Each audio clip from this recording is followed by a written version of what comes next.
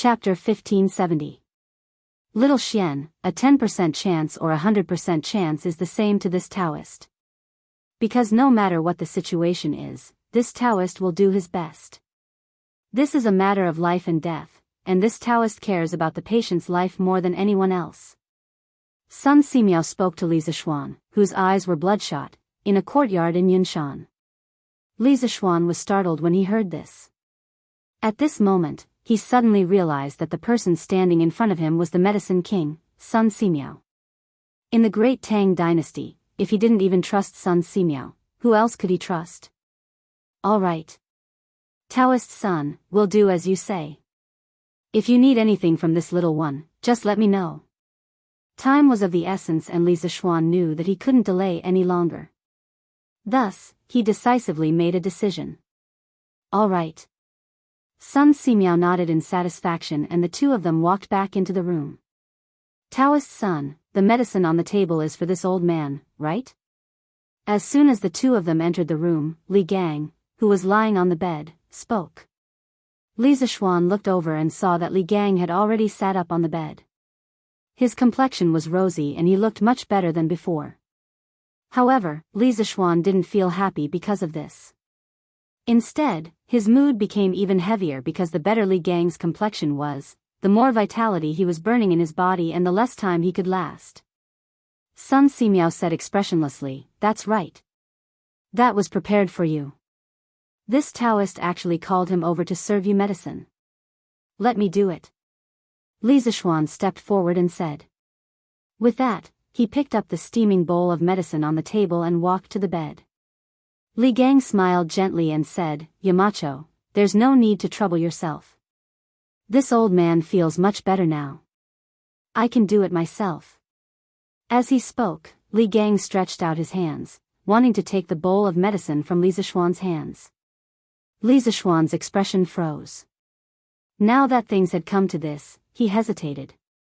After a moment, he looked at Li Gang and asked, "Mr. Wenji, if there is a way to make your body completely better, but this method has risks, it might, huh?" "Yamacho, you don't have to say it. This old man is willing to try." Before Li Zishuan could finish his words, Li Gang impatiently interrupted, "I know my own body well. Even if Dr. Sun's medical skills are superb and Yamacho's internal strength is profound, I can at most prolong my life for a few more days. However, the academy has just started to improve, and I don't want to die yet. If there is really a way for me to recover completely, I'm willing to give it a try no matter how big the risk is." Desire. From Li Gang's eyes, Li Zishuan could see the old man's desire for life. Reluctance. From the old man's eyes, Li Zishuan could also see his reluctance to part with this world, or rather, to part with Yunshan. At this moment, Li Zishuan's heart was filled with regret and bitterness. If he had not followed the Sky Rooster Brigade to the north to eliminate the locusts, even if Wuxia had infiltrated the Tang Empire, he would not have dared to rashly attack Yunshan. Even if Wuxia had infiltrated Yunshan, with him there, he would not have let Li Gang face Wuxia alone and be seriously injured. If none of this had happened, Li Gang naturally would not be lying in bed at this moment, facing the choice of life and death. "Xiao Xian, there's not much time left." Sun Simiao could not help but remind him. "Oh. Okay." Li Zishuan came back to his senses and quickly sat by the bed. He said to Li Gang, "Come. Mr. Wenji, I'll feed you medicine." Li Gang nodded. Li Zishuan held the bowl of medicine and used a spoon to scoop up a spoonful of medicine. He gently blew on it and brought it to Li Gang's mouth. Li Gang opened his mouth, leaned forward slightly, and swallowed the medicine without hesitation. Although the medicine was bitter, Li Gang did not frown, because he knew that this medicine was life-saving.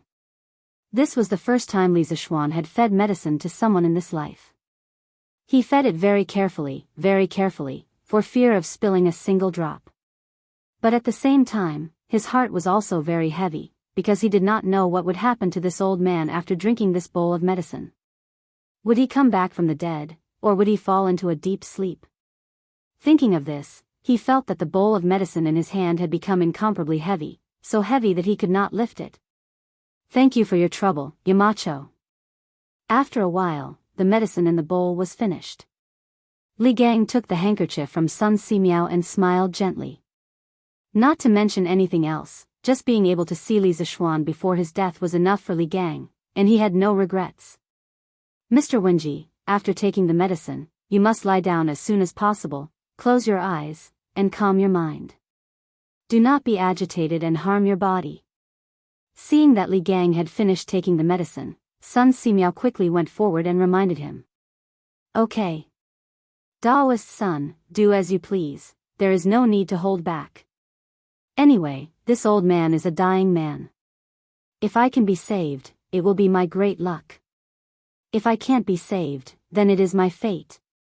Li Gang nodded and said with an indifferent expression.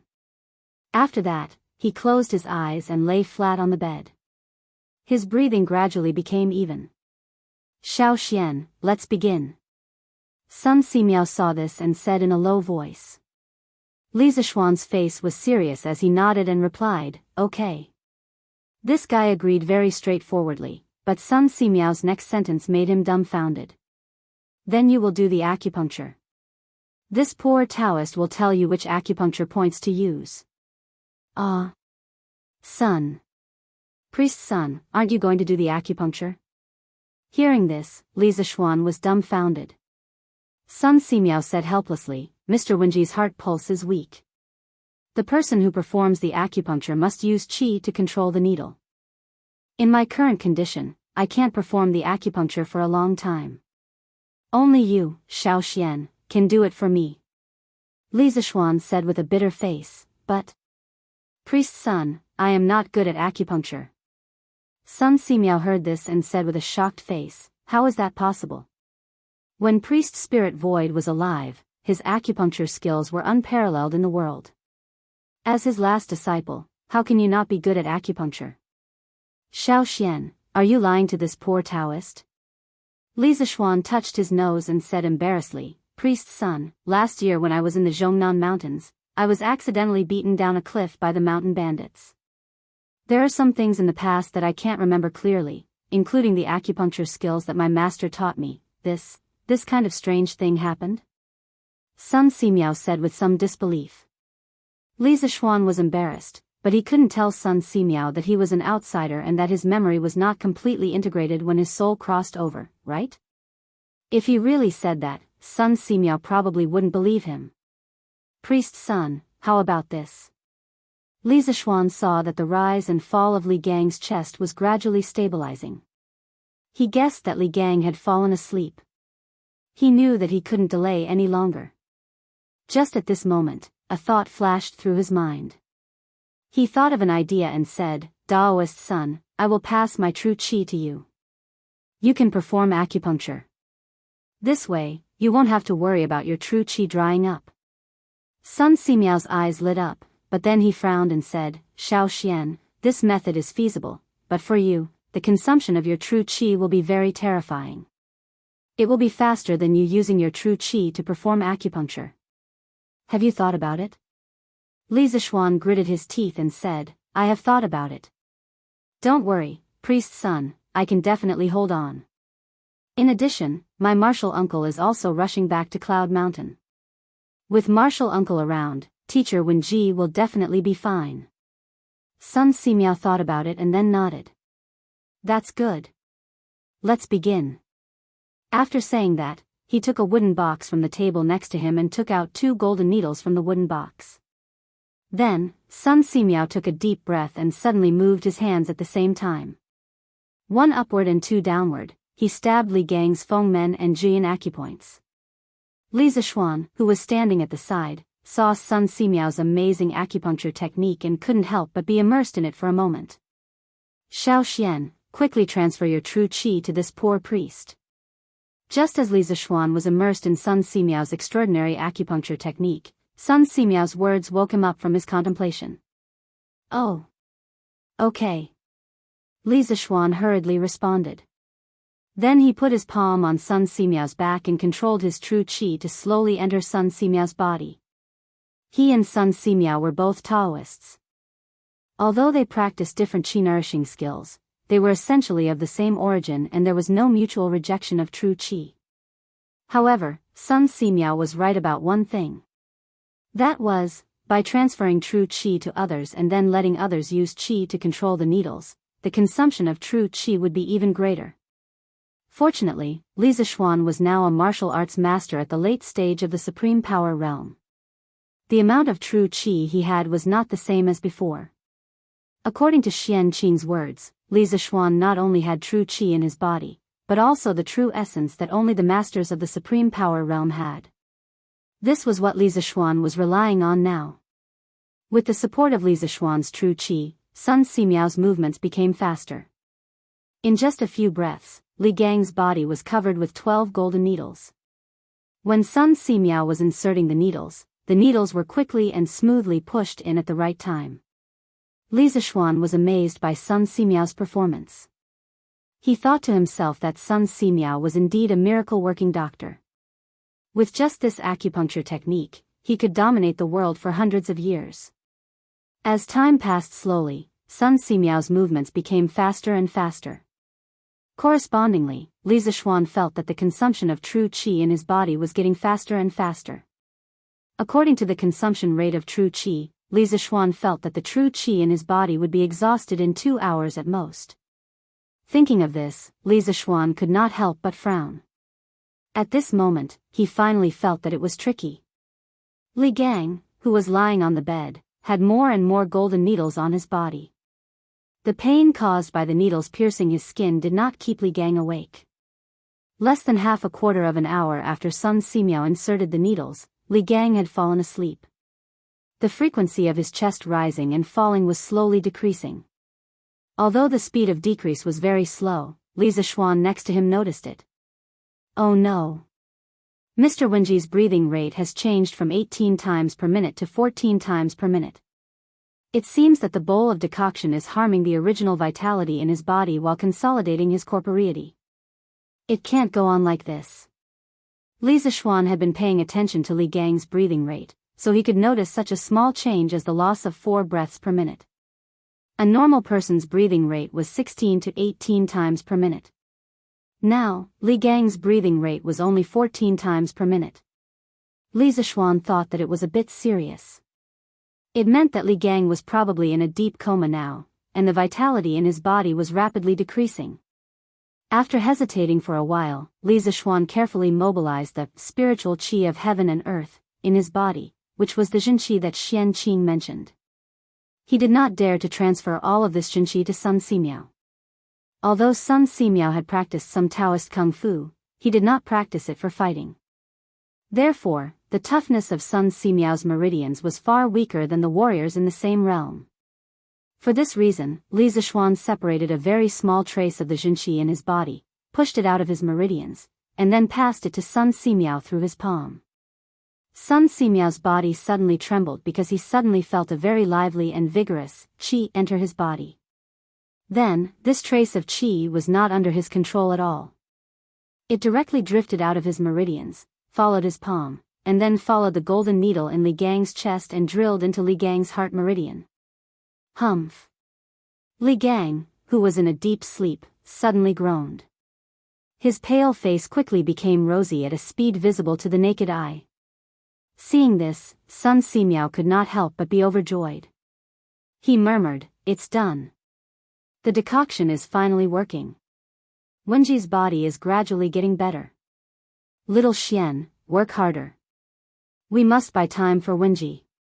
Seeing that the trace of Jinqi did not cause any harm to Li Gang, Li Zixuan could not help but let out a sigh of relief. At this moment, he heard Sun Simiao's excited shout. Li Zixuan hurriedly said, "Daoist son, just do your best. I can still hold on." Sun Simiao let out a light sigh and nodded, "Good. Then I'll continue with the acupuncture." With that, Sun Simiao took out 3 more golden needles from the wooden box and pierced them into Li Gang's Shinkei, Shimen, and Zhongzhu acupuncture points. "Your Majesty! Your Majesty! Good news! Good news! Sweet Du Hall." Li Er finished reading the memorials and was preparing to return to the harem to rest. Suddenly, Zhao Song walked in quickly from outside and said excitedly, "Your Majesty, Marquis Yong, and has returned to Cloud Mountain. He is now working with Dr. Sun to treat teacher Wenji. What? Li Zishuan is back? Li Er was stunned at first, then he was overjoyed. He stood up and said, "This kid came back so quickly? I thought he would only reach Cloud Mountain after midnight." Zhao Song smiled and said, "The Shuo province is more than 600 miles away from Cloud Mountain. It is indeed a miracle that Marquis Yong and could come back so quickly. I didn't expect it either." Li Er walked 2 steps with his hands behind his back, then he turned around and said to Zhao Song, "Send someone to inform Dugu Xian that if there are any changes in teacher Wenji's condition, immediately send someone to inform me. The night guards of Chang and city and the palace are not to obstruct the messenger from Cloud Mountain." If it was not for the fact that it was already late at night, Li Er would have personally gone to Cloud Mountain. However, he was the emperor after all. If news of him not staying in the palace at night but bringing his guards out of the palace or even out of the city were to spread, wouldn't his subordinates be furious? Therefore, he could only rely on Dugu Xian to send someone to deliver the message. "As you wish." Hearing this, Zhao Song was not surprised. He respectfully cupped his hands and promised. Then, he turned around and left the palace to deliver the decree. Chapter 1571. Clang. Clang. Clang. Translator, Nyoibo Studio Editor, Nyoibo Studio in the Academy. Most of the students in Class 1 did not rush out of the classroom and return to the dormitory to rest as usual. Instead, they sat quietly in their seats and flipped through their books, as if they did not hear the gongs and drums. "Qingke, how do you think teacher Wenji is doing now?" Yuchi Baolin lay weakly on the table. After hesitating for a long time, he got up and walked to Li Tai, who was sitting next to him, and asked. Li Tai was still doing exercises. When he heard this, he immediately stopped writing. He thought seriously and said, "The situation should not be optimistic. In the evening, we went to see Dr. Sunday. If teacher Wenji's illness could be cured, Dr. Sun would definitely give us a definite answer on the spot and tell us not to worry anymore. But Dr. Sun did not do that. This means that teacher Wenji's illness is difficult to treat even for Dr. Sun." Ah. When Yuchi Baolin heard Li Tai's words, he immediately panicked. Even Dr. Sun finds it difficult to treat? Then isn't teacher Wenji hopeless? Bah. Baolin, what are you talking about? It was unknown when Sun Zifan had also come over. Hearing this, he hurriedly said, "Teacher Wenji has a noble character. He is still teaching and educating people even when he is at the end of his life. If such a person of virtue and prestige can't live a long life, then God must be blind." Yes. Zifan is right. Someone as upright and noble as teacher Wenji must live to 100 years old. Qin Huayu suddenly came over and said with a firm expression. Sigh. No one wants anything to happen to teacher Wenji, but the reality is. Li Tai sighed worriedly. Then, his eyes suddenly lit up and he said, "That's right. Yamacho set off from Jianghu this morning and rushed to Wang Yunshan's place. I don't know if Yamacho has reached Yunshan yet. With Yamacho around, teacher Wenji's illness has a great chance of getting better." Sun Zifan was stunned, then he excitedly slapped his thigh and said, "That's right. Yamacho had not only cured General Qin's old injuries, but also solved the cholera in Chang'an. Their medical skills were not inferior to Dr. Sun's. With Yamacho here, Mr. Bunji's illness will definitely be cured." Yuchi Baolin whispered, "Qingke, why don't I secretly climb over the east wall and go to the side yard to see if the mountain elder has returned?" Hearing this, all of them widened their eyes and stared at Yuchi Baolin in shock. Sun Zifan opened his mouth and said in shock, "Baolin, you can't be serious, right? By the way, why are you so concerned about teacher Wenji's condition?" "Of course I'm telling the truth." Yuchi Baolin straightened his neck and said, "Teacher Wenji is a good teacher. I respect him and don't want anything to happen to him." This simple and honest young man had always been straightforward and didn't like to talk to others in a roundabout manner. Although his words were simple, they were the truest portrayal of his heart. If he did not respect Li Gang from the bottom of his heart, he would not have risked his life to protect Li Gang when Wuxia broke into the Cloud Mountain that night. Hearing this, Sun Zifan immediately stopped joking and his expression became serious.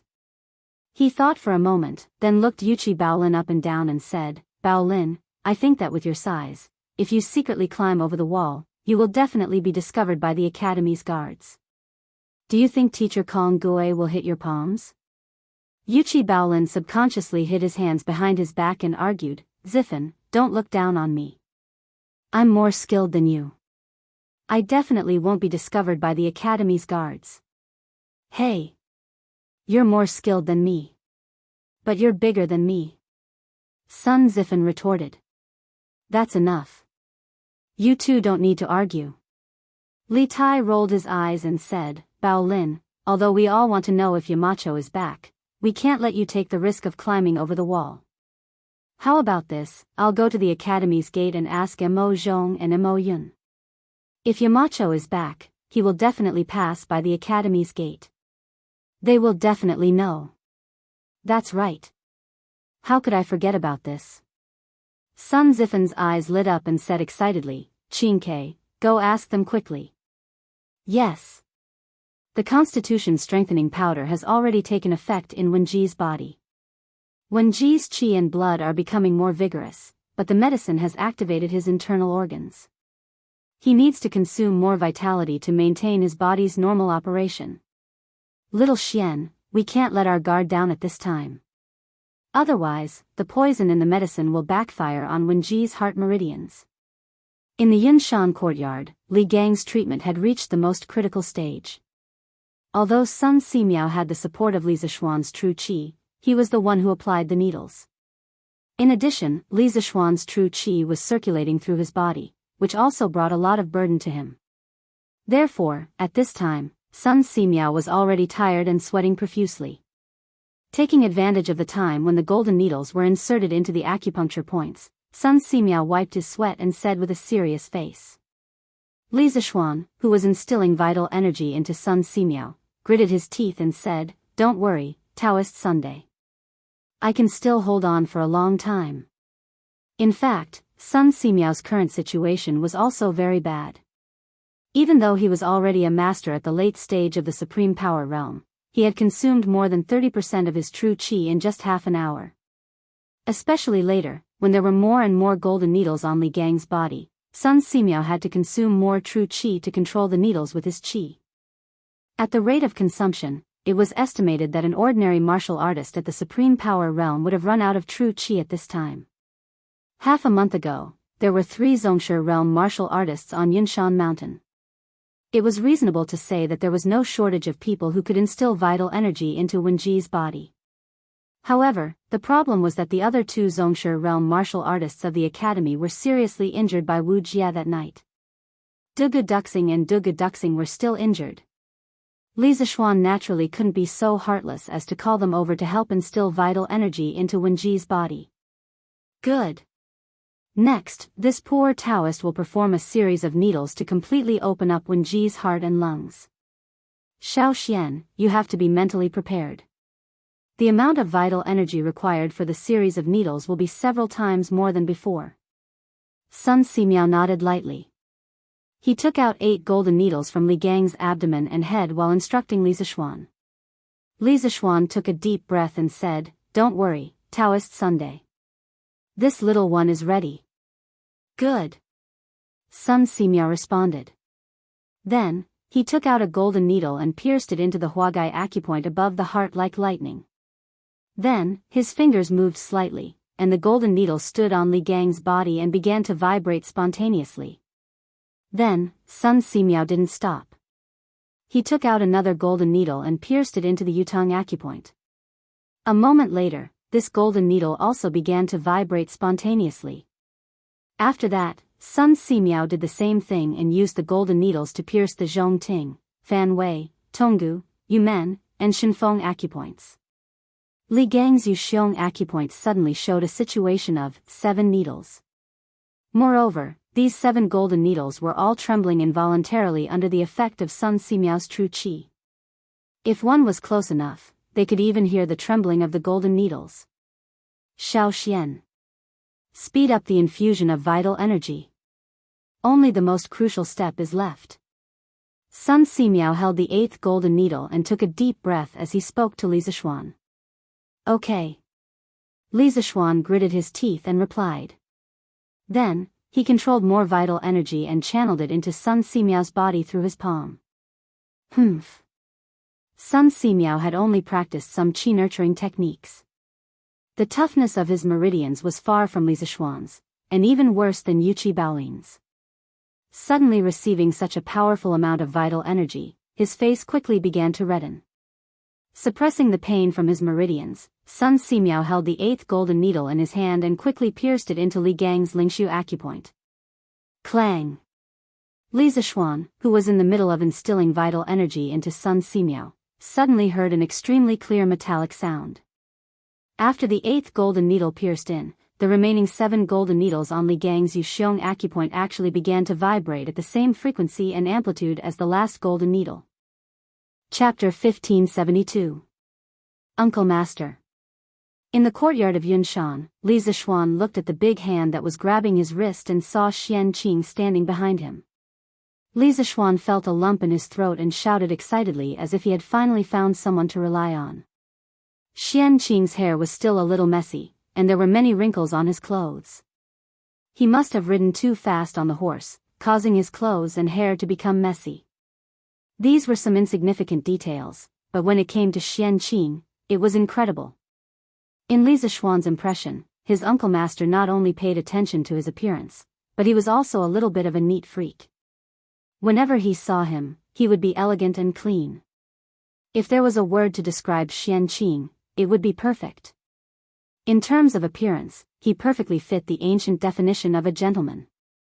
Uncle Master, you're back.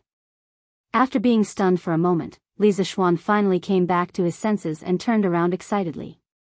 According to his estimation, Xian Qing would need at least an hour to come back.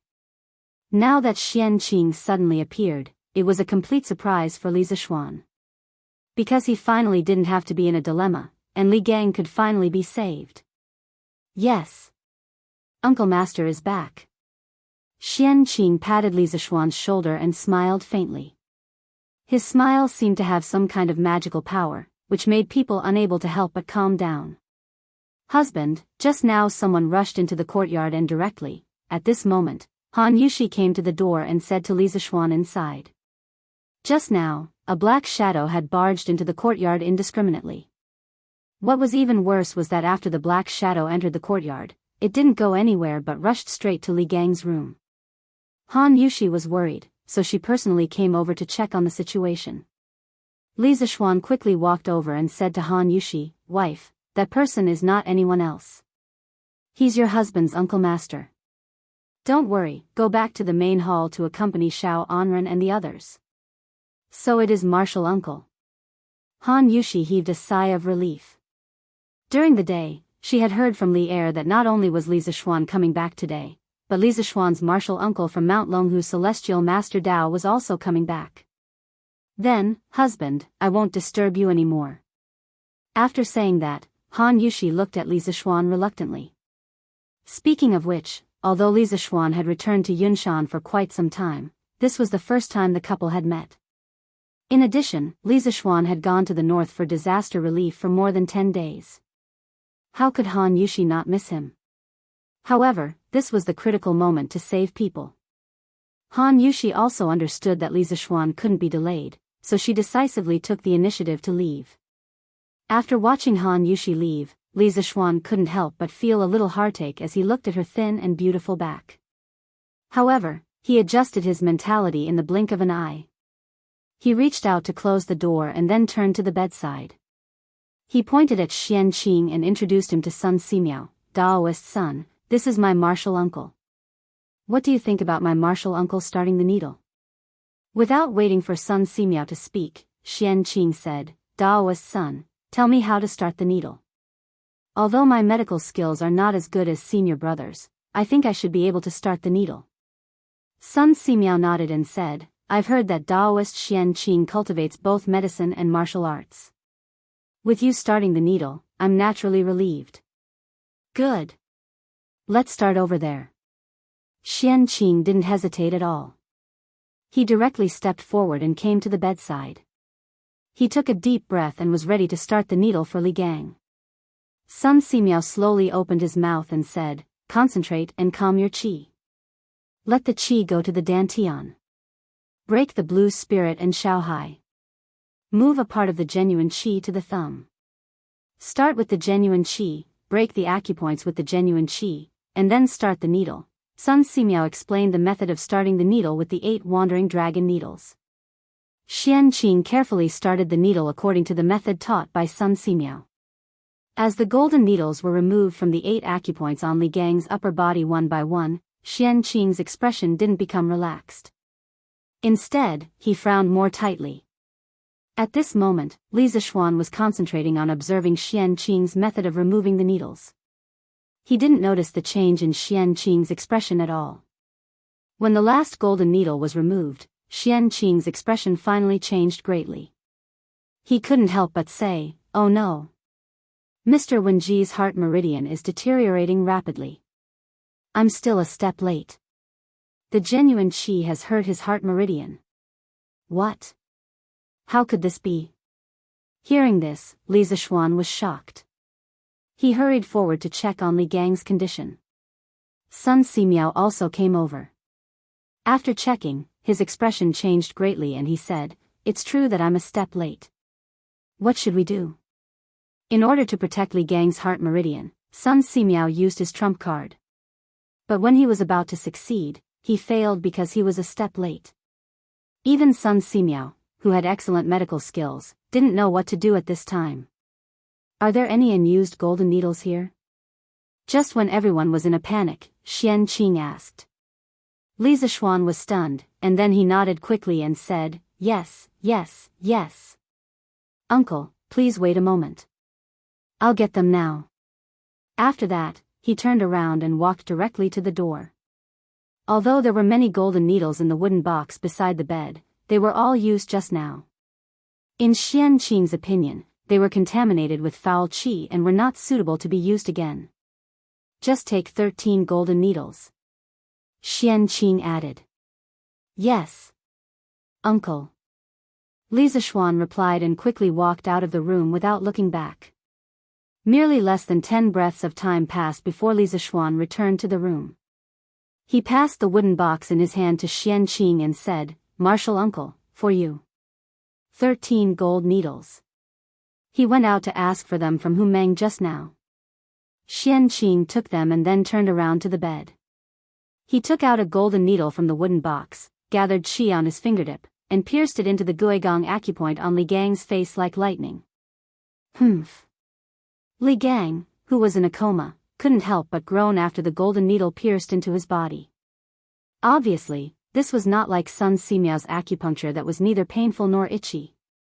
Sun Simiao couldn't help but frown because Xian Qing's first needle pierced into Li Gang's Guigong acupoint. This was a little illogical. The Guigong acupoint was 3 inches below the nose, where the water protruded. Stimulating this acupoint could wake up the mind and clear away the heat and extinguish the wind. This seemed to have nothing to do with Li Gang's current illness. As for Li Zishuan, he had been completely immersed in Xian Qing's acupuncture since the moment he used it. This was because Xian Qing's acupuncture technique felt incomparably familiar to him. It was as if he had seen it in a dream before. Under the control of qi, the golden needle rotated 13 times in Li Gang's Guigong acupoint. Then Xian Qing took out another golden needle and did the same thing, piercing it into Li Gang's Guixin acupoint. Then Guixin acupoint, Guixin acupoint, Guixin acupoint. In just a few breaths, Xian Qing had already pierced 6 needles. In terms of the speed of acupuncture, he was faster and more decisive than Sun Simiao. Watching him perform acupuncture was like watching him kill enemies on the battlefield. One sword cut off a melon's head, clean and neat. There are 13 acupoints for people who are suffering from 100 evils. For the body of needles, it starts from Guigong acupoint, then Guixin acupoint, Guixin acupoint, Guixin acupoint, Guixin acupoint, Guixin acupoint. 13 ghastly needles. The ghastly 13 needles. At this moment, Sun Simiao had already seen through Xian Qing's acupuncture technique.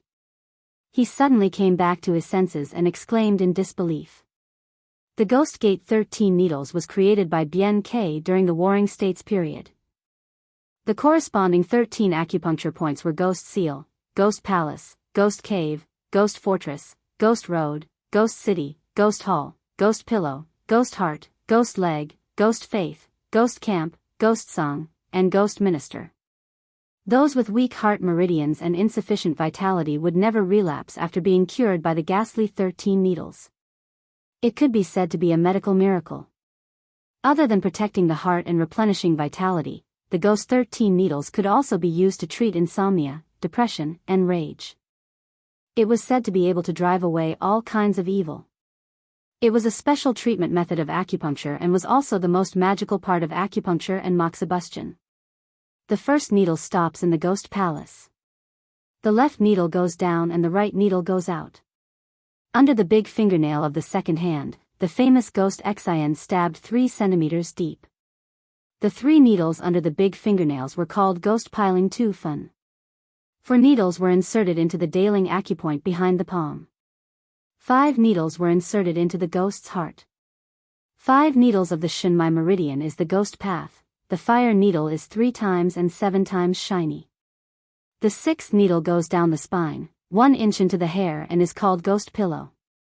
The 7th needle goes down 5 centimeters and is called Ghost Bed. Needle needs to be warm. The 8 needles are called Ghost City. From the left to the right, you must remember. While Sun Simiao was shocked, Li Zixuan's eyes blurred and he muttered to himself. Is this the acupuncture technique of the Ghost Gate 13 needles?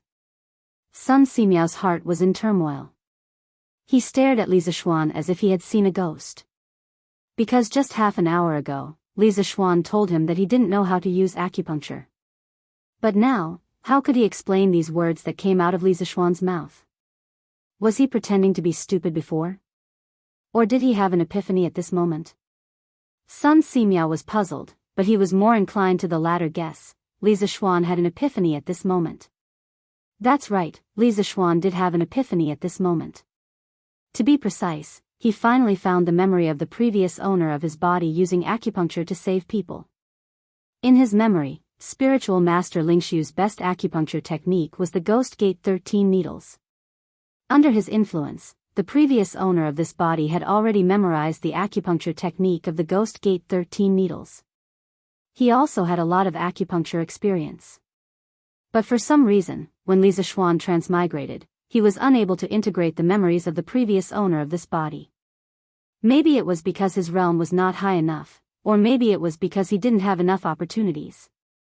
At this moment, his realm was high enough, and his opportunities were high enough, so he remembered everything. Not bad.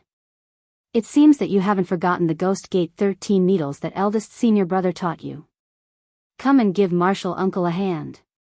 At this moment, after piercing the 8th needle, Xian Qing raised his head and looked at Li Zixuan with a gratified smile.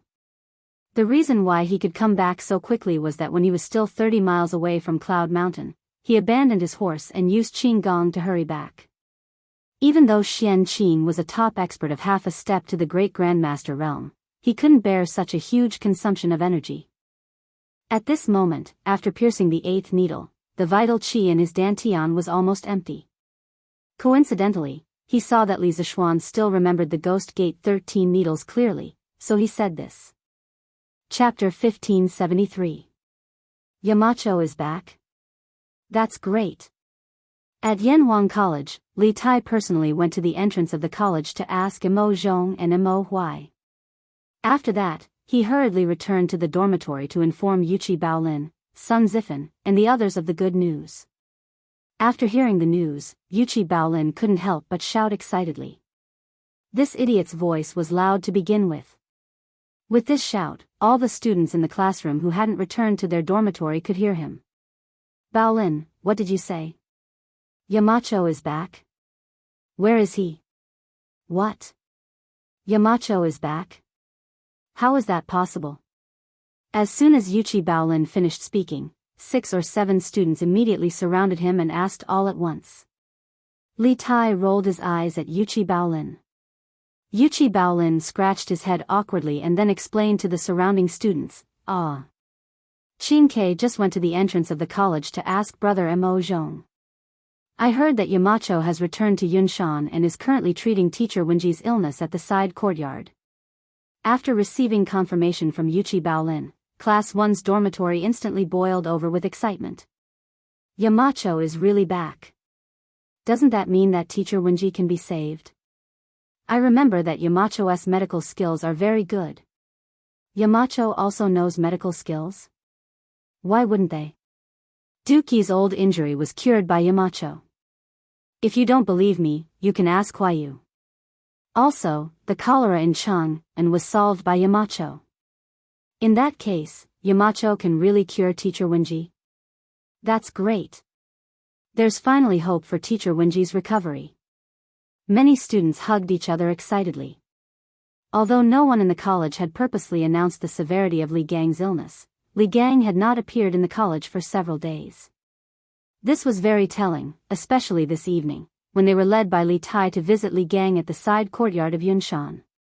However, they were stopped by Sun Simiao. At that moment, all of them understood that Li Gang was critically ill. Now that they suddenly learned that Li Zishuan had returned to Yunshan, they finally saw hope. They saw hope for Li Gang's recovery. All right. It's getting late. Go back to the dormitory. There's an exam tomorrow morning. Don't forget what Wenji told you. Li Tai couldn't help but say. Oh. There's still an exam tomorrow. Go back and sleep. Even if it's for teacher Wenji, we must do well in the exam tomorrow. Yes. That's right. Sister Yushi, why hasn't grandfather come out yet? Is grandfather's illness very difficult to treat and brother Xiaoxian can't treat it? In the side courtyard of Yunshan, little Anren's eyes were fixed on the door inside. He wanted to know how his grandfather was lying inside, but he didn't dare to go forward and see for himself because he was afraid that his peeping would affect Li Gang's treatment. After waiting for a long time, Li Anren finally couldn't help but look up at Han Yushi and ask. Anren, don't bother your sister Yushi. Li Lian's wife hurriedly pulled Li Anren to her side and reprimanded him. Then, she looked at Han Yushi apologetically. Han Yushi shook her head and said softly, "It's okay. Anren is also worried about his grandfather's health. He's so filial at such a young age. I can't wait to like him. How can I be tired of him?" After saying that, Han Yushi walked to Li Anren, bent down, and touched Li Anren's little face with her hand. She said softly, "Anren, the ones treating your grandfather's illness now are the 3 best doctors in the world. Your grandfather will definitely be fine." Well, in Han Yushi's heart, her husband was omnipotent. There was nothing wrong with giving him the title of one of the best doctors in the world. 3? How can there be 3? Brother Xiaoxian and Dr. Sun should only be 2, right? Li Anren counted with his fingers and analyzed with a serious face. Han Yushi couldn't help rubbing Li Anren's little head and said, "There was another person who entered that room just now. Did Anren forget? That person is your brother Xiaoxuan's martial uncle. His medical skills are also very good." "Oh. Then my grandfather will definitely be fine." Li Anren thought for a while and nodded heavily. Creak. As soon as Li Anren's voice fell, the door of the inner room was pushed open from the inside. Li Lian and his wife, Han Yushi, and Li Anren, 4 people, 8 eyes suddenly looked at the door in unison. They saw Li Zishuan walking out first with a relieved smile on his face. Behind him was the arrogant and cold Xian Qing, as well as the kind-looking Sun Simiao. "Brother Xiaoxian. How is my grandfather?" Li Anren was the first to react. Then he strode his little legs and ran quickly towards Li Zishuan. "Haha. Little Anren. Your grandfather is fine." Having just pulled Li Gang back from the gates of hell, Li Zishuan was in a good mood. When he saw Li Anren running towards him, he quickly bent down, lifted Li Anren up, and laughed loudly. "Really? Brother Xiaoxian, is grandfather really fine?" Can I go in and see grandfather? Li Anren's eyes widened, and his little face was full of surprise. Li Zishuan smiled and nodded. Of course you can. After that, he put Li Anren on the ground again and said, But Anren, don't stay in there for too long. Your grandfather has just recovered from a serious illness and needs to rest more. Do you understand? It was said that filial children were more likable. Li Anren was the kind of other people's child, who was cute, filial, and had good grades. Li Zishuan also liked this little guy very much.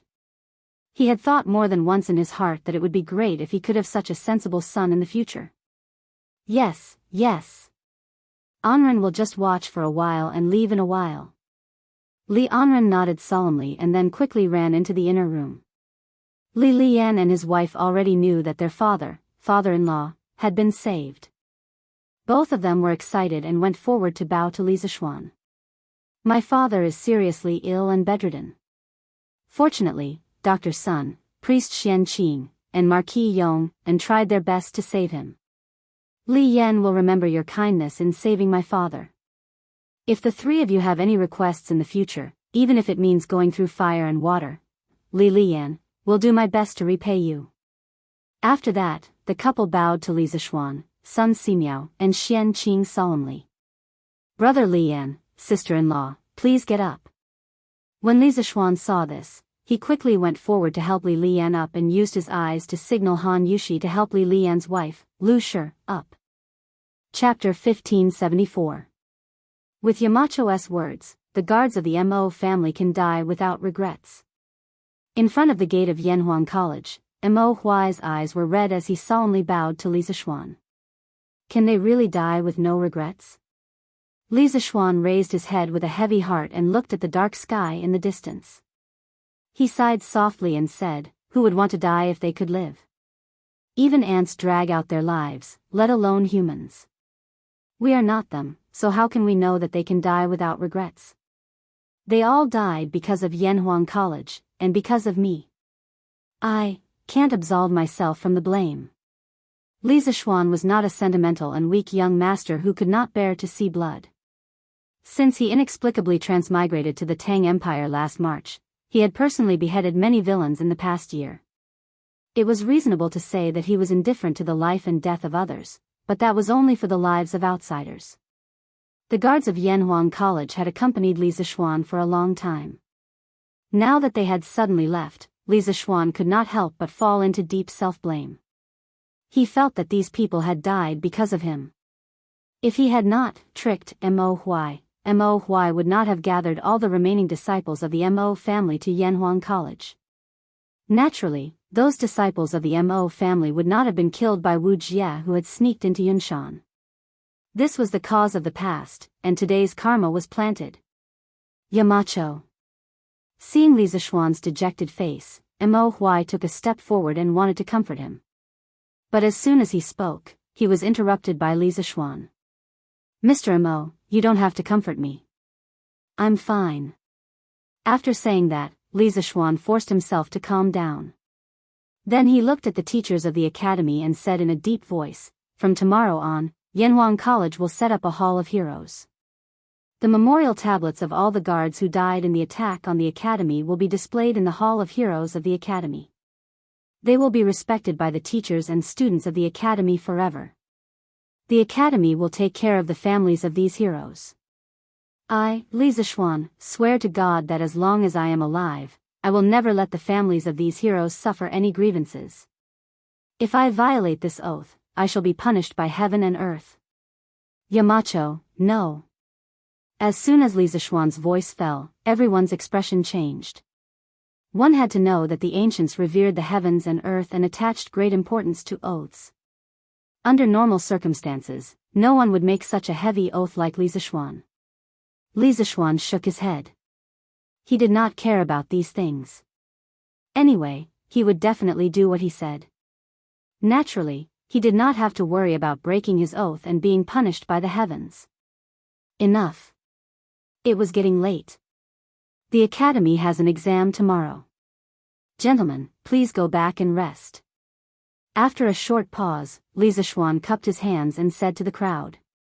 Yamacho, you should also rest early. The teachers of the academy all cupped their hands and said to Li Zishuan. After that, they turned around and left. After all, Li Zishuan was right.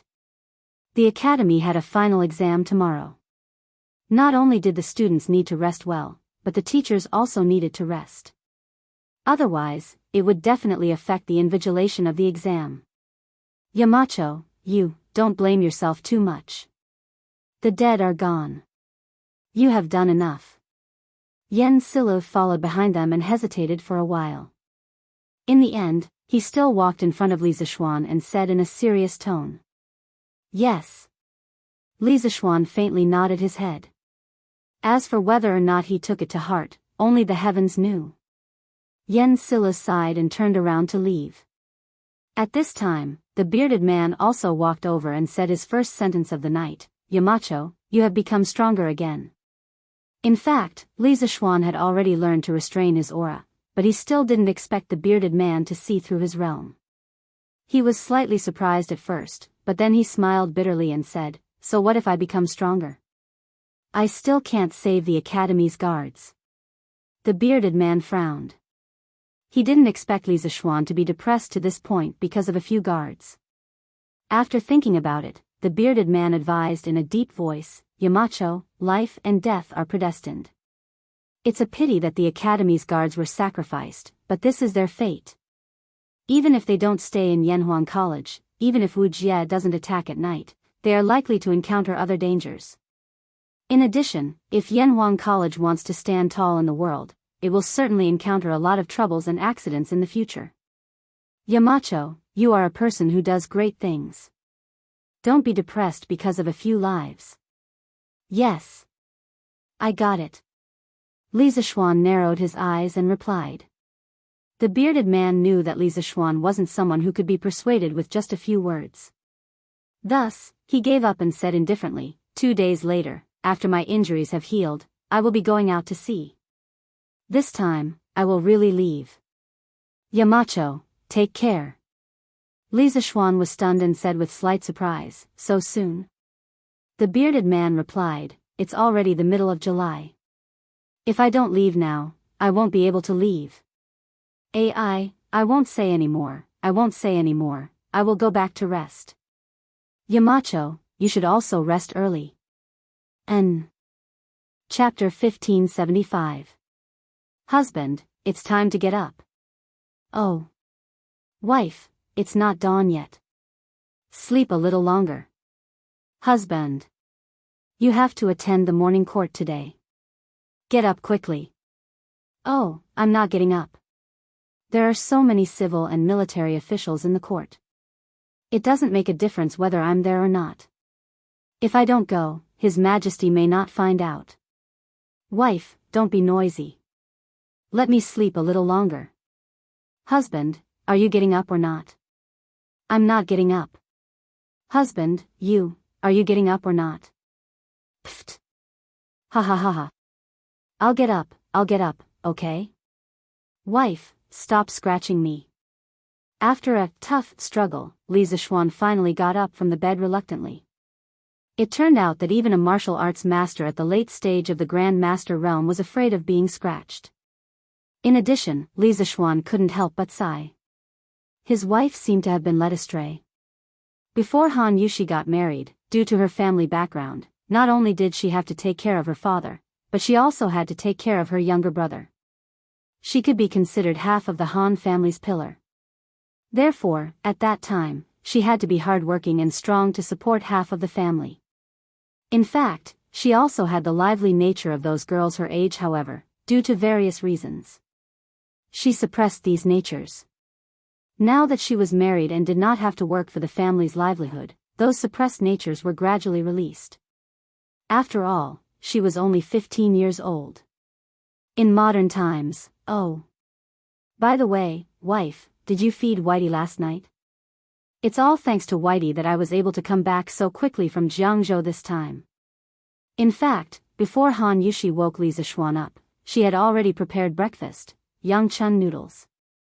Li Zixuan asked in a muffled voice as he slurped the noodles in his bowl. Compared with him, Han Yushi's table manners were more elegant. Hearing Li Zixuan's question, Han Yushi gently bit off the noodles in her mouth. After swallowing, she said, "As soon as you came back last night, I asked General Lu to feed Whitey with the best grass. Husband, don't worry about him." "Oh.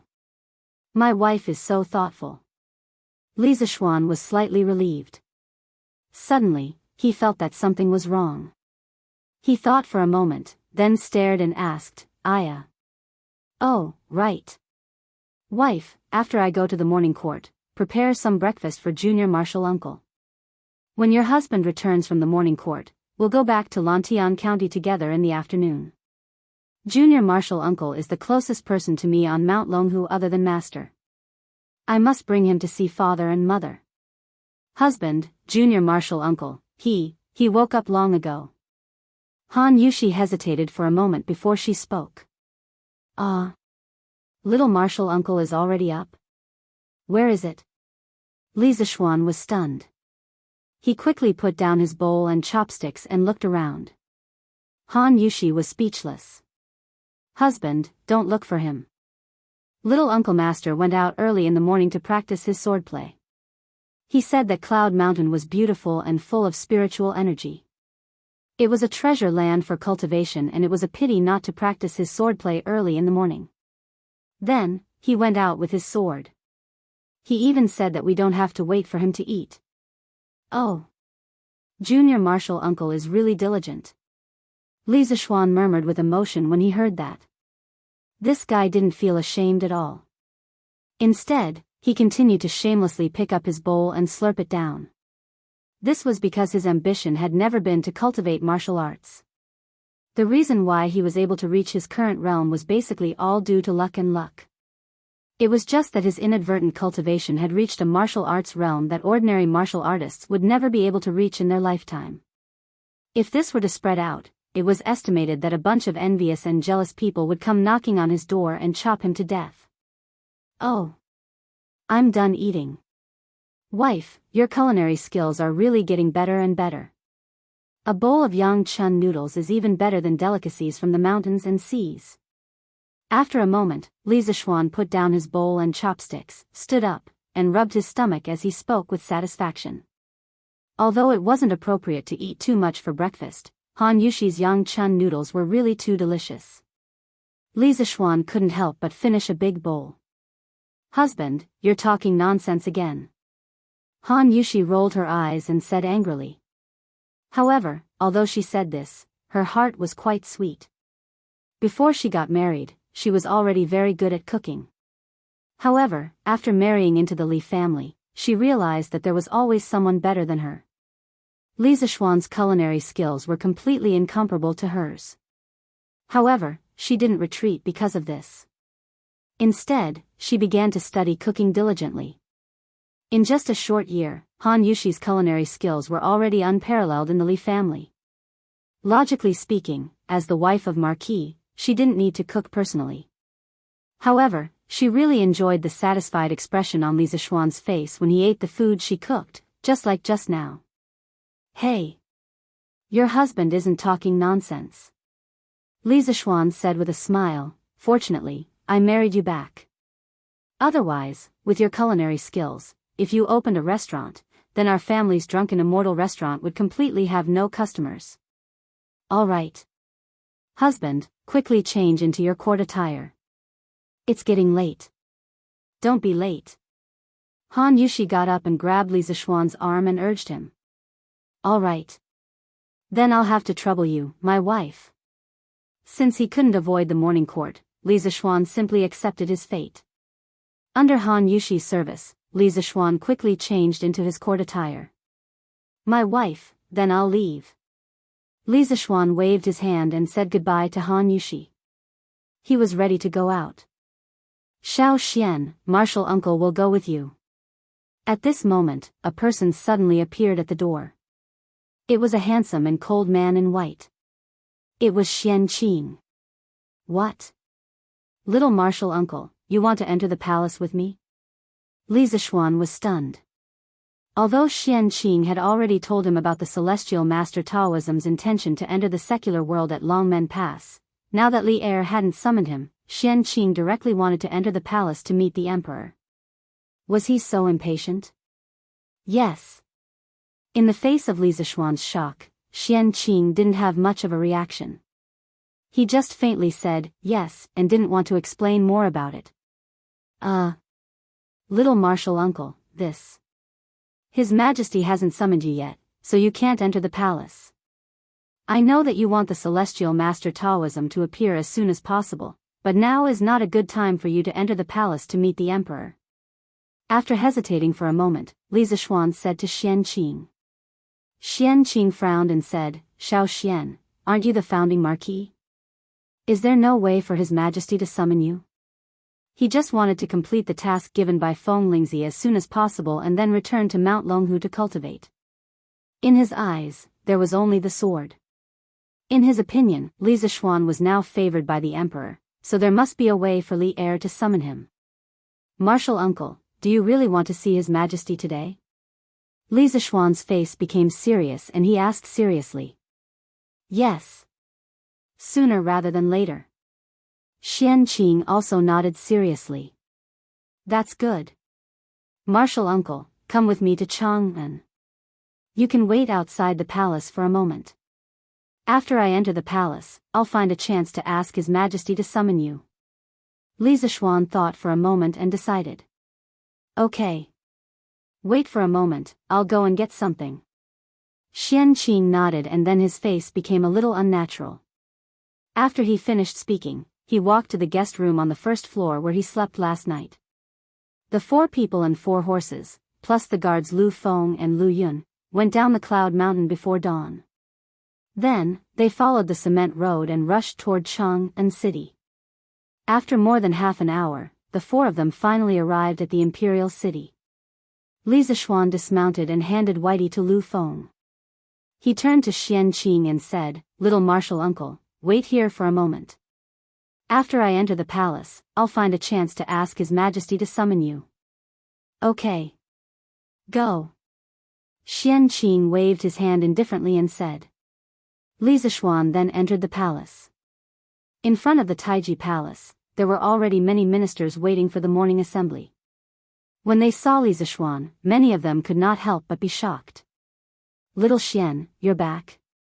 When did you come back? Niu Jinda, Li Jing, Duan Zhishuan, and the other generals were the first to welcome him. Old Niu asked in surprise. Uncle Niu, I returned to the Cloud Mountain last night and then received His Majesty's imperial order to attend today's assembly. Didn't I rush over? Li Zishuan cupped his hands and explained. Chapter 1576. Greetings, Your Majesty. Rise, all my beloved subjects. In Taiji Palace, after a round of greetings, the morning court session officially began. Before the morning court session, I have a piece of good news for all my beloved subjects. Li Er seemed to be in a good mood today. Before the officials went forward to report to the court, he spoke first. Hearing this, all the officials in the palace perked up and listened carefully to what Li Er was about to say. Li Er paused for a moment, then smiled and said, Last night, with the help of Dr. Sun, Daoist Xian Qing, and the Marquis of Yong'an, Teacher Wenji is out of danger. He only needs to rest for a few days to fully recover. What? Wenji's illness is cured? Hearing this, the palace was instantly filled with the whispers of the officials. Li Gang was an old official of 4 dynasties. Not only did he have a good reputation among the scholars, but he was also familiar with many of the officials under Li Er's rule. Xiao Yu was one of them. Previously, when they heard that Li Gang was seriously ill, Xiao Yu and the other old officials had even formed a group to visit Yunshan, but they were all stopped by Sun Simiao. Now that they heard that Li Gang's illness was cured, Xiao Yu and the other old officials who had dealings with Li Gang were all overjoyed. Teacher Wenji has been through 4 dynasties. He is upright and outspoken, serving the country and the people. It can be said that he is loyal to the core. Fortunately, the Marquis of Yong'an, Dr. Sun, and Daoist Xian Qing have saved teacher Wenji's life and saved our Tang Empire from losing a good official. This is a joyous matter. Congratulations, Your Majesty. The first person to stand up was not Xiao Yu. There was someone who was even more enthusiastic than him, and that was Wei Zheng. This time, the old flame didn't scold anyone. Instead, he stood up to congratulate Li Er. This made old Li wonder if the sun had risen from the west. Congratulations, Your Majesty. All of the civil and military officials, regardless of whether they were familiar with Li Gang or not, all of them clasped their hands towards Li Er with joy. This was the reputation of an old official of 4 dynasties. Li Er was in a good mood. He laughed heartily and said, "Haha. Good." Actually, the Marquis of Yong played a huge part in Wenji's recovery. I'm sure all of you know that before yesterday, the Marquis of Yong was still at Longmen Pass, which is 600 kilometers away. After receiving the news of Wenji's critical condition, the Marquis of Yong rode a fast horse and rushed back to Yunshan within a day. According to what I know, if the Marquis of Yong had arrived a moment later, Wenji would have been in danger. When the ministers heard this, they all looked at Li Zixuan with respect. Li Zixuan had transmigrated here. Although his skin had become thicker, he still couldn't handle so many hot gazes. Hence, he quickly stepped forward and cupped his hands. Your Majesty, you flatter me. This official only did what he should have done. What he said was the truth. Li Gang was a teacher from Yanhuang College. This time, he was injured because of Yanhuang College. Treating Li Gang was his duty. He had never thought of this as a merit. On the contrary, treating Li Gang was equivalent to redeeming himself for Li Zixuan. Seeing Li Zixuan being so humble, Wei Zheng couldn't help but secretly nod. Ever since the water wheel was used to solve the drought problem, Wei Zheng found Li Zixuan more and more pleasing to the eye. However, Li Zixuan didn't let Wei Zheng have his way. According to Wei Zheng, Li Zixuan was a talented person and should have taken the path of a civil official. However, not only did he take on the position of Black Armored Army adjutant, he even fought a battle with the Turkic army at Longmen Pass. He was deviating further and further from the path of a civil official. Haha. You don't have to ask for a reward, but we can't not reward you. However, this is not the only merit you have earned this time. Later, I will reward you for all your merits. Li Er smiled and waved his hand as he spoke. In fact, the reason why Old Li was so concerned about Li Gang's matter and specially brought this matter to the morning court was inseparable from Li Er's appreciation of Mr. Li Gang's personality and charm.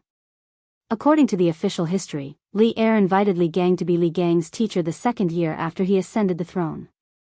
One had to know that Li Gang had been Li Qingxian's and Yang Yang's teacher before. Yet, Old Li was willing to let such a sensitive person be his beloved son's teacher. This was enough to show how much Li Er admired and acknowledged Li Gang's knowledge. In addition, in the official history, every time Li Er attended court, he would always have Li Gang, Fang Xianling, and Wang Gui accompany him. Later on, when Li Gang fell ill, Li Er not only sent Fang Xianling to his home to express his condolences, he even went there personally. This kind of treatment was probably only possible for Li Er's most trusted officials. Although Li Zixuan's transmigration to Great Tang caused a small deviation in history, Li Gang didn't become Li Qingxian's teacher, but came to Yanhuang College as a teacher. Old Li's respect for Li Gang had never changed. Reward him for his merits.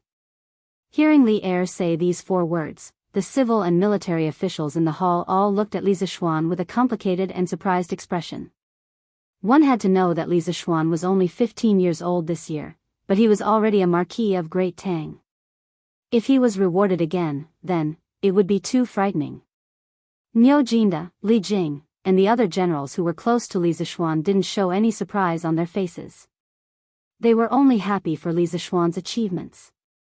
Li Er, who was sitting at the head of the table, said, half a month ago, a locust plague broke out in the Guangzhou region. The people were in a constant state of panic. At the same time, under the influence of some people with ulterior motives, rumors spread among the people.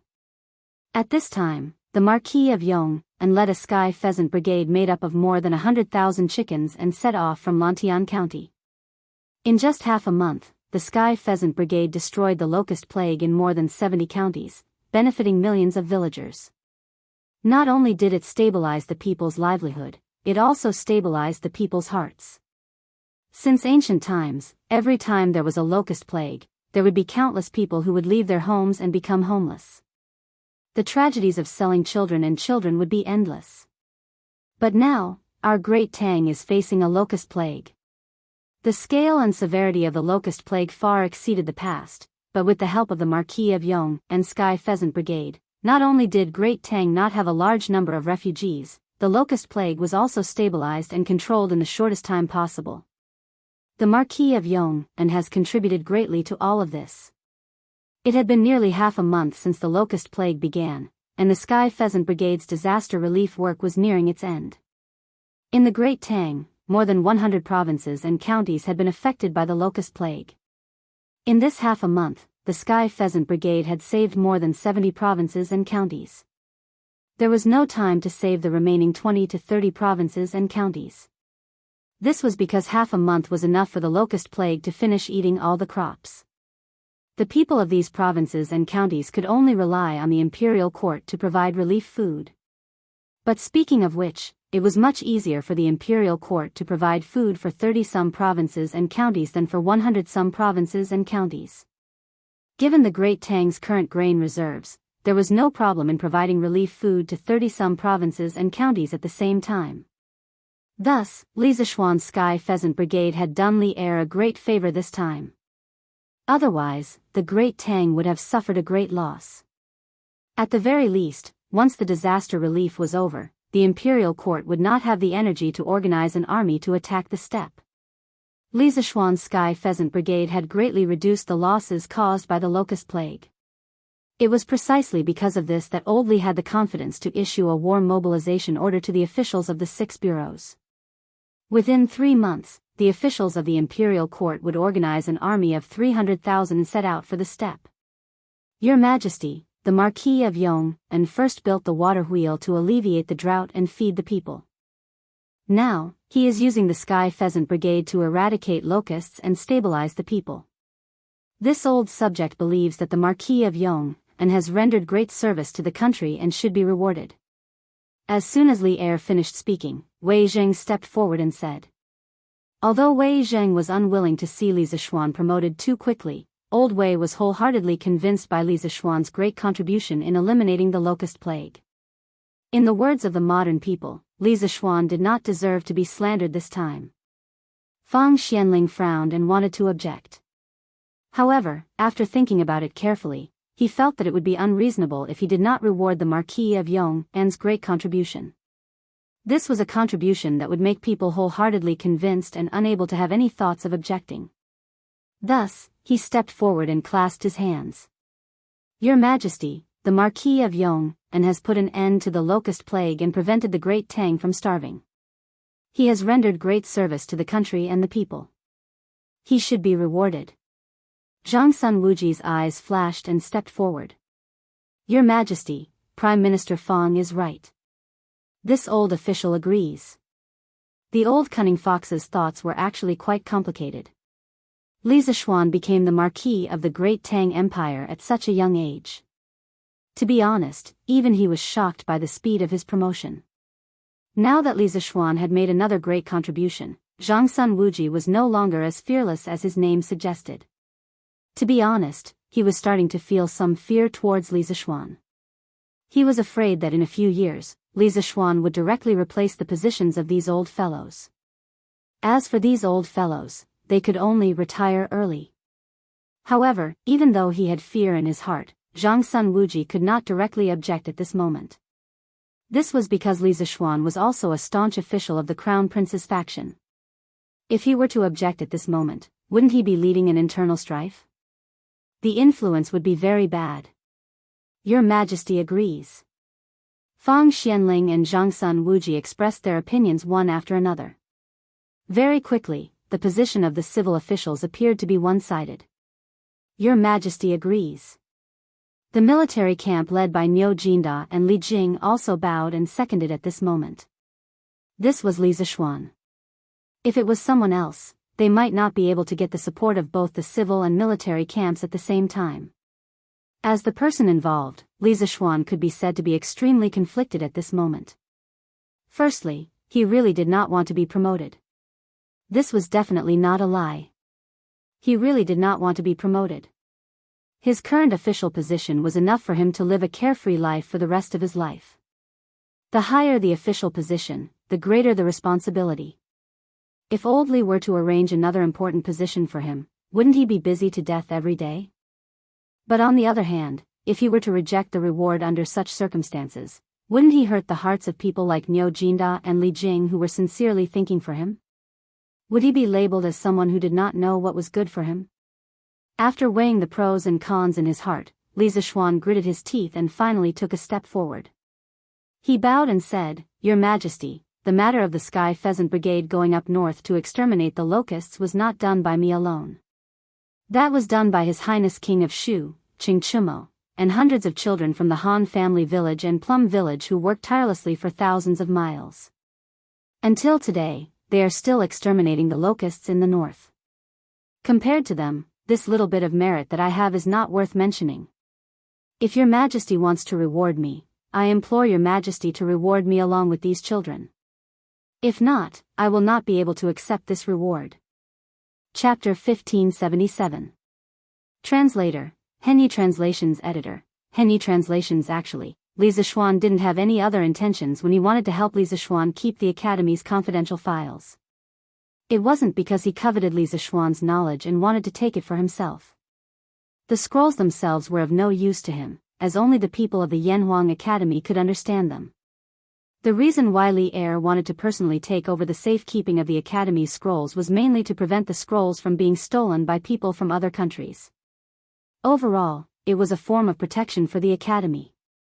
But no matter what, those confidential files were the core secrets of the Academy, and the crystallization of the wisdom of all the Academy's teachers and students. Once Li Er touched those files, Li Zishuan would inevitably have a knot in his heart. That was why he came up with such a method of raising the first and then suppressing the second, but Li Zishuan rejected it. It had to be said that old Li truly valued Li Zishuan. Otherwise, he would not have been so cautious and overcautious. In any era, capable people would not only be respected, they would also receive preferential treatment. In the entire Great Tang, the only people who could receive such treatment from Li Zishuan were probably Fang Xianling, Zhang Sun Wuji, Qin Xiong, and the other founding ministers who had accompanied Li Er in his campaigns. Xiao Xian. You. Hearing Li Zishuan reject Li Zishuan's reward again, Niu Jinda couldn't help but feel anxious. He wanted to persuade him, but Li Jing stopped him. "Jinda, don't be rash. Xiao Xian should have his own considerations." Li Jing's eyes flashed with wisdom as he spoke softly to Niu Jinda. "But... sigh. Forget it, this old man won't meddle in other people's business." Niu Jinda still wanted to say something, but when he saw Li Jing shake his head slightly, he sighed softly and said. Sitting at the head of the table, Li Er was silent for a moment. Finally, he looked at Li Zishuan and said, "Since you insist on not receiving a reward for this matter, then I will not force you. However, you must be rewarded for curing civil and order and eliminating the plague of locusts. Marquis Yong, and, if you have any reward you want, feel free to tell me." Li Er was slightly disappointed that his wishful thinking had failed. However, he did not blame Li Zishuan because he did not want to create a rift between him and Li Zishuan. After all, the files in the Academy only recorded part of Li Zishuan's knowledge. Compared to those inanimate objects, Li Zishuan's value was undoubtedly greater. There was no need to make Li Zishuan feel uncomfortable because of some inanimate objects. Capable people all had pride. Li Er understood this very well. He could also tolerate such people. That was why Wei Zheng could often point at his nose and scold him in court. If Li Er could tolerate Wei Zheng, then naturally, he could tolerate Li Zishuan. Standing below, Li Zishuan was slightly stunned. He thought to himself that Li Er had given him a blank check to fill in. But could he really fill in whatever he wanted to fill in as he pleased? Obviously not. Anyone with a bit of intelligence would understand that he could not be too arrogant at this time. Li Zishuan cupped his hands and said, "Thunder and rain are all thanks to your Majesty's kindness. From a commoner to today's Marquis of the Tang Empire, it is all thanks to your Majesty's support. I am already very grateful and dare not ask for more." Li Zishuan felt that Li Zishuan was a little strange today. As for what was strange, he could not pinpoint it at the moment. If he really had to pinpoint, it would probably be that he was too attentive. There were some rewards that Li Zishuan did not want, but Li Er insisted on giving them to him. This made Li Zishuan feel that something was wrong, so he might as well reject all the rewards that Li Er gave him. After all, some of the rewards were hot and he did not lack money or status now. Why should he take the risk? Ha! You brat! Although Li Er did not understand what Li Zishuan was thinking, he was still angered by Li Zishuan's slippery personality. He pointed at Li Zishuan and said, "You do not dare to ask for extravagant things, but I want to reward you." After saying that, he looked at the officials in the hall and said loudly, "Marquis Yong, and has performed meritorious service by treating the civil officials and eliminating the locusts. I wish to promote him to the Crown Prince's junior tutor and bestow Weinan County as his fief. I will also reward him with 100,000 yuan and 1,000 pieces of silk. The children of the Han and Mei villages who participated in the disaster relief will each be rewarded with 10 pieces of silk. Do any of my beloved officials have any objections?" This time, Li Er only promoted Li Zishuan by 1 rank, from the original junior tutor of the Crown Prince to the current junior tutor of the Crown Prince. He still did not promote Li Zishuan's title, because above the Marquis was the Duke. A 15-year-old Duke was too shocking to hear. Unless Li Zishuan had made a great contribution by destroying a country, Li Er would not allow Li Zishuan to be promoted to the position of Duke in such a short period of time.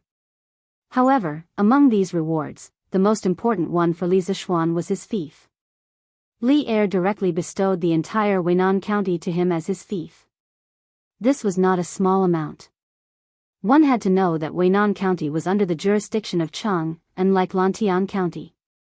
Every inch of land in the capital was worth an inch of gold.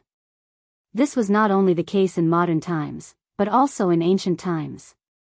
Usually, the counties near Chang and were not directly bestowed to officials. However, Li Zishuan was different. His fief actually covered 2 counties near Chang, and no one in the current imperial court could compare to this kind of favor. Right now, there was not a single marquis or duke who could surpass Li Zishuan in both quantity and quality of fief. At this moment, the officials in the imperial court couldn't help but look at each other after hearing Li Er's reward for Li Zishuan. This reward was indeed not excessive based on Li Zishuan's contribution in eliminating the locust plague. However, Li Zishuan already had Lantian County as his fief. Wasn't giving him Weinan County a little too much for a marquis? Your Majesty, Marquis Yong and Sky Rooster Brigade has saved countless lives. This subject has no objections to this reward. Xiao Yu stepped forward and cupped his hands. Li Zishuan cured Li Gang. This made Xiao Yu have a good impression of Li Zishuan. Furthermore, Li Zishuan's contribution in eliminating the locust plague was completely worthy of Li Er's reward. What reason did Xiao Yu have to not support this? This subject also has no objections. Wei Zheng also stepped forward. This subject has no objections. Finally, all the civil and military officials expressed their support. Li Er smiled and said, "Good. Then the reward for Marquis Yong and is decided." Since both the emperor and his subjects had agreed to this reward, what reason did Li Zishuan have to object? He could only bow and say, "This subject Li Zishuan thanks your Majesty for the reward." Li Er nodded and then looked at the officials and said, "Everyone, if you have something to report, please report.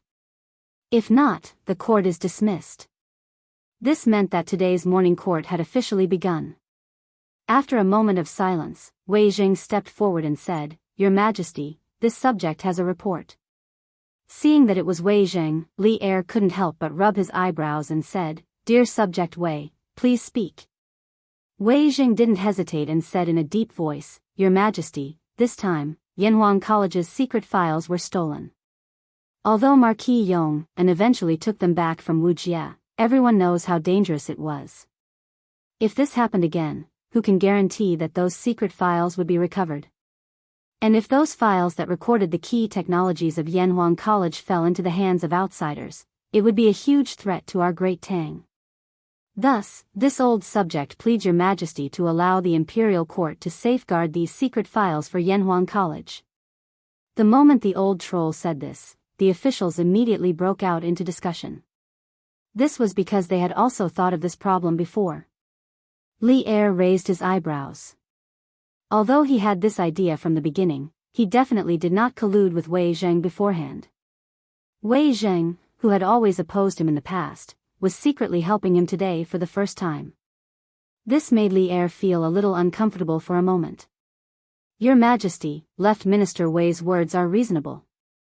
Unexpectedly, the one who stood out to support Wei Zheng wasn't from the civil officials' camp, but from the military camp, Qiu Xingong. Under Niu Jinda's furious gaze, Qiu Xingong clasped his fist and said, Your Majesty, Marquis Yong An's engineering has indeed created many advanced tools and weapons, which have greatly improved our great Tang's civil and military affairs. But if these things fall into the hands of outsiders, they will become sharp weapons for them to attack Great Tang. We have to guard against them. Thus, this subject agrees with Left Minister Wei's words. Qiu Xingong, you. Niu Jinda couldn't hold it in anymore and was about to step forward to reprimand Qiu Xingong. Fortunately, Li Jing's eyes were sharp and his hands were fast enough to pull him back. At this moment, a few more officials in the Taiji Palace bowed in agreement. Chapter 1578. In historical records, people in the Central Plains often fought with people in the Northern Steppe. Wars between countries were always at the crucial juncture of each dynasty. The once powerful Han dynasty was able to establish a great dynasty through war. As for those countries that were slightly weaker, such as the 5 dynasties, the 10 kingdoms, and the Song dynasty, they could only choose to be annihilated under the powerful attacks. However, the Tang dynasty recorded in history books was different. It did not go through a difficult struggle, nor did it pay a bloody price. Instead, it easily defeated the other side. Was it because the Turks were too weak? Obviously not. According to historical records, the Turkic Empire was very powerful. As early as the period of the 16 kingdoms of the 5 barbarians, the Turkic Empire had interfered with the political power of the Central Plains many times and destroyed several powerful countries. North D has never been so prosperous. Looking down on Yin Mountain and belittling Xia. The Turkic Empire at the end of the Sui dynasty and the beginning of the Tang dynasty was not weaker than the Xiongnu before the Han dynasty. In fact, it was much stronger. The Tang dynasty's victory over the Eastern Turks was attributed to Li Er's great talent and the Tang dynasty's military strength. That was why it was so easy to defeat the Eastern Turks. Moreover, the Tang dynasty's military genius, Li Jing, was even deified. It was said that he only had 3,000 men to defeat the Eastern Turks. It was possible that Li Jing was able to defeat the Eastern Turks with 3,000 men. However, it was not because of Li Jing's military talent or the Tang dynasty's military strength. Think about it, there were not many records of this unprecedented war in the history books, and there were no records of any large-scale battles between the two sides. The Eastern Turks seemed to have surrendered easily without a fight. This phenomenon was very abnormal. Emperor Wu of the Han dynasty had spent a lot of manpower and money to attack the Xiongnu. The Turks were very likely to be stronger than the Xiongnu. No matter how strong the Tang dynasty was, it could not have defeated the Turks so quickly. But why was the Turks destroyed by the Tang dynasty, which was slightly weaker? Other than the Tang dynasty's commander Li Jing's outstanding military talent, the more important thing was that the Tang dynasty was blessed by the heavens. Heaven's protection sounded very mysterious, but it really did exist. Firstly, the Sui dynasty, with the help of Zhang Sunsheng, had split the Turks into 2 parts, the Eastern Turks and the Western Turks. Although the Turkic Empire's strength was still there, its internal divisions had already taken shape and were very difficult to resolve. In this context, although the Tang Empire had been beaten into a sorry state by the Turkic Empire in the early days of its founding, the Turkic Empire had not been truly unified. The two sides had either engaged in internal friction or were unable to focus on attacking the Tang dynasty. In addition, in history, when the Tang Empire was preparing to go to war with the Turks suddenly suffered from ice and snow disasters for 2 consecutive years. The history books recorded that in the first year of Jianghu, heavy snow fell in the country, several feet of flat land, sheep and horses died, people starved. In the second year of Jianghu, snow fell in midsummer in the country of Jianghu. How serious was this disaster? In truth, this was not a disaster limited to the Mongolian grasslands, but a disaster that affected the entire northern hemisphere. The Tang dynasty was also affected. In the second year of Jianghu, the Yellow River region of China, especially the Hebei region, also suffered from a snow disaster. Even if the Turkic Khaganate went deep into the Tang dynasty to plunder, they would not gain anything. The temperature in the northern hemisphere plummeted, and the severe snow and frost caused a large number of livestock to freeze to death, causing an unprecedented famine. In order to maintain his military strength, Shili Khan had no choice but to forcefully collect military supplies from the various tribes of the grasslands. However, this action caused the resistance of many tribes in the Turkic Empire. After all, the Turkic Empire was no longer united. Thus, it was under this background that Li Er had launched a war against the Turks. The Turkic Empire had long since lost its indomitable fighting power, so this massive war between countries had been fought so quickly and easily. After the destruction of the Eastern Turks, Emperor Taizong of the Tang dynasty issued an edict. Since last year, the tribute has been reduced one after another. There is no need to trouble the generals of Wei and Hua, no need to wait for Jia and Chao. The Chanyu bows his head and passes his arm across the street. From this edict, one could see that after the Tang dynasty sent out its soldiers, it encountered almost no resistance. Many Turkic tribes, in order to survive, surrendered one after another. Li Er could only sigh. There was no need for generals to work, no need for stratagems, and the Eastern Turks had been destroyed. But now, Li Er was planning to start the country war with the Turks 1 year ahead of schedule, making it very difficult to determine the outcome. This was because the Turks at this time were still extremely powerful. At the very least, no one dared to disobey Shili's orders on the steppe. Thus, Li Zishuan was resolutely opposed to sending troops to attack the Turks in 3 months. Your Majesty, this subject believes that attacking the Turks at this time is extremely inappropriate. Within Taiji Palace, Li Zishuan struggled internally for a moment before clasping his hands and solemnly speaking. These words caused an uproar among the officials. All the officials knew that Li Zishuan was a warmonger. Back when the prime minister of the Jianri dynasty had come to the Great Tang to propose marriage, Li Zishuan had directly rebuked him, and Li Zishuan had even threatened to fight. And when the Wu diplomatic mission had visited the Great Tang, not only had Li Zishuan been on guard at every turn, he had even targeted them at every turn.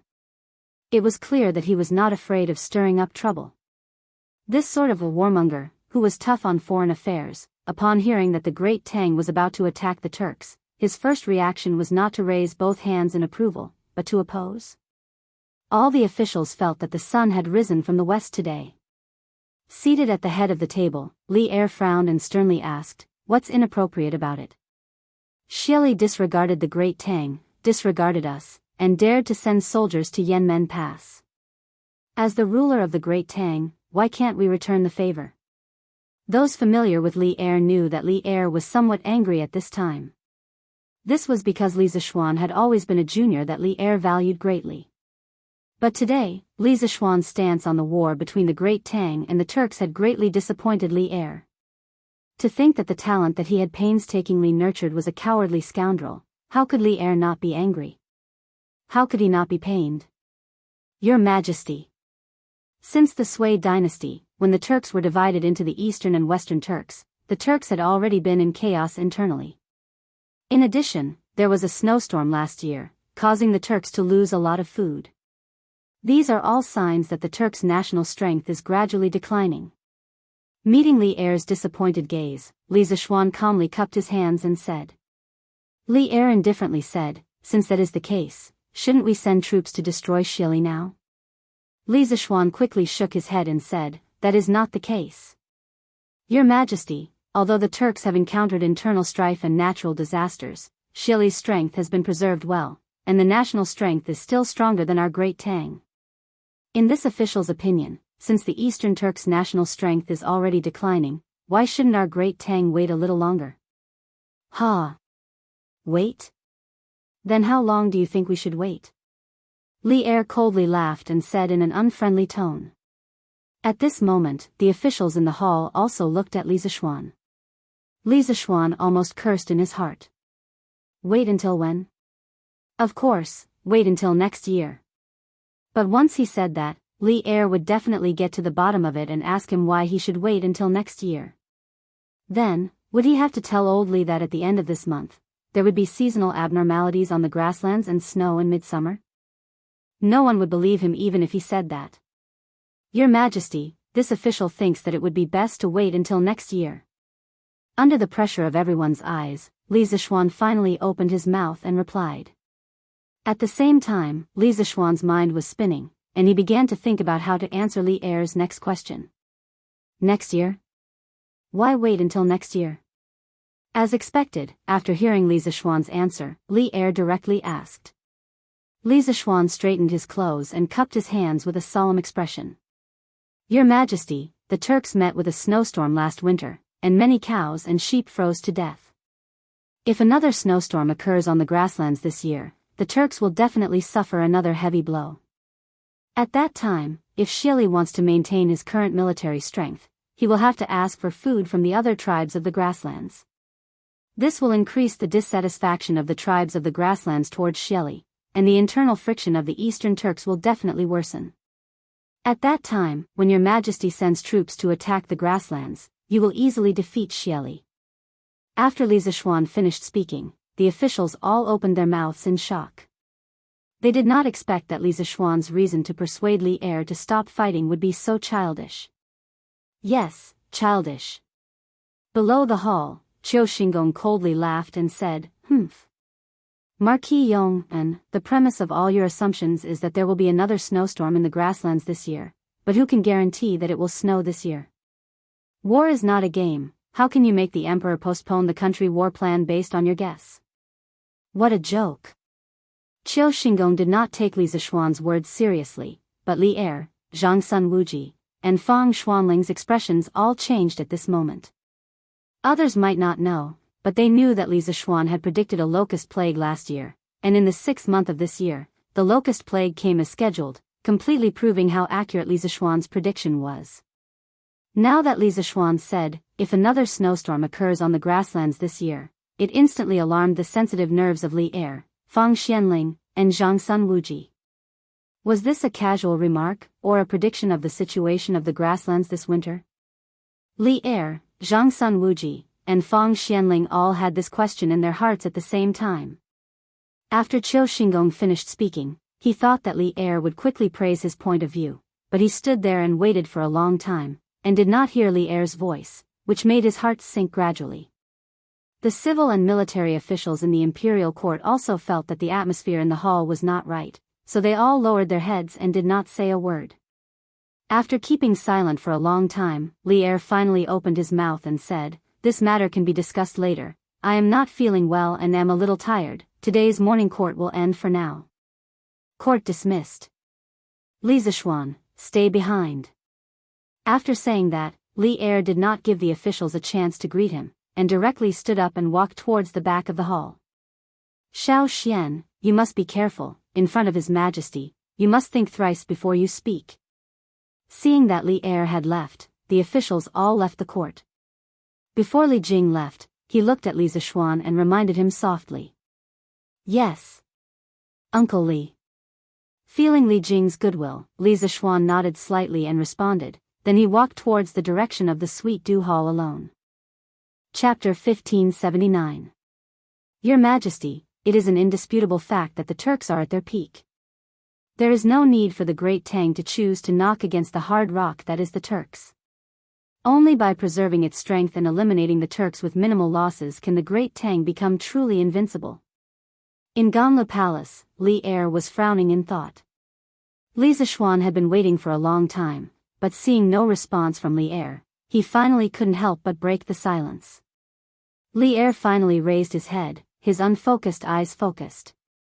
He stared at Li Zishuan and slowly said, "We understand the strength of the Turks better than anyone else. Ever since we ascended the throne, the spies we sent into the steppe have never stopped. We admit that the current strength of the Turkic army is truly 30% greater than that of my great Tang, but yesterday, we issued a decree for the 6 bureaus of the imperial court to prepare for war. 3 months later, an army of 300,000 soldiers will be dispatched from Cheng and to the steppe. We are the sovereign of a country, so how can we go back on our word? You said that at the end of the 7th month, the Turks would have a frost in midsummer. Although this matter is absurd, we believe you. But even so, what can we do? Since ancient times, a sovereign has never joked. Do you want us to go back on our word and lose all our prestige? When that time comes, the great Tang will definitely fall into chaos." Li Zishuan frowned and fell silent. Li Er's words were completely sincere. The problem now was not that Li Zishuan didn't believe him, but that the imperial decree to mobilize the Turks had already been issued.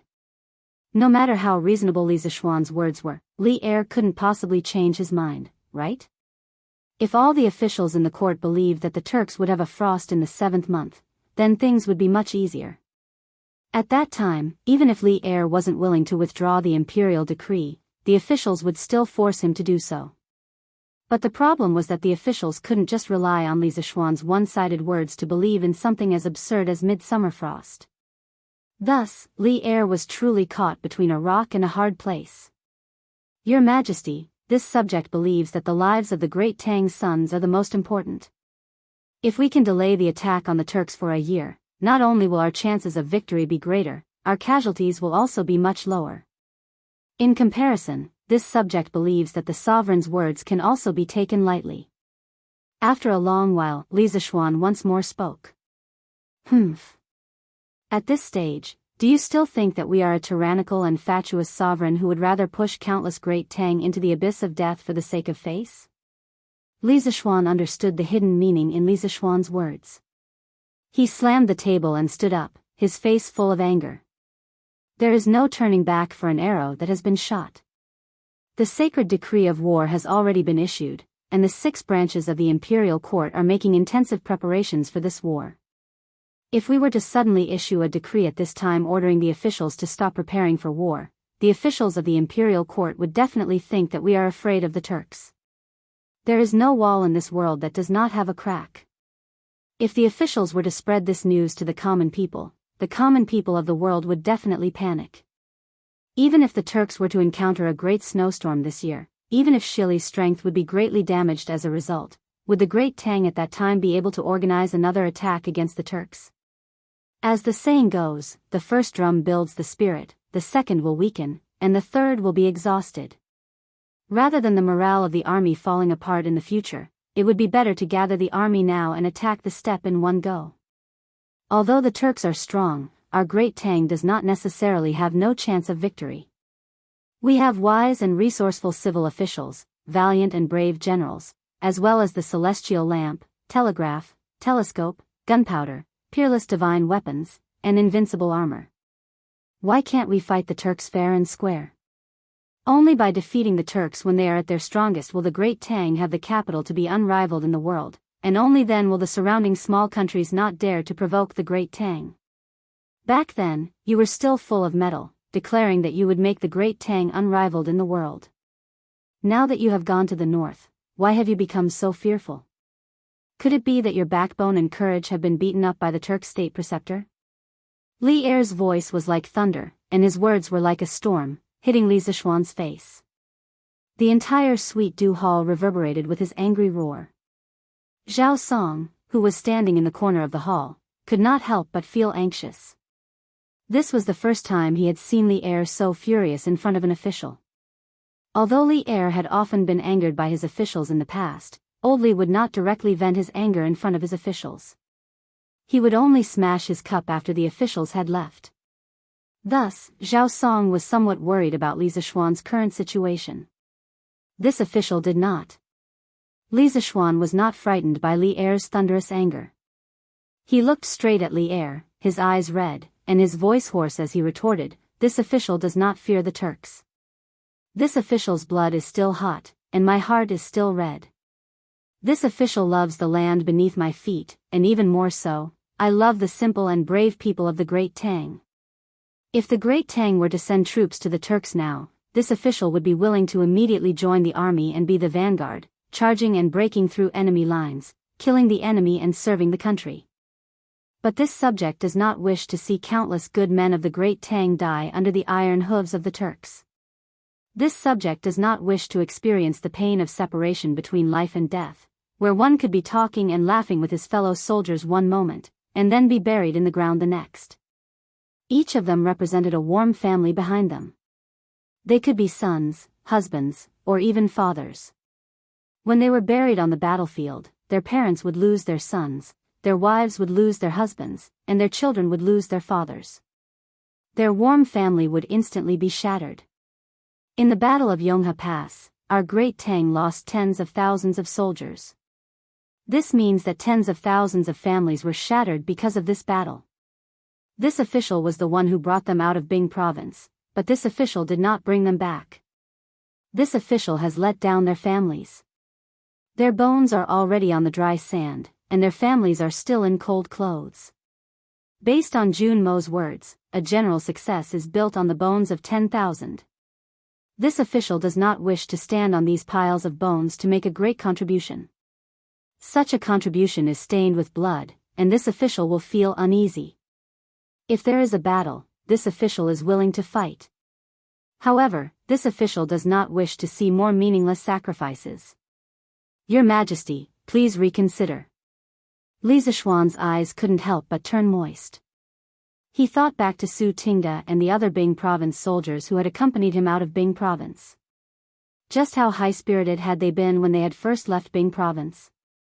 They had believed that they could seize the advantage by anticipating the enemy's moves, but who could have expected the Turks to invest so much capital, dispatching 50,000 elite wolf cavalry? The defense lines at Yanmen Pass, Yonghe Pass, and Medu Pass had all been destroyed. Meanwhile, of the 30,000 soldiers that Li Zishuan had brought out of Bing province, only several thousand were left. Every time Li Zishuan thought about this gruesome battle, he felt like a knife was being twisted in his heart. Based on Jun Mo's words, a general success is built on the bones of 10,000. From the late Tang poet Chao Song's 6 Years of Life, Li Zishuan was taken aback by this poem. After a few moments of silence, he stood up, a complicated expression on his face, and walked up to Li Zishuan. Patting him on the shoulder, he sternly said, "Brat, since ancient times, people have died in war. If not for those soldiers who risked their lives on the battlefield, how could my Great Tang have enjoyed its current peace? When we first stepped onto the battlefield, we were just like you. We also experienced the heart-wrenching pain of seeing one of our fellow soldiers leave us one by one. But we will not run away, nor will we be unable to recover from this setback. This is because we know that only by bringing peace to this country can we prevent even more people from bleeding on the battlefield. However, we can think of a way to reduce the number of deaths." Li Zishuan earnestly said. "Think of a way? The way you speak of is to have us order the officials of the 6 bureaus to stop preparing for the expedition? Is it to have the people of the Great Tang know that their sovereign is a cowardly sovereign who fears the Turks? Or is it that you have a way to have the people of the Great Tang believe that the Turks will suffer another snowstorm this year?" Li Er coldly snorted and continued, "At this point, the best method is to make ample preparations for the expedition in the next 3 months. The soldiers of the Great Tang are not any weaker than the Turks. Moreover, the imperial treasury is abundant, and your workshop has advanced technology. It can provide the soldiers with even more provisions and even better weapons and armor. This way, we can reduce the number of casualties. Brat, you were high-spirited and fearless back then. Don't tell me that you don't even have the confidence to defeat the Turks now." Li Zishuan was rendered speechless by Li Er's lecture. Old Li's words were reasonable, and he had no way to refute them. Given the current situation of the Great Tang, changing the imperial edict would be too risky and costly. It was better to properly prepare for the expedition. More importantly, although the Turks were stronger in this period, the Great Tang was also stronger than it had been in history. Its treasury was abundant, and its national strength was flourishing. The Great Tang's current industrial level was also more advanced than it had been in history. It could produce sharper weapons and sturdier armor, and it also had auxiliary tools like radio transmissions, celestial lanterns, and telescopes. In this situation, it was not impossible for the Great Tang to repeat that glorious victory in history. Thinking of this, Li Zishuan's heart was once again filled with confidence. Since there was no way to change the matter of the expedition to the steppe, he had to think of a way to increase the Great Tang's chances of victory. Although 3 months was a short period of time, he could still do many things. Your Majesty's lecture is right. This subject was momentarily blinded. In the next 3 months, this subject will do his best to help the imperial court prepare for the Turks. Li Zishuan bowed deeply to Li Er's-hen and said with a firm expression. Seeing this, Li Er's face finally revealed a smile of relief. He nodded and said heroically, "Good. This is the high-spirited immortal son. So what if the Turks are strong? As long as we work together, the destruction of the Turks is just around the corner." Your Majesty's words are very true. Li Zishuan agreed with a smile.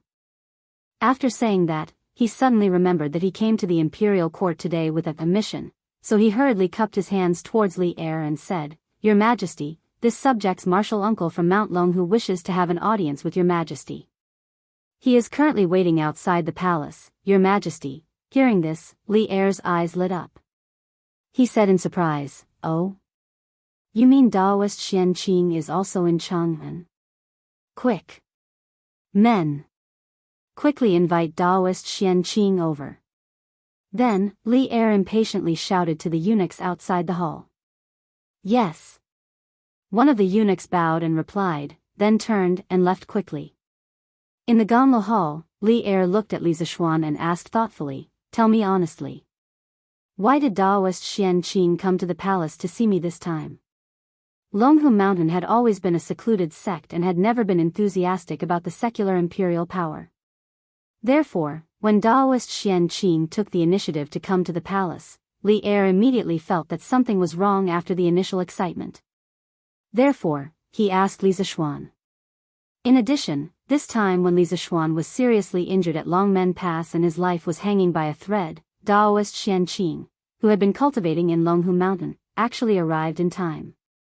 This kind of coincidence that shouldn't have happened.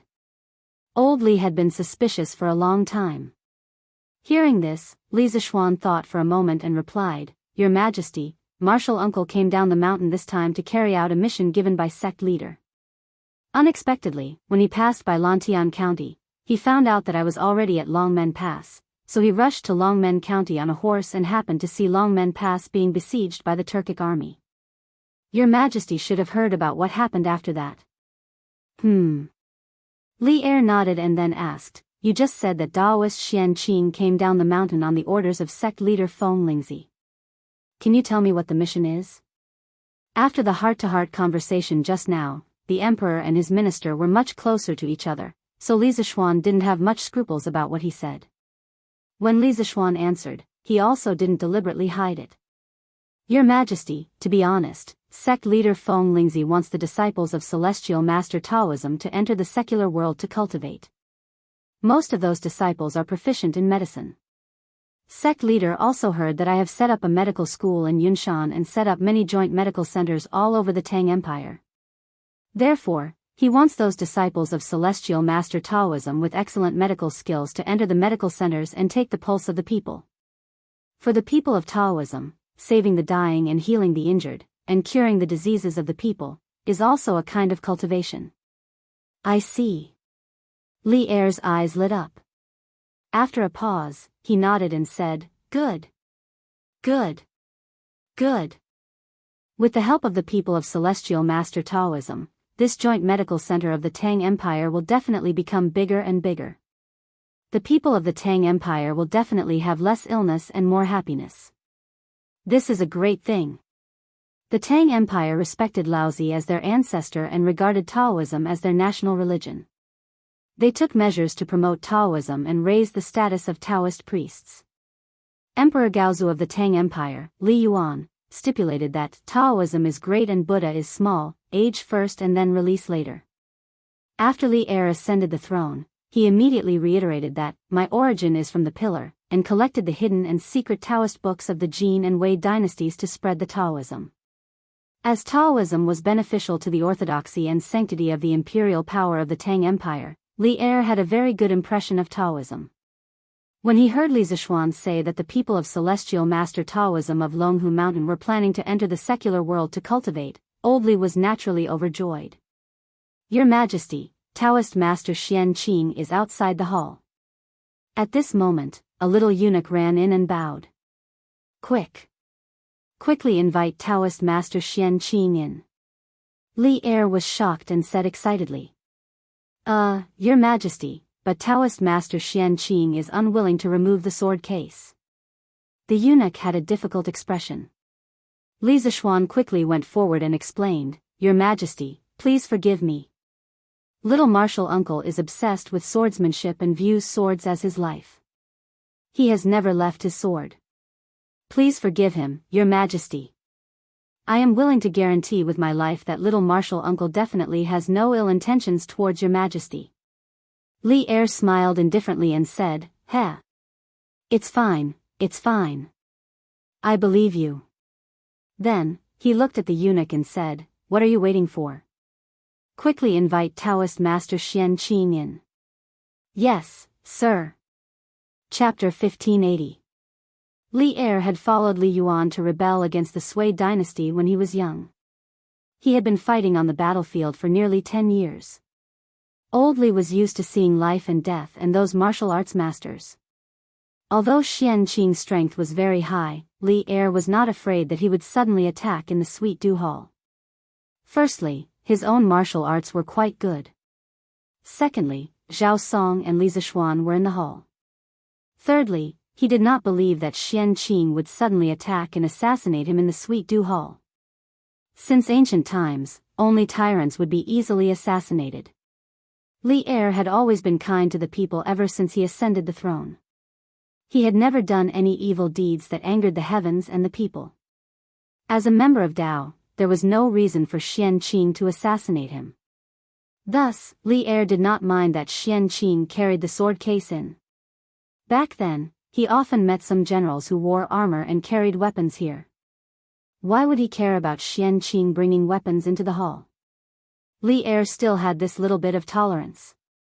I am Xian Qing. Greetings, Your Majesty. After a while, Xian Qing came to the hall. After standing still, he bowed to Li Er and said. Li Er said politely, You don't have to be so polite. Come, give him a seat. No matter what, Xian Qing entered the palace this time representing the celestial master Taoism of Longhu Mountain. Li Er should give him the corresponding respect. Not long after, a chamberlain brought over a chair. It was an old-fashioned wooden armchair. With one look, one could tell that it was a pirated version that Old Li ordered people to copy from Li Zishuan. Xian Qing had seen this kind of chair in Li Zishuan's house last night, so he didn't show much surprise. He cupped his hands towards Li Er and said, Thank you, Your Majesty. Then, he sat down leisurely. Li Zishuan secretly curled his lips. He was also from the celestial master Taoism of Longhu Mountain. Why did he never enjoy this kind of treatment in the Sweet Dew Hall? Old Li was trying to discriminate between the two. After Xian Qing sat down, Li Er smiled and said, The celestial master Taoism has been the leader of Taoism in the world for hundreds of years. I have always wanted to go to Mount Longhu to visit the leader of your sect, Daoist Fanglingzi, and discuss the great Tao of heaven and earth together. I did not expect Daoist Xian Qing to come to Chang'an. I am very happy. Under Li Zishuan's persuasion, Old Li had given up the fantasy and pursuit of immortals. However, it was hard for Li Er not to pay attention to the arrival of such an important figure of Taoism like Xian Qing. Besides, it was inevitable that Li Er had some improper thoughts in his heart. After all, the celestial master Taoism was the oldest Taoist sect in the Central Plains. It could also be regarded as the sect closest to immortals. Its founder, Zhang Daoling, was respectfully called Celestial Master Zhang by the world. In the history books, Zhang Daoling was a real immortal who had achieved immortality. This also covered the Celestial Master Taoism with a layer of mystery. Li Er was still somewhat in awe of the Celestial Master Taoism. In the face of Li Er's enthusiasm, Xian Qing was unmoved. He sat on the armchair, cold and arrogant, and said, "Your Majesty is too kind. Since Your Majesty ascended the throne, the world has been peaceful and the people have been prosperous. The Tang dynasty has been thriving in Your Majesty's hands. The head of the sect has admired Your Majesty for a long time and has always wanted to come to Chang and to pay respects to Your Majesty in person. However, due to the busy affairs in the sect, he could only send me to Chang and to pay respects to Your Majesty." Although Xian Qing's face was cold and arrogant, the meaning expressed in his words was the goodwill of the Celestial Master Taoism to Li Er. There was no other way. This was the task given to him by Feng Lingzi. Even if he was unwilling, he had to complete it. Hearing this, Li Er was really happy. He said with a smile, "Ah." As the 14th Celestial Master of the Celestial Master Taoism, Feng Lingzi's Taoism is profound. I have always admired him in my heart. According to the historical records, the first 4 heads of the Celestial Master Taoism in Longhu Mountain, including Zhang Daoling, had all received the Taoism of the Taishang Lao Jun and became immortals. The current head of the Celestial Master Taoism, Feng Lingzi, whose real name was Zhang Xizheng, was the 14th successor of Zhang Daoling. He could be considered to be from a famous family. Seeing that the pleasantries were almost finished, Xian Qing went straight to the point and said, "Your Majesty regards Taoism as the religion of the Tang dynasty. All the disciples of the Taoist sects in the world are grateful to Your Majesty. As the leader of the Taoist sects in the world, the Celestial Master Taoism wants to lead the disciples of the Taoist sects in the world to help Your Majesty stabilize the country. This time, I came down the mountain under the instructions of the head of the sect. I want to ask Your Majesty for an order to let the Celestial Master Taoism enter the world to save the common people. In addition, the head of the sect also asked me to bring something for Your Majesty. I hope Your Majesty will kindly accept it." After that, Xian Qing took out a book with a blue cover from his sleeve. Li Zishuan, who was standing at the side, curiously stuck his head out to see what the book in Xian Qing's hand was. However, Xian Qing seemed to notice his action. He directly put the book into his sleeve and turned around, saying, "Shao Xian, I have something important to discuss with Your Majesty. You go out and wait for a while. After the discussion is finished, I will leave the palace with you." "Yes, Uncle." It was obvious that Xian Qing had something to hide deliberately. This made Li Zishuan very confused. He secretly wondered what the mysterious content of the book was. Why did he have to hide it from him? In his impression, youngest uncle had never hidden anything from him. Li Zishuan, who was puzzled and a little uncomfortable in his heart, responded and cupped his hands to Li Er, saying, "Your Majesty, if there is nothing else, I will take my leave first." Although Li Er did not understand why Xian Qing had to do this, he was more curious than Li Zishuan about the content of the book in Xian Qing's hand. Hearing this, he couldn't wait to wave his hand and said, "Yes." Then Marquis Yong, "You can leave first." Damn it. Old Li is a classic example of getting rid of the donkey after it has outlived its usefulness. How unkind. Li Zishuan scolded Li Er for being unkind in his heart. However, he said, "I will take my leave." With a complicated feeling of curiosity, doubt, and disappointment, Li Zishuan reluctantly left the Sweet Dew Hall. Actually, if he looked carefully, he would be able to see the deeply hidden awkwardness on Xian Qing's face.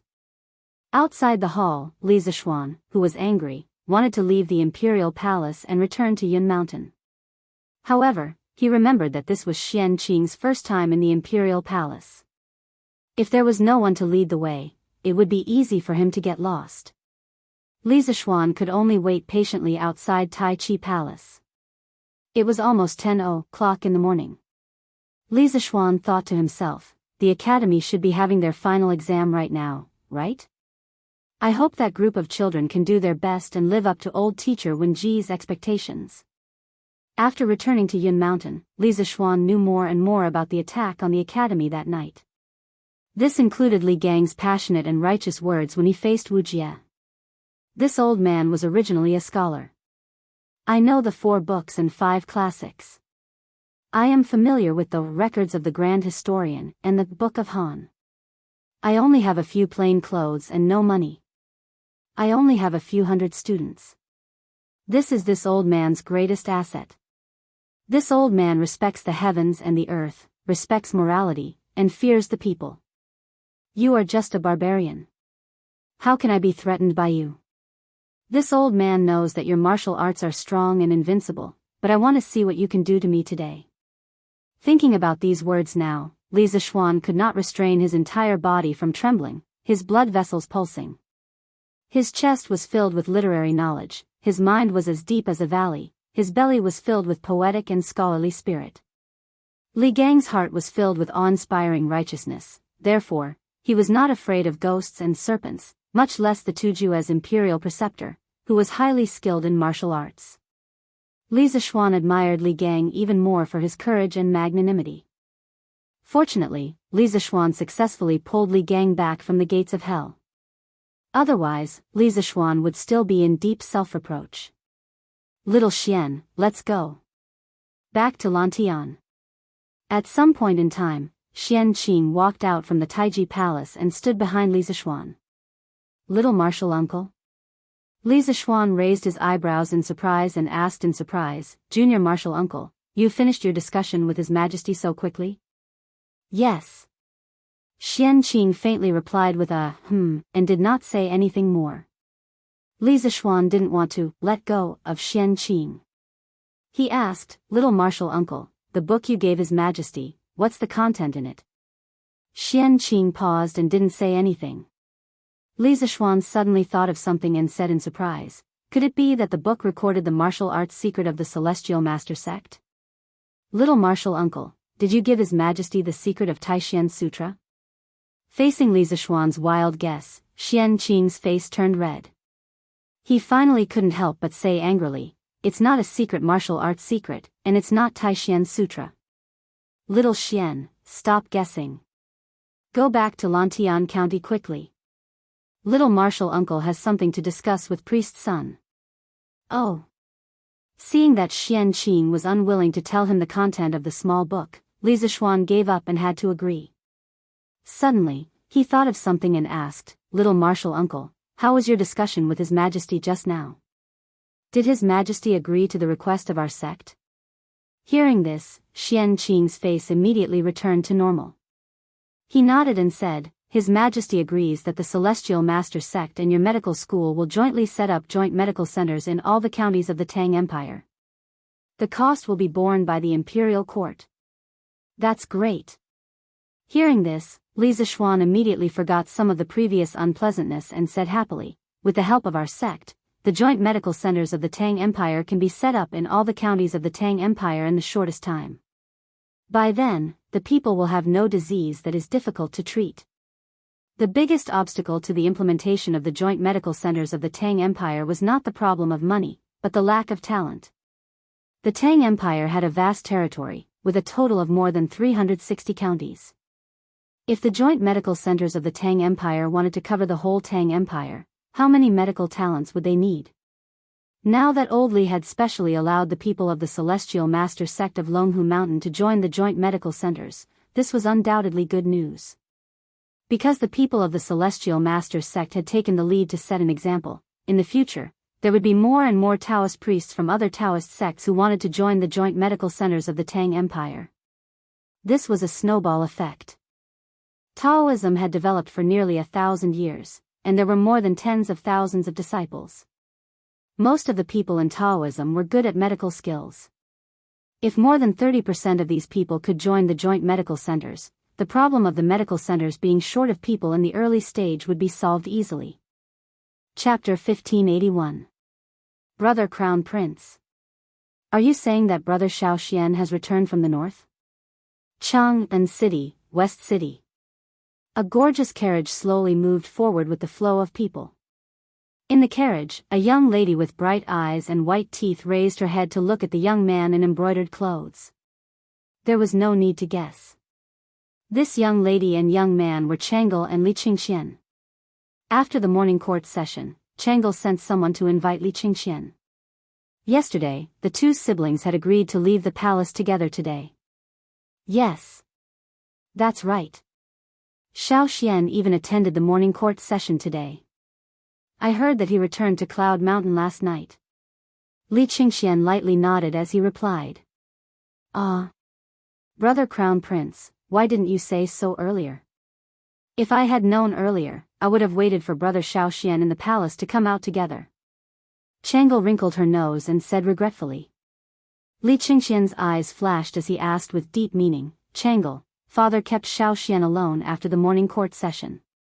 Could it be that you want to continue waiting in the palace? Of course, not. We left the palace today for mother to go to the Drunken Immortal Inn to make a meteoric rise. In any case, Brother Xiao Xian is already back. If we want to see him, we can see him at any time. Don't you think so, Brother Crown Prince? Chang'e hesitated for a moment before hurriedly changing her words. After saying that, she couldn't help but pat her collar and heave a sigh of relief. She secretly praised herself for being quick-witted. Otherwise, she would have fallen into Li Qingxian's trap. Li Qingxian helplessly shook his head. Just now, he indeed wanted to test Chang'e's reaction, but now it seemed that there was no need to test anymore. His younger sister's thoughts were so complicated. Venerable one, it's that carriage. Under a tea shed 100 feet in front of the carriage, a large man whispered to a bamboo hat man sitting beside him. Are you sure that the one sitting inside is the current crown prince? Soon, a middle-aged man's voice sounded from under the bamboo hat. I'm sure. I saw this carriage coming out of the palace. Moreover, I recognized the soldiers behind the carriage. They all came from the Eastern Palace. The one sitting inside the carriage is undoubtedly the crown prince. The gray-robed man hurriedly whispered. Good. The middle-aged man wearing the bamboo hat nodded and then whispered excitedly, TSK TSK. What a pleasant surprise. Initially, he had already completed the Dragon Head mission and was about to return.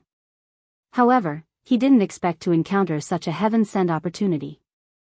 If this poor monk can capture the Great Tang's crown prince and bring him back, Li Shimin will definitely be wary. Hee. Venerable one, are you really going to fight here? The burly man's face tightened slightly, and then he moved closer to the bamboo hat man and asked anxiously. Humph. What happened here? The more people there are, the safer we will be. In a while, follow the plan this poor monk gave you. The bamboo hat man said coldly. Yes. The burly man responded, then turned around and left. On the street, the carriage that Li Qingxian and Chang'e were in was still moving forward slowly. The pedestrians outside the carriage were bustling with activity, talking and laughing. It was very lively in contrast to the peddlers' shouts. This was the busiest market in this era. Bang, bang, bang. Ah. Help. Get out of my way. Get out of my way. Suddenly, a series of loud bangs came from the depths of the Western market. Soon after, the crowd fell into chaos. A large black yak was madly charging through the streets, knocking away the pedestrians who couldn't get out of the way in time. Some of the pedestrians who were caught by the yak's horns had their bodies pierced, splattering blood on the spot. However, the black yak did not slow down in the slightest. Screams and howls merged together, and in a short while, the main street of the Western market was in chaos. Even worse was that the black yak was like a fugitive, not slowing down in the slightest as it charged toward Li Qingxian's carriage. Protect the crown prince. As the crown prince of the Great Tang, Li Qingxian could not leave the palace alone.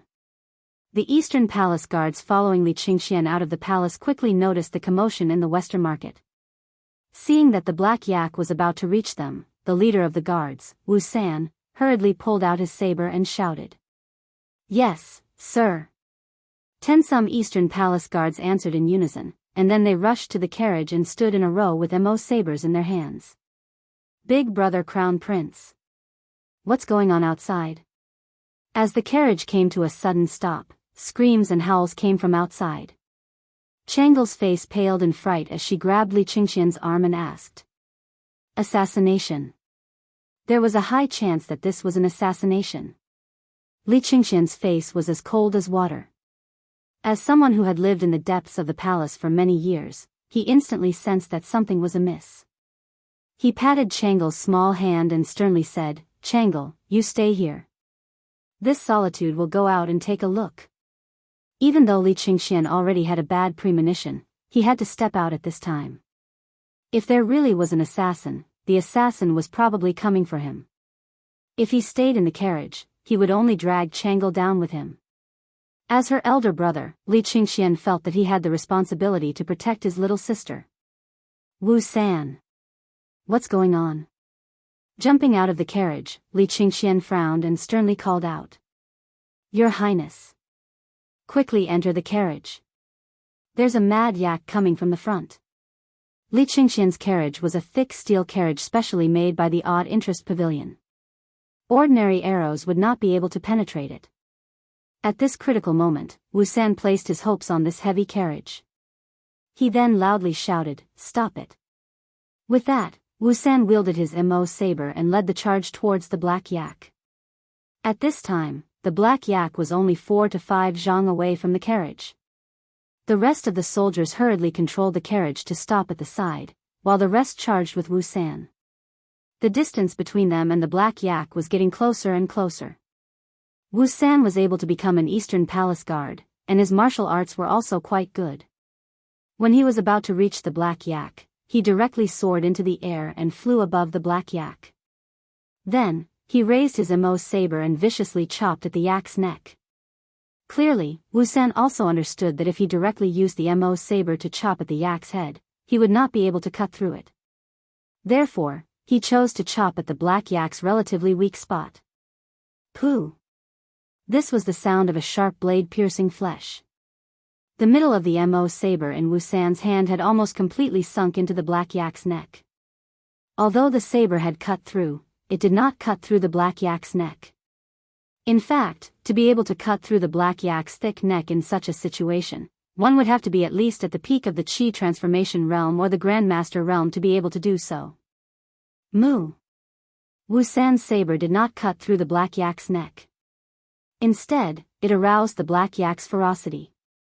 The black yak, who was in pain, had completely turned into a mad bull.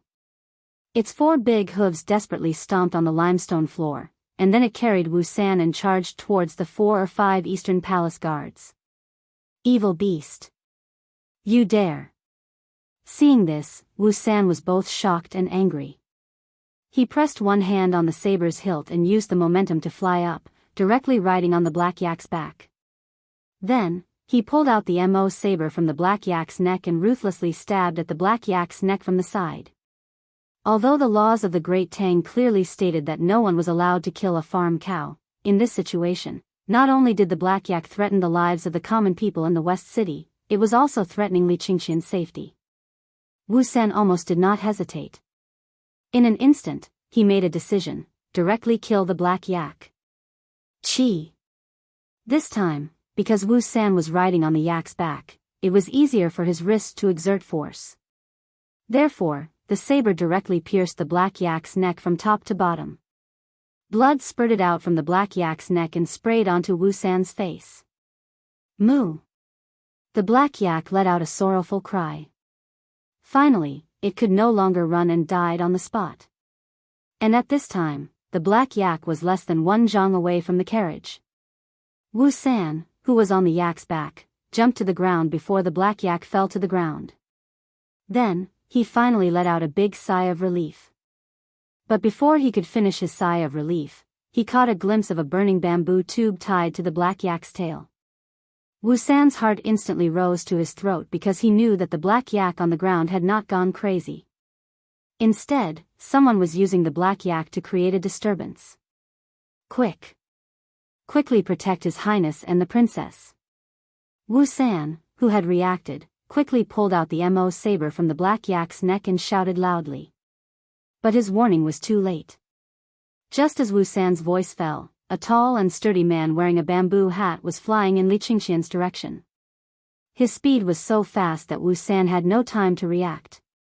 He could only stare blankly as the man put his hand on Li Qingxian's shoulder. Impudent! What kind of thief dares to commit murder in Chang'an City? Li Qingxian's heart was slightly alarmed when his shoulder was clamped, but his expression was still calm. He looked at the tall and sturdy man beside him and coldly reprimanded. Humph! Chang'an City? This place will soon become our world. Ha ha ha. The man in the bamboo hat snorted coldly and laughed arrogantly. Then, seeing that Wu San and the others were rushing over with all their might, the man in the bamboo hat waved his sleeve at a nearby stall. The wooden shelves, sheds, baskets, and other things were brought to the group of Eastern Palace guards by his powerful true qi. He, on the other hand, lightly tapped the ground with the tip of his foot, grabbed Li Qingxian, and leaped into the air, about to escape into the flood of pedestrians. Stop! Let go of brother Crown Prince. At this moment, the carriage's curtains moved slightly, and a little girl dressed in a pink palace dress jumped out of the carriage and shouted at the man in the bamboo hat who had just leaped into the air. Changle! Don't worry about your brother. Quickly go back. Li Qingxian, who was being held in the air, saw Changle come out of the carriage and couldn't help but anxiously shout. Changle? Haha. I didn't expect good things to come in pairs. It seems that today is destined to be a fruitful day. The man in the bamboo hat lowered his head and looked at Changle, then looked at the anxious Li Qingxian. Then, he laughed proudly. Then, the man in the bamboo hat came back, grabbed Li Qingxian's shoulder, and flew down. To be precise, he was flying in the direction of Changle. Protect Her Highness. Wu San was shocked and angry. He held the Mo sword and flew in the direction of the man in the bamboo hat. Then, he raised the Mo sword above his head and viciously slashed at the man in the bamboo hat. Humph! The man in the bamboo hat sneered. Then, he turned the hands that were holding Li Qingxian slightly and sent Li Qingxian's body in the direction of Wu San's slash. Despicable! Seeing this, Wu San turned pale with fright. He hurriedly put away the Mo sword, but at this moment, he was already in the air. He wanted to change direction, but there was no point for him to use. He could only continue flying in the direction of the man in the bamboo hat. Die! This word floated out of the wide bamboo hat. Then, the man in the bamboo hat stretched out his left palm and viciously slapped Wu San's chest. Wu San, be careful. Li Qingxian was the closest to the man in the bamboo hat and was the first to sense the man's actions. He hurriedly warned him loudly. But how fast was the man in the bamboo hat? By the time Li Qingxian finished speaking, that wide palm had already firmly imprinted itself on Wu San's chest. Pfft! Wu San spat out a mouthful of blood. His entire body was like a kite with a broken string as he rapidly fell down. The fresh blood that was floating in the air reflected the morning sun, making it look very sorrowful. Protect the crown prince. Protect the princess. Quickly call for reinforcements. This was the death cry that Wu San used all his strength to let out before he landed. More than 10 Eastern Palace guards immediately swarmed in front of Changle with their Mo swords in hand. In addition, another guard rushed out of the crowd and ran to report the news. Humph! You overestimate yourselves. The man in the bamboo hat snorted coldly. Then, he used the tip of his foot to pick up a wooden stick on the ground. It was probably scattered by the roadside stall during the chaos earlier. Then, the man in the bamboo hat held the wooden stick in his hand and directly rushed forward. Without any movement, the 10 Eastern Palace guards were all swept to the ground by the wooden stick. After knocking down all the Eastern Palace guards, the man in the bamboo hat retreated back to Li Qingxian's side. All of this happened in a flash. From start to finish, it was probably only a few blinks of an eye, and all the Eastern Palace guards were down. This was the absolute difference in strength. And Li Qingxian wanted to take advantage of the time when the man in the bamboo hat attacked, but he couldn't escape because the time interval was too short. It's the Crown Prince. Someone wants to kidnap the Crown Prince. Shi City was originally a bustling place. The commotion caused by the black yak earlier had caused many people to flee, but there were still some brave people who didn't go far. At this time, when they saw the situation on Li Qingxian's side, they couldn't help but exclaim. Then, the surrounding commoners all reacted and surrounded the carriage. Humph. I advise you not to meddle in other people's business. The man in the bamboo hat, who was walking towards Chang'e, suddenly stopped in his tracks and looked at the crowd that was gradually coming closer. After that, he flashed in front of Chang'e. Chang'e didn't even have time to react before she was grabbed by the man in the bamboo hat. Let go of me. Let go of me. You heinous villain, how dare you commit murder in Chang'e City? My father won't let you off. With her shoulder grabbed, Chang'e wanted to struggle but found that she couldn't exert any strength. The little girl protested loudly in fear and anger. Humph. Both of you, brother and sister, come with this poor monk. The man in the bamboo hat snorted softly and then prepared to leave with Li Qingxian and Chang'e. But things didn't go as he wished. Let go of the crown prince and princess. The man in the bamboo hat suddenly felt his legs sink. He looked down and saw a man covered in blood hugging his legs. Chapter 1582. Humph. You want to die? Then I'll fulfill your wish. On the main street of the West Market, the bamboo hat man was enraged when the leader of the Eastern Palace Guards, Wuxian, hugged his legs. He snorted coldly and circulated his qi to his legs.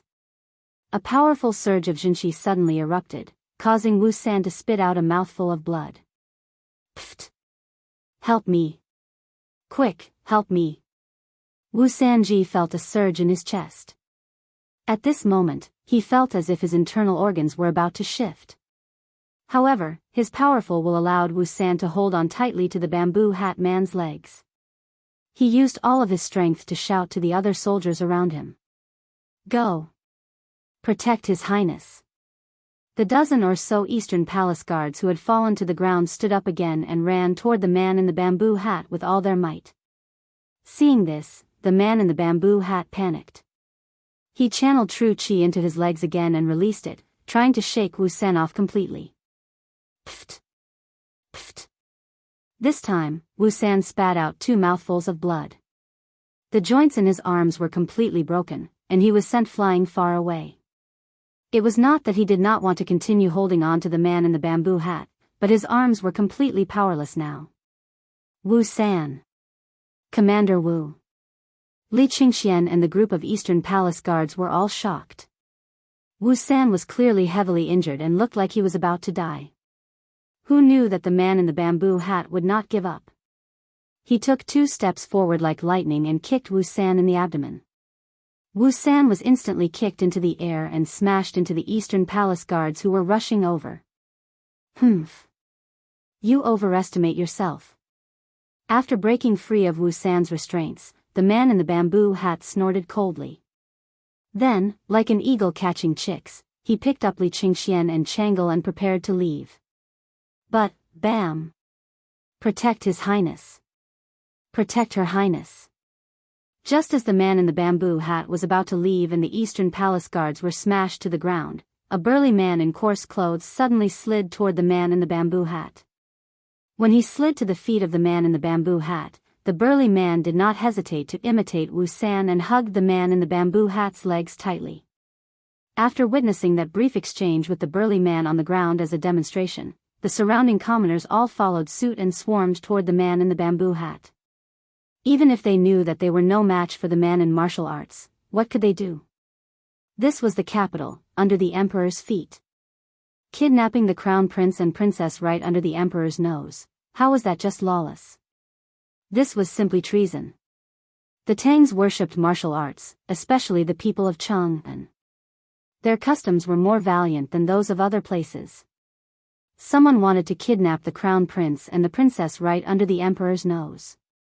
As Tangs under the emperor's nose, they would not allow such a thing to happen.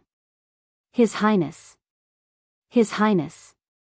His Highness. His Highness. After a while, dozens of people from Jianghu city surrounded the man. They not only surrounded him but also hugged his legs tightly. The reason why the citizens were so fearless was that the Li Tang royal family had won the hearts of the people. Li Qingxian had also done a lot of good deeds before, so the citizens had a very good impression of Li Qingxian. But now that the man in the bamboo hat wanted to capture their crown prince, these citizens would definitely not agree. You're all courting death. The man in the bamboo hat was furious, especially when he felt the ground tremble slightly and knew that it was very likely that the patrolling Marquis of Jianghu was about to rush over. His heart was filled with rage and panic. With an angry snort, many of the people around him were sent flying or vomited blood from the shock. The crown prince and princess are under attack in Shi city. Soldiers in the city, go to support them. The crown prince and princess are under attack in Shi city. Soldiers in the city, go to support them. On the Vermilion Bird Avenue, Li Zishuan and Xian Qing were chatting as they walked. Suddenly, a soldier appeared in their field of vision, and that soldier was running while panting. What? Qingxian and Chang'e were under attack? Hearing that, Li Zishuan and Xian Qing looked at each other and were shocked. He hurriedly urged Big White to come in front of the soldier and asked anxiously, "You said the crown prince and princess were under attack. Who attacked them? How are the crown prince and princess now?" Marquis Yong then. The soldier looked up and saw that the person who asked was Li Zishuan. He immediately became excited and grabbed Li Zishuan's arm, saying excitedly, "Marquis! Quickly go to Shi city and save the crown prince and princess. There is a thief wearing a bamboo hat and is extremely skilled in martial arts who wants to do something bad." Li Zishuan took back the academy's information from Wuxia at the Longmen Pass and became famous in the world. Now, who did not know that Li Zishuan could fight a great grandmaster alone? Therefore, after seeing Li Zishuan, the soldier who sent the message felt like he had seen his savior. Shi city. Extremely skilled in martial arts. Li Zishuan's eyes narrowed. Without any hesitation, he turned his horse around and said to Xian Qing, "Young uncle master, I will go save the crown prince and princess. You go back to Yunshan first." Then, without waiting for Xian Qing's reply, he kicked Big White's stomach and rushed to the west side of the city with his horse. "Little Xian. Uncle master will go with you." Xian Qing quickly made a decision and chased after Li Zishuan's back. He was not interested in fighting and killing at all. However, since the Celestial Master's sect of Longhu Mountain had chosen to enter the world, now that he knew something had happened to Li Qingxian, he had to help. Seeing that, the soldier who sent the message could not help but breathe a sigh of relief. He knew that with the help of the two masters, Li Zishuan and Xian Qing, it was basically settled. Even if the man in the bamboo hat was skilled in martial arts, he would definitely not be a match for Li Zishuan and Xian Qing. Chapter 1583. Clang. Just as the man in the bamboo hat was about to hit Chang'e's head with his right palm, a loud and clear sound of a sword suddenly came from the street of Shi Market. The man in the bamboo hat instantly felt a sense of extreme danger. If this palm hit, Chang'e would undoubtedly die, but he would also be seriously injured by this sword. Humph. Of course, the man in the bamboo hat didn't want to die like this. He snorted coldly and directly turned his palm into a claw. He directly grabbed Chang'e's right shoulder and pulled her in front of him. He wanted to use Chang'e to block this sudden and peerless sword. "You're courting death." This sword was the fifth move of the 9 Taishian swords, leaving dust, which was used by Li Zishuan. Li Zishuan rode all the way to the entrance of Shi Market. As soon as he arrived, he saw that the man in the bamboo hat was about to hit Chang'e's head with his palm. Li Zishuan was so shocked and angry that he directly used the fastest move of the 9 Taishian swords to save Chang'e. However, the man in the bamboo hat's reaction was both unexpected and reasonable. In order to avoid hurting Chang'e, Li Zishuan could only forcibly change the direction of the sword to avoid the man in the bamboo hat and Chang'e. However, the man in the bamboo hat's action had also thoroughly angered Li Zishuan. Today's matter was destined to be irreconcilable. Grand Master late stage. The man in the bamboo hat, who had dodged a bullet, couldn't help but feel a little surprised when he felt the momentum from Li Zishuan. He had never expected to meet a master at the Grand Master late stage here, let alone a teenager of 15 or 16 years old. Suddenly, he seemed to think of something and couldn't help but say in a low voice, "You're Li Zishuan." In the whole world, Li Zishuan was probably the only person who could reach such a high level of martial arts at such a young age. Chang'e, who had thought that she was doomed, closed her eyes and waited for her death. However, after waiting for a long time, the bamboo hat man's palm did not land. Instead, she heard the words, "Li Zishuan." She hurriedly opened her eyes and saw Li Zishuan brushing past her with the wind-chasing sword in hand. At this moment, Chang'e couldn't help but feel a little dazed. When she was at her most dangerous and desperate moment, the man she respected and admired the most finally appeared. Was this fate, or was it a coincidence? Humph. How could a grandmaster commit such a despicable act? He really deserves to die. Just when the man in the bamboo hat was shocked by Li Zishuan's arrival, a cold snort came from his left. Then he felt a sharp light locking onto him. The fifth sword of the 9 Taishian swords, leaving dust, a sword leaving dust and desolation. A handsome man in a Taoist robe, holding a long sword, was stabbing towards him at an even faster speed. Powerful. In the face of such a powerful swordsman, the man in the bamboo hat couldn't even think of resisting.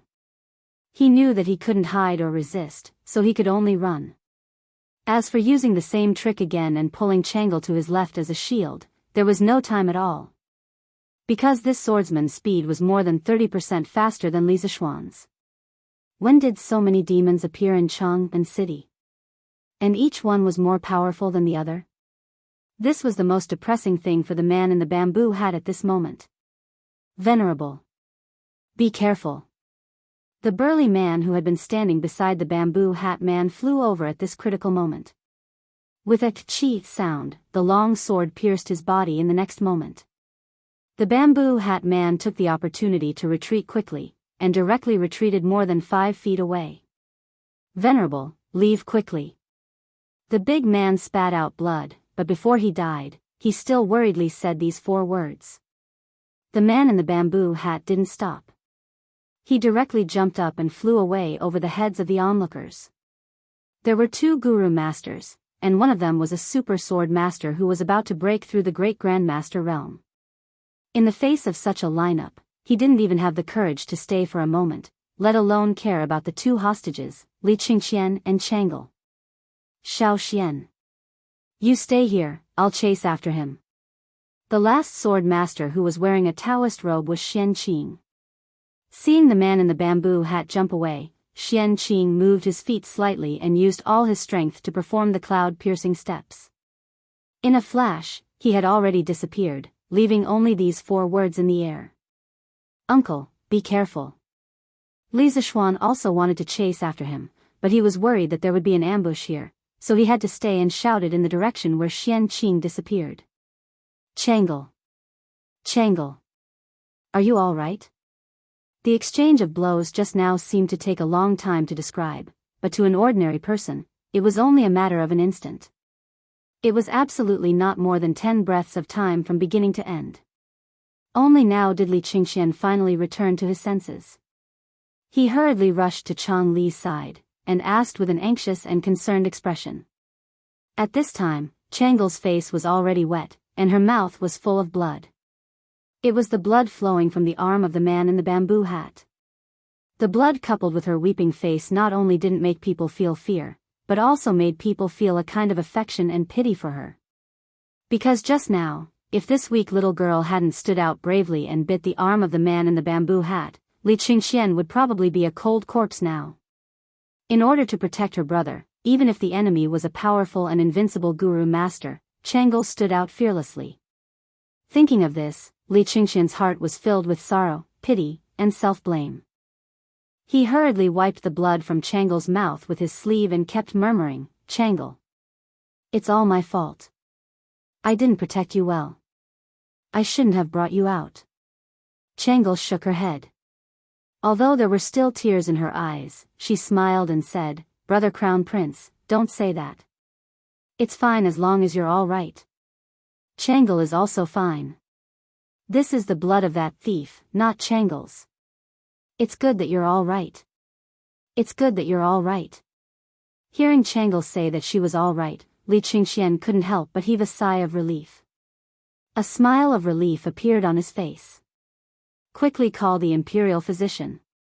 His Highness the Crown Prince and Her Highness the Princess are injured."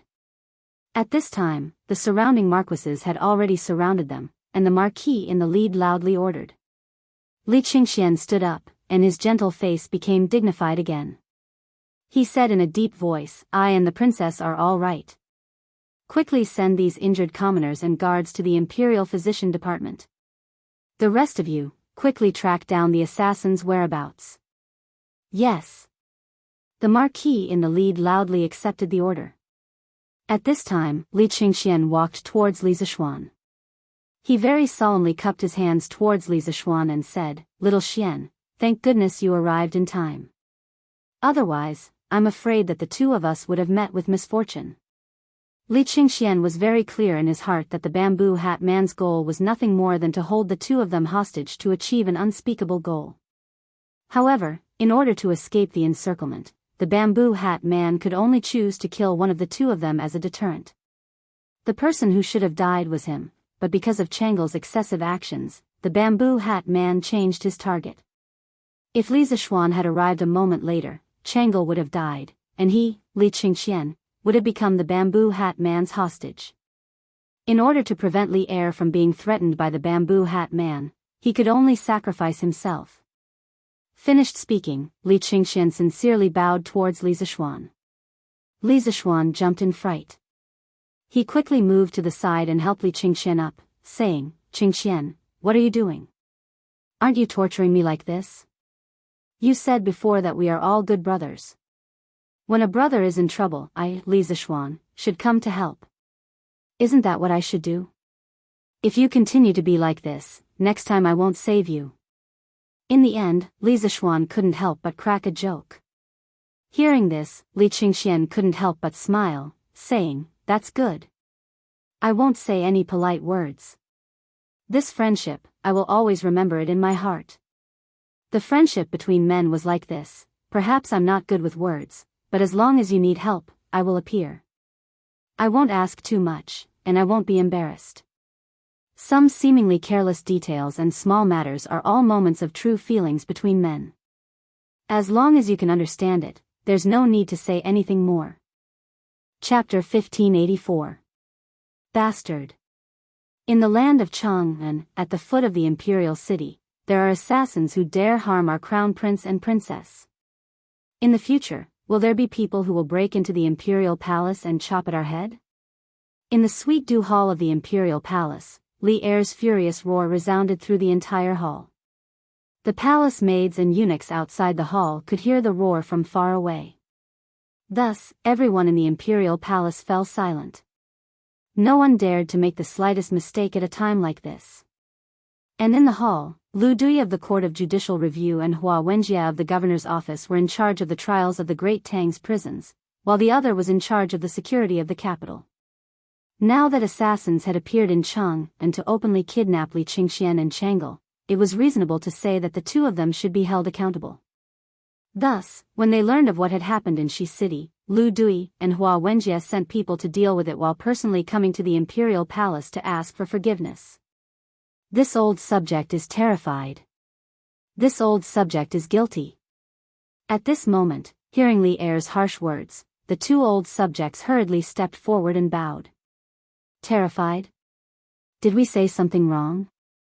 Everyone says that the capital is an important and heavily guarded place, but our crown prince and princess only took a trip out of the imperial palace and were attacked by assassins.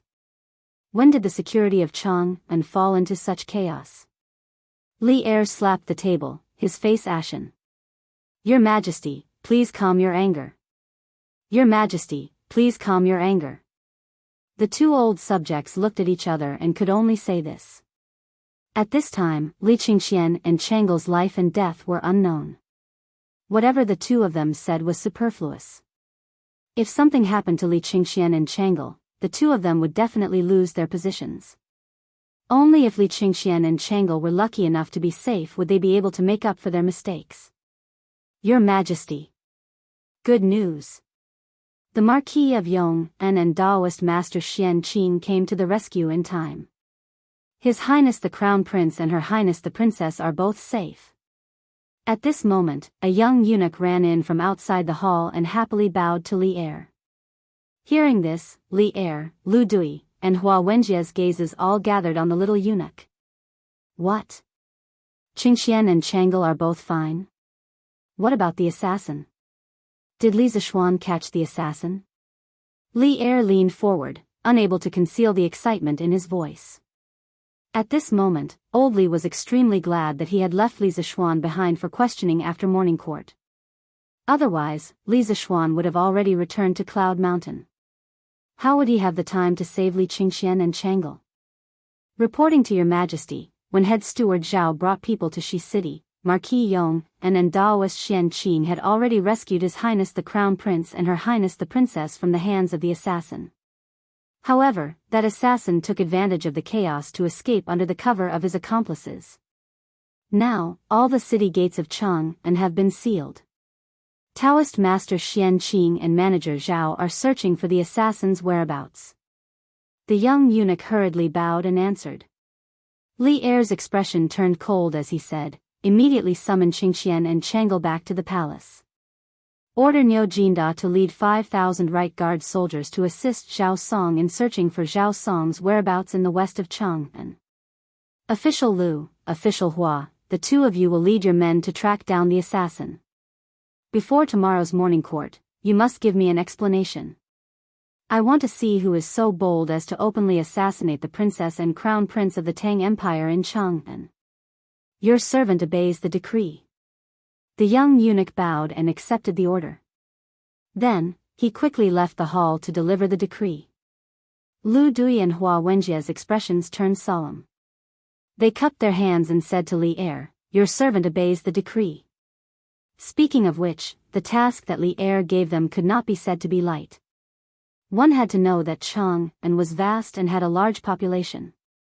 It had 108 districts and millions of people. To find an assassin in this place was almost like finding a needle in a haystack. However, even so, they had no choice but to accept this task. This was because if they could not find the assassin when the crown prince of a country was assassinated, then they, as the minister of the Supreme Court and the governor of the capital, had seriously neglected their duties. Go. Li Er waved his hand and said lightly. Your servant will take his leave. The two of them looked at each other and cupped their hands to take their leave. After the two of them left the hall, Li Er walked up and down the hall alone with his hands behind his back. After a while, a gentle female voice came from outside the hall, "Your Majesty, how are Qingxian and Chang'e?" Before the person arrived, the voice came first. A moment later, Empress Jiangsun appeared in the hall. Li Er hurriedly turned to greet her. Holding her hand, he said with a comforting smile, "Don't worry, Guanyin. I just received news that Qingxian and Chang'e are fine. They are on their way back to the palace. You will see them in a while." Fine? Empress Jiangsun opened her mouth in shock, somewhat in disbelief. Li Er nodded affirmatively and said, "They are fine." It was Li Zishuan and Taoist Master Xian Qing who rushed over in time after hearing the news and saved Qingxian and Chang'e from the hands of the assassin. That's great. Empress Jiangsun patted the Yuxiangpu, greatly relieved. She then said, "When I heard that Qingxian and Chang'e had been attacked by an assassin, I was nearly scared half to death. Who would have thought that this time, it was all thanks to the Marquis of Yong'an's intervention? Otherwise, if something were to happen to these two children, how would I live? Your Majesty, has the assassin been captured? Otherwise, if he continues to hide in the city, once Qingxian and Chang'e leave the palace, they will still be in danger." Hearing this, Li Er's expression froze. After a moment of hesitation, he opened his mouth and said, "This assassin." Not long after, the news that the Crown Prince and Princess Chang'e had been attacked by an assassin in the Western market spread. There were those who were shocked, those who were furious, and those who were indifferent. However, soon after, the common people learned that the various city gates had already been sealed. Soon after, large numbers of soldiers appeared on the various streets of Chang'an. They each held a portrait and went from house to house, interrogating the whereabouts of the man in the bamboo hat. In a short period of time, the people of Chang'an were in a state of panic. Those ruffians who usually bullied men and women were all extremely careful and well-behaved.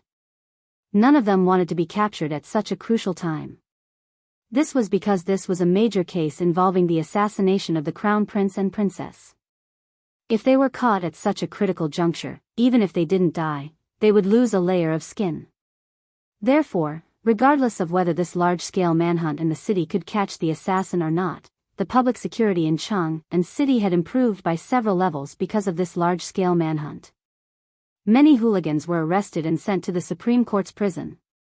Li Zishuan rode Big White, quickly galloping in the direction of the imperial palace.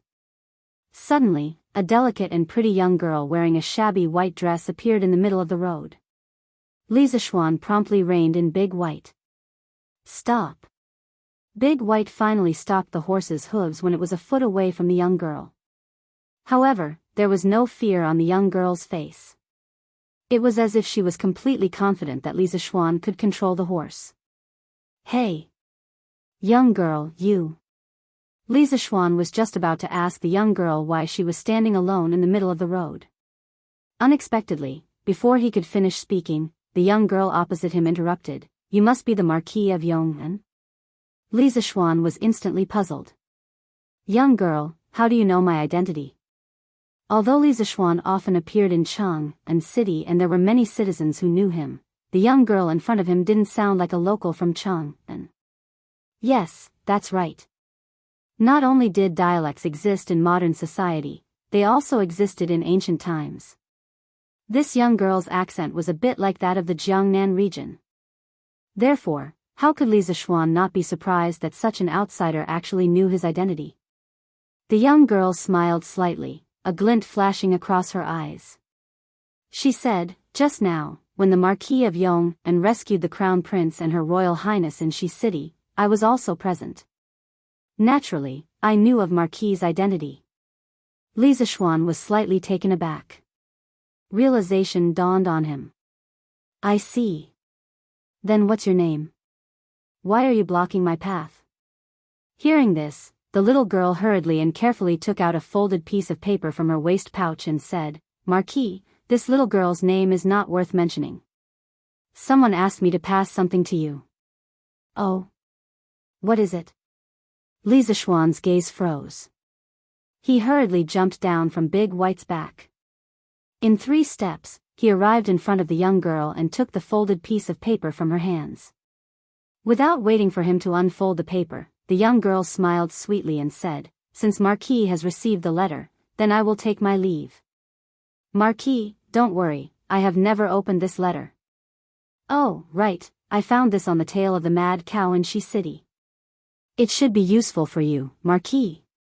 After saying this, without waiting for Li Zishuan's reply, she placed a piece of burnt black bamboo pipe in Li Zishuan's hands.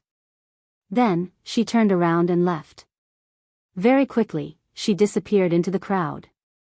Chapter 1585.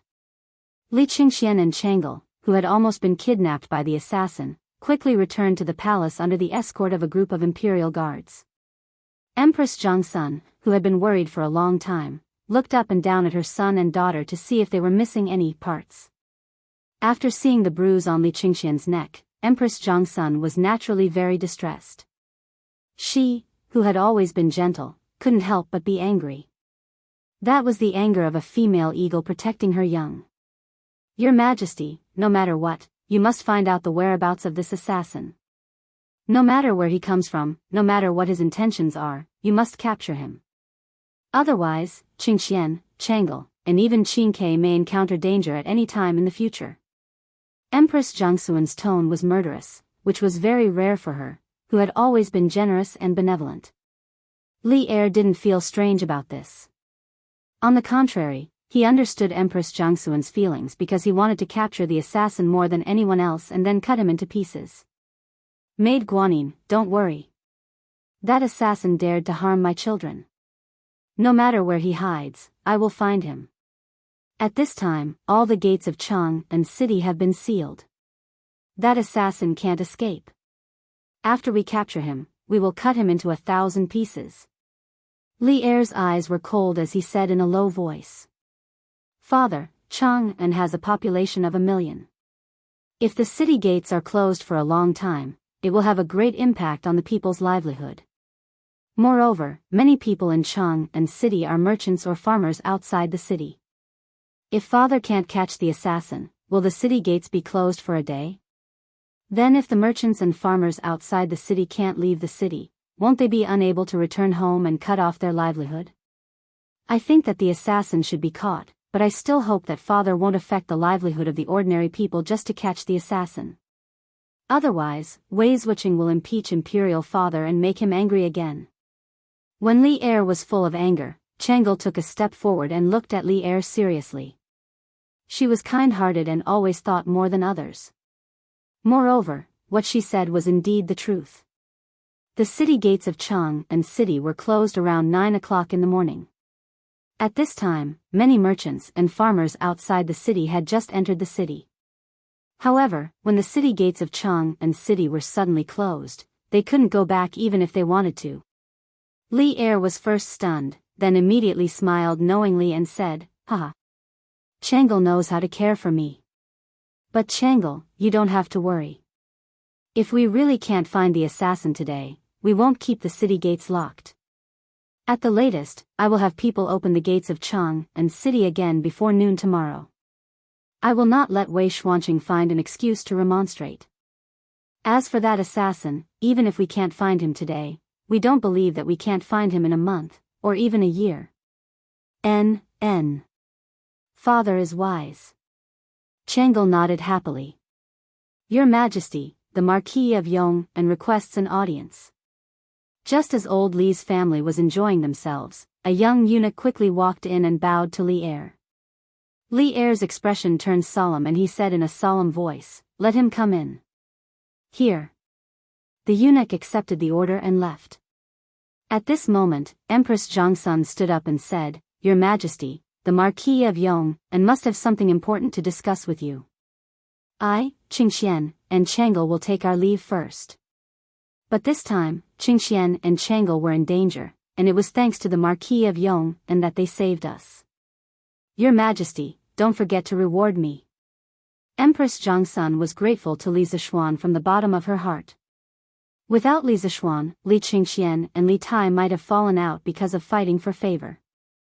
Chang'e's illness definitely wouldn't have been completely cured, and today, Li Qingxian and Chang'e would have been kidnapped by the assassin. Empress Jiangsun even felt that Li Zixuan was like Qin Xiong, a noble of the Li family.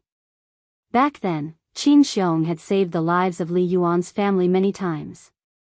It wasn't an exaggeration to call him the noble of Li Yuan's family. If not for this, Empress Jiangsun wouldn't have taken the initiative to ask for a reward for an official no matter what.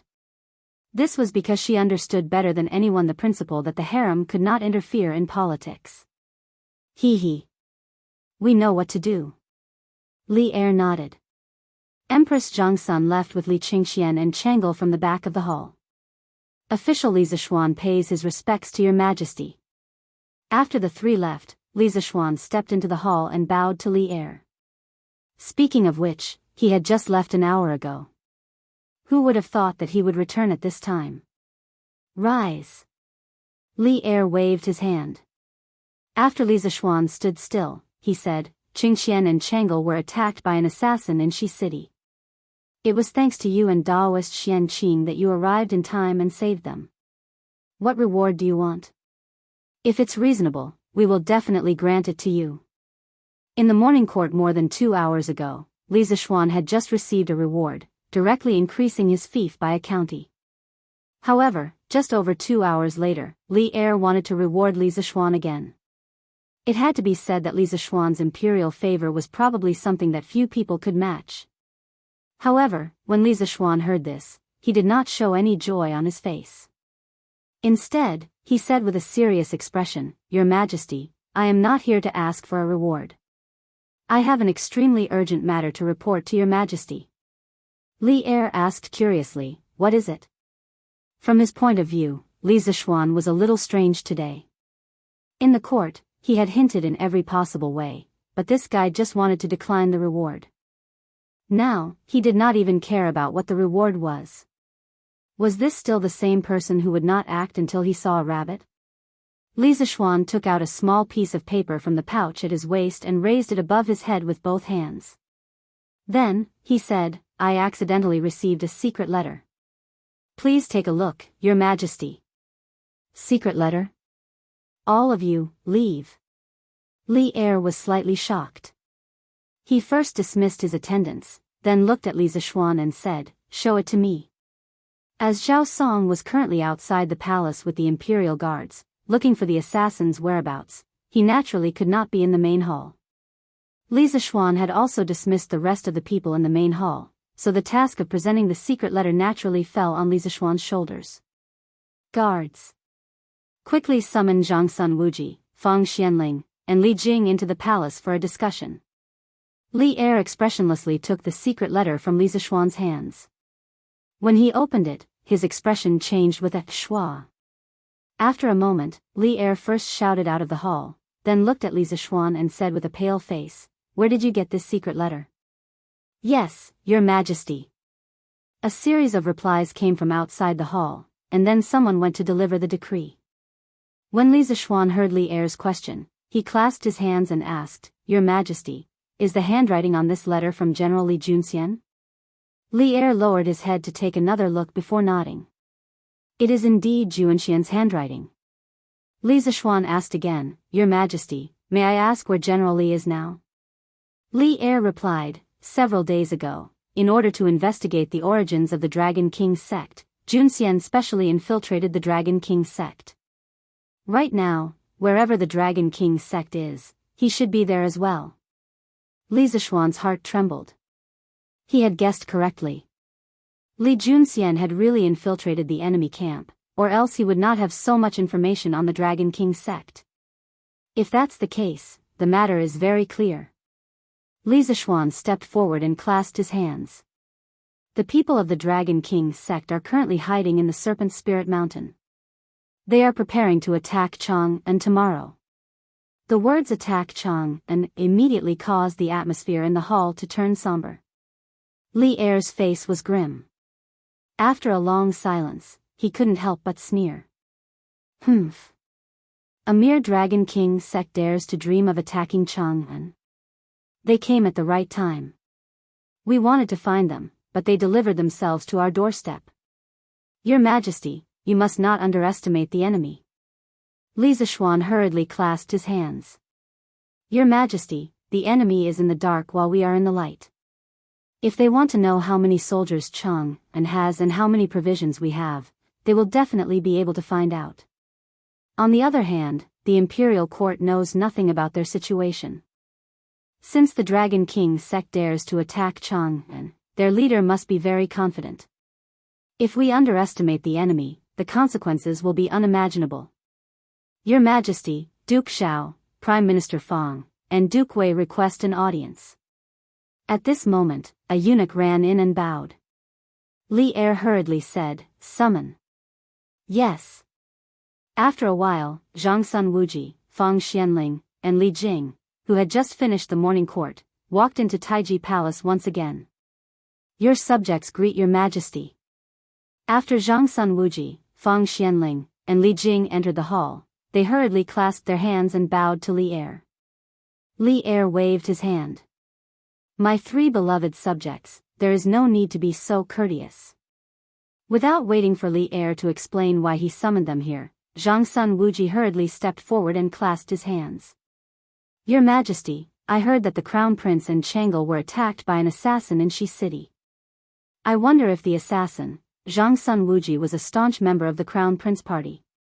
After hearing that Li Qingxian was attacked by an assassin, he was more furious than anyone else. At this moment, he had already sent out all of the Zhangsun family's guards to assist Wu Ho in finding the assassin. Li Er waved his hand. Assistant, We have already sealed off all the city gates and sent the imperial army and Wu Hou to find the assassin. However, we have not summoned you here for this matter.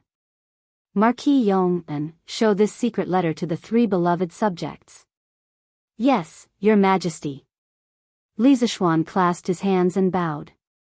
Then, he stepped forward and took the secret letter from Li Er before passing it to Zhang Sun Wuji. After the 3 of them read the letter, their faces turned grim.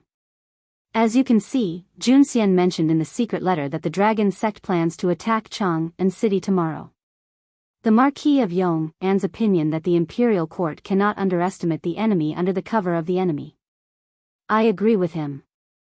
At this time, Li Er spoke up, but he immediately changed the topic. But now that we know where the dragon sect is hiding, why not take the initiative to send troops to Snake Spirit Mountain before they descend the mountain to cause trouble and catch them off guard? What do my beloved subjects think? Zhang Sun Wuji, Fang Xianling, and Li Jing frowned. Li Zishuan pondered for a moment before stepping forward and clasping his hands. Your Majesty, I think it is inappropriate. Why? Li Er was puzzled. Li Zishuan clasped his hands and said, Firstly, Snake Spirit Mountain's terrain is steep. It is easy to defend and difficult to attack. When the imperial court sent an army to encircle the 7 cultivators sect, they suffered heavy losses on Snake Spirit Mountain. Now that the dragon sect has the guts to attack Chang'an City, they must have at least 30 to 50,000 soldiers. Just based on this point, their strength is 100 times stronger than the 7 cultivators sect. If we attack Snake Spirit Mountain rashly, the imperial court will suffer heavy losses. The gains will not make up for the losses. Chapter 1586. Plot. What kind of plot does the Heavenly Dragon sect have in Chang'an? In the Sweet Dew Hall, the moment Zhang Sun Wuji finished speaking, Li Er, who was seated at the head seat, could not help but frown. The Heavenly Dragon sect is plotting something. The capital might be in danger. This was the first sentence in Li Junxian's letter. From this, one could see that Li Junxian believed that the most important matter for the imperial court was to investigate the Heavenly Dragon sect's plot and resolve it. But the problem lay in what the Heavenly Dragon sect's plot was. It wasn't written in the letter, and no one knew about it, much less resolve it. Thus, the 3 old officials and Li Zishuan all frowned as they tried to figure out what the Heavenly Dragon sect's secret plan was. After a long while, Fang Xianling stepped forward and said, Your Majesty, this old subject believes that the Heavenly Dragon sect's plot is to allow them to succeed tomorrow. They might have tens of thousands of soldiers outside the city and hundreds of spies inside the city. When the time comes, they might really be able to break through the gates of Chang'an. Thus, this old subject believes that although we don't know what the Heavenly Dragon sect's plot is, the imperial court must prepare a response in advance. We must prevent the Heavenly Dragon sect from dividing Chang'an from within. Hearing this, Li Jing nodded secretly. It was obvious that he approved of old Fang's words. Li Er thought for a few moments before turning to Li Zishuan and asking, Marquis Yong, what do you think? It's here again. Di Renjie's classic line is here again. Even though this was an extremely solemn occasion, Li Zishuan couldn't help but grumble in his mind when he heard Li Er ask, What do you think? But grumbling was grumbling, the problem still had to be solved. Your Majesty, this subject agrees with Fang Xuanling's words. Li Zishuan, who was well versed in emotional quotient, first affirmed old Fang's analysis. Then, in order to avoid disappointing Li Er, he began to speak of his own opinion. General Li didn't mention anything about the Heavenly Dragon sect's plot in Chang'an, so he probably doesn't know either. This meant that this plot was the Heavenly Dragon sect's top secret. However, I believe that other than planting spies in Chang'an City, there is also a possibility that the Dragon sect is using the followers that the Dragon sect had previously developed in Chang'an City to plot something that would cause the imperial court to lose its prestige and His Majesty to lose face. By belittling the imperial court and praising themselves, not only would they be able to easily conquer Chang'an City, but they would also be able to quickly win the hearts of the people after conquering Chang'an City and then control the entire world. Today, the Crown Prince and Princess Chang'e were nearly robbed in the Western market. It is very likely that this was done by members of the Heavenly Dragon sect. They wanted to kidnap the Crown Prince and Princess Jianghu to threaten His Imperial Majesty and even strike at His Imperial Majesty's prestige. What? Marquis Yong'an, you're saying that the assassinations in Qingxian and Jianghu today were done by the Heavenly Dragon sect? Hearing Li Zishuan's last sentence, Li Eru's eyes narrowed and his face suddenly turned cold. Li Zishuan cupped his hands and said, Your Imperial Majesty, what this subject has said is only a conjecture. It is a reasonable conjecture based on the evidence that we currently possess. Previously, when the assassin escaped from the Western market, this subject's martial uncle immediately pursued the assassin. However, in the end, he was unable to catch up. However, according to martial uncle, the assassin's martial arts originated from the Buddhist sect. Perhaps it is related to Buddhism. In addition, that assassin had many accomplices in Chang'an City. If not for those accomplices, the assassin would not have been able to escape from martial uncle's eyes. Buddhist sect. Accomplices. Hearing this, Li Eru's eyes flickered. After pondering for a moment, he looked at Li Zishuan and asked, You mean to say that the assassin could be the Heavenly Dragon sect's Shakyamuni Du-yi? Li Zishuan cupped his hands and said, This subject has just returned from the north. Previously, this subject has not met the Venerable Du-yi of the Heavenly Dragon sect. However, this subject has heard of Du-yi. This person originated from the Tantric sect of the Western regions. Not only is he proficient in martial arts, he is also proficient in magic. Today, this subject believes that Shakyamuni Du-yi is a major suspect in the assassination of the Crown Prince and Princess Jianghu in the Western market. Not only is he a suspect, he also has sufficient motive. This is because as long as either the Crown Prince or Princess Jianghu fall into his hands, when the Heavenly Dragon sect rises tomorrow, they will have the capital to threaten the court and your Imperial Majesty. At the same time, they will be able to strike a blow at the court's prestige among the common people. Bang! Humph! What a Heavenly Dragon sect! Truly preposterous. Li Eru had originally suspected the Heavenly Dragon sect, but that was only a suspicion. There was no evidence, nor was there any logical reasoning. Now, after hearing Li Zishuan's logical analysis, Li Eru slapped the table, unable to restrain his anger. Li Zishuan hurriedly said, Your Imperial Majesty, please calm your anger. In reality, this is only this subject's conjecture. There is no sufficient evidence to prove that Shakyamuni Du-yi is at that moment. In addition, even if Shakyamuni Du-yi is the assassin, he is currently hiding in the shadows. It will be very difficult for your Imperial Majesty to dispatch people to find him. In addition, General Li also mentioned in the secret letter that tomorrow, not only will the Heavenly Dragon sect rise, but that the weather will change and thunder will roll. Does your Imperial Majesty not feel strange because of these words? Li Eru frowned, doubtfully asking, These words, could it be that they foretell tomorrow's weather? Li Zishuan nodded. This subject believes that this is very likely. Zhang Sun Wuji frowned. But today the sky is clear and boundless. How can there be thunder tomorrow? In addition, this old man has never heard of General Li having the ability to predict the weather. Li Zishuan shook his head. General Li does not have this ability. What about the Heavenly Dragon sect? I have heard that the Heavenly Dragon sect has not only recruited many disciples in Chang'an, but has also operated in Qingzhou for many years, with tens of thousands of disciples. In this way, there are definitely some capable people among the Heavenly Dragon sect. Being able to predict the weather is not surprising. Hearing this, Fang Xianling was puzzled. The weather changes unpredictably.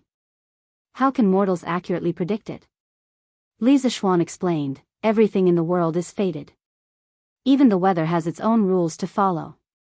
In fact, if you want to know if tomorrow's weather will change and thunder will roll as the secret letter said, it is very simple. You only need to ask one person. You mean, Li Chunfeng? Li Eru's eyes flashed. Li Chunfeng was not only good at mathematics and astrology, he was also good at predicting the weather. It was because of his comprehensive ability that Li Eru relied heavily on him. Your Imperial Majesty is wise. Li Zishuan clasped his hands and said, "The palace and Yanhuang College both have telegraph machines. Your Imperial Majesty can send a telegram directly from Chang'an. I believe Master Li will be able to send tomorrow's weather to the palace through the telegraph machine." Li Eru pondered for a moment, then nodded and ordered outside the hall, "Men, bring me the telegraph machine." "Yes, sir." After a while, a soldier in silver armor walked into the hall with a big black box. Li Eru signaled Li Zishuan to operate the telegraph machine and send a telegram to Yunshan. Among the 5 people present, only Li Zishuan knew how to operate the telegraph machine. After a series of beeping sounds, Li Eru's order was delivered to Yunshan. The next step was to wait for Li Chunfeng's reply from Yunshan. Speaking of which, Li Chunfeng used to visit his home in Chang'an every now and then. However, because of the astronomical telescope in the academy, Li Chunfeng had completely embarked on a path of no return. He wished that he could live in the academy all day long. If the dragon sect really has someone who can predict the weather, why would the dragon head of the sect choose to attack Chang'an in such bad weather? Li Jing could not help but wonder while waiting for Li Chunfeng's reply. Generally speaking, weather with strong winds, heavy rain, and heavy snow was not suitable for marching and fighting.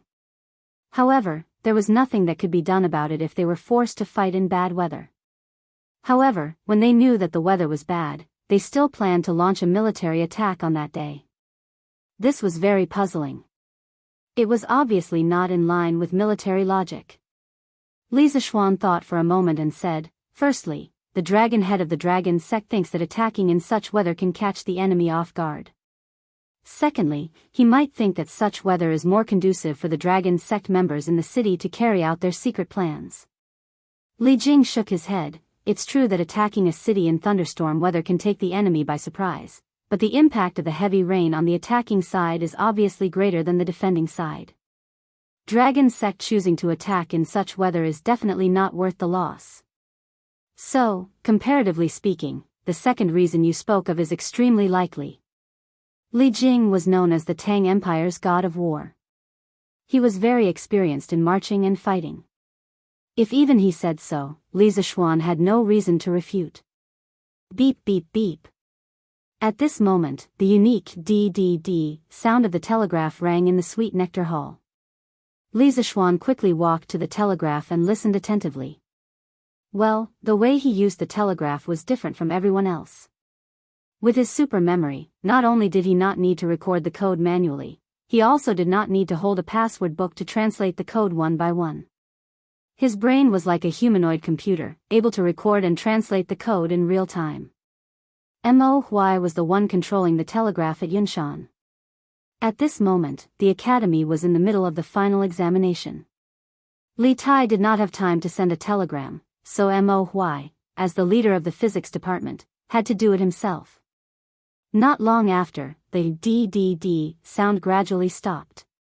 Li Zishuan walked up to Li Er and said, "Your Majesty, news from Yunshan has come. According to Priest Li's prediction, there will be thunderstorms in the vicinity of Chang'an starting from tomorrow morning." As soon as he said this, everyone was shocked. At this point, Li Er, Zhang Sun Wuji, and the others had no choice but to believe that there would be thunderstorms tomorrow. Of course, this also proved that the dragon sect was indeed full of capable people. Li Er's face was solemn.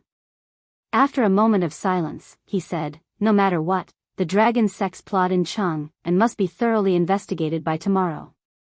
Marquis Yong, since Li Junxian has given you the secret letter, it means that he believes that you can solve the dragon sect's plot. Thus, we will leave this matter to you. We will do our best to satisfy your needs." Chapter 1587. Brother Xiao Xian, Chang'e is here to thank you. Thank you for saving me and Brother Crown Prince in Shi City. Chang'e.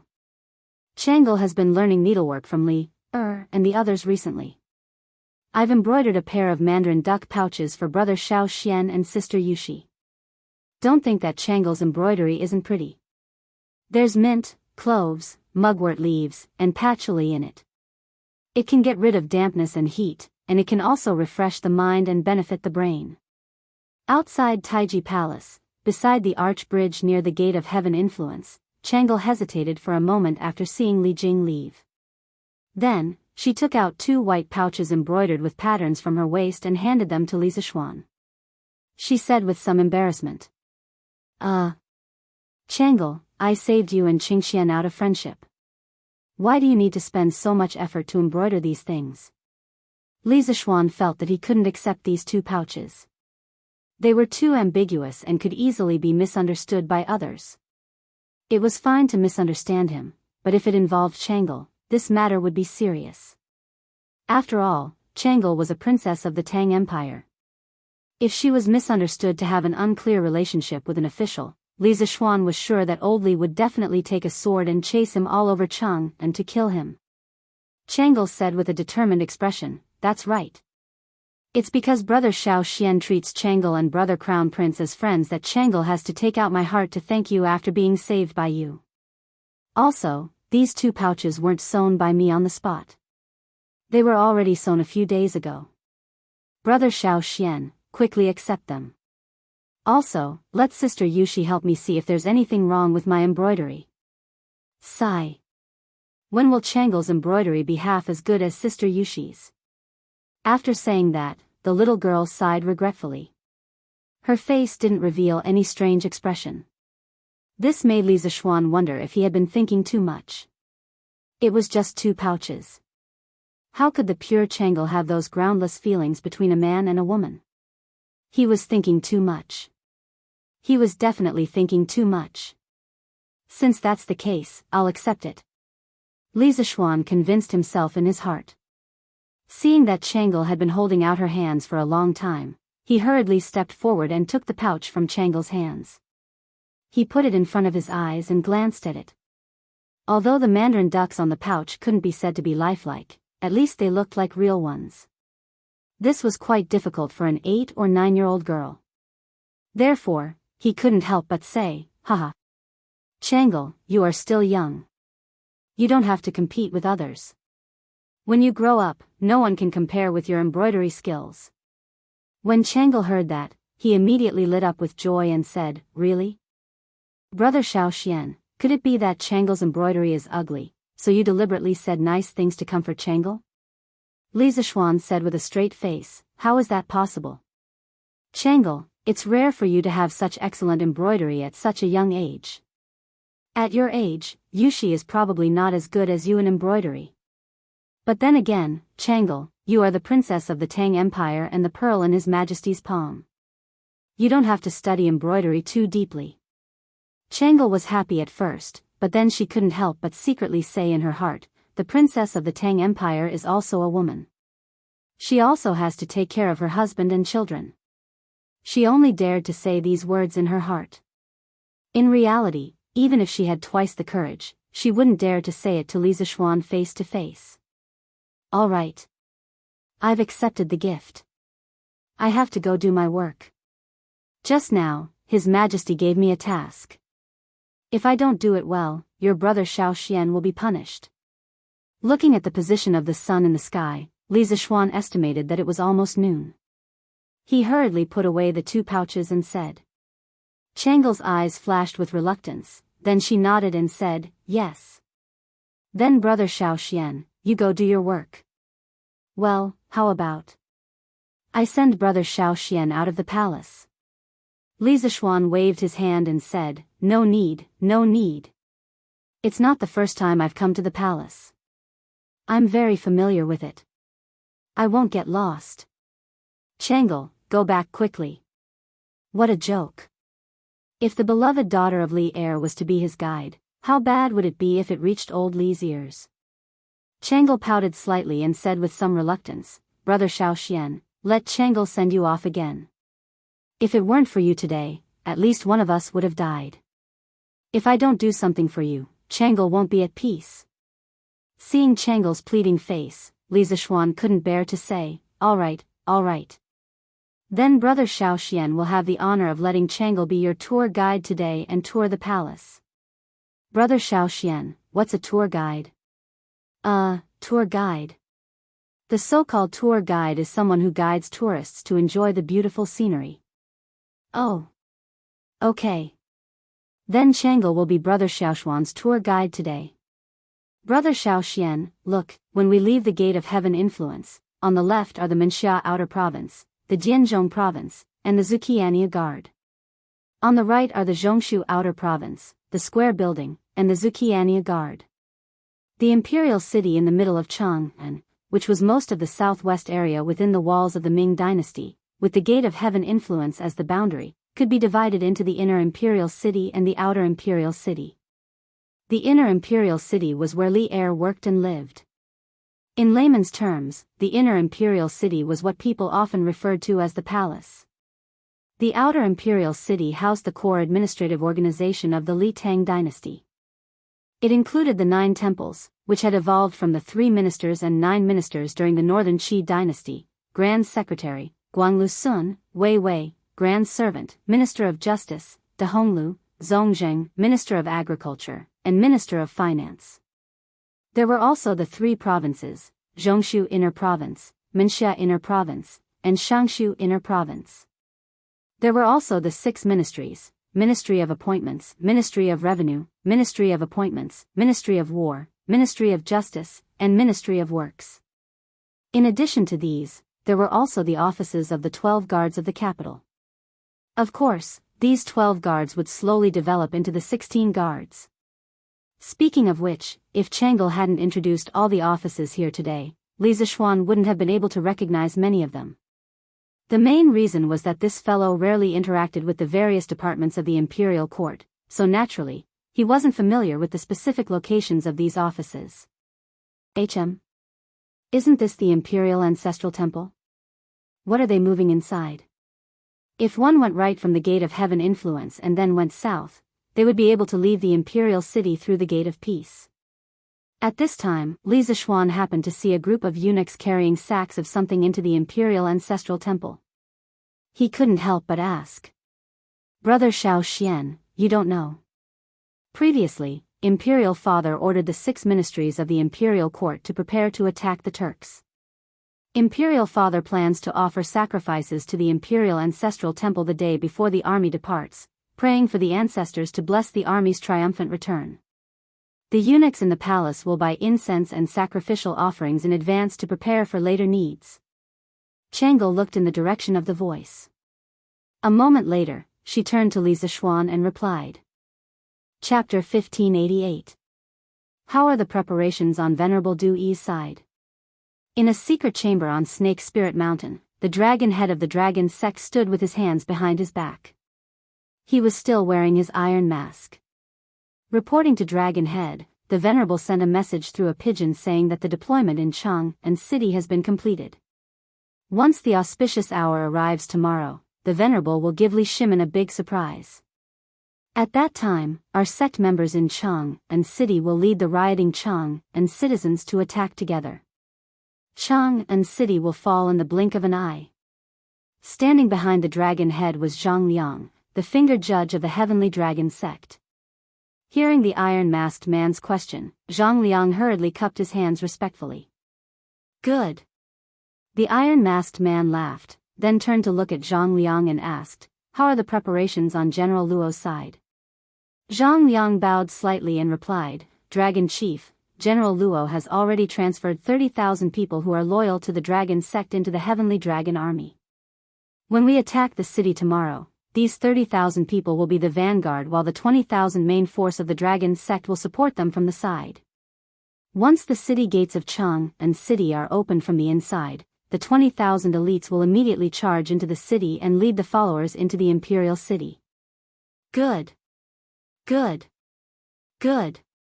The iron-masked man cheered loudly. It was obvious that he was extremely excited at this moment. He then smiled and said, now everything is ready except for the east wind.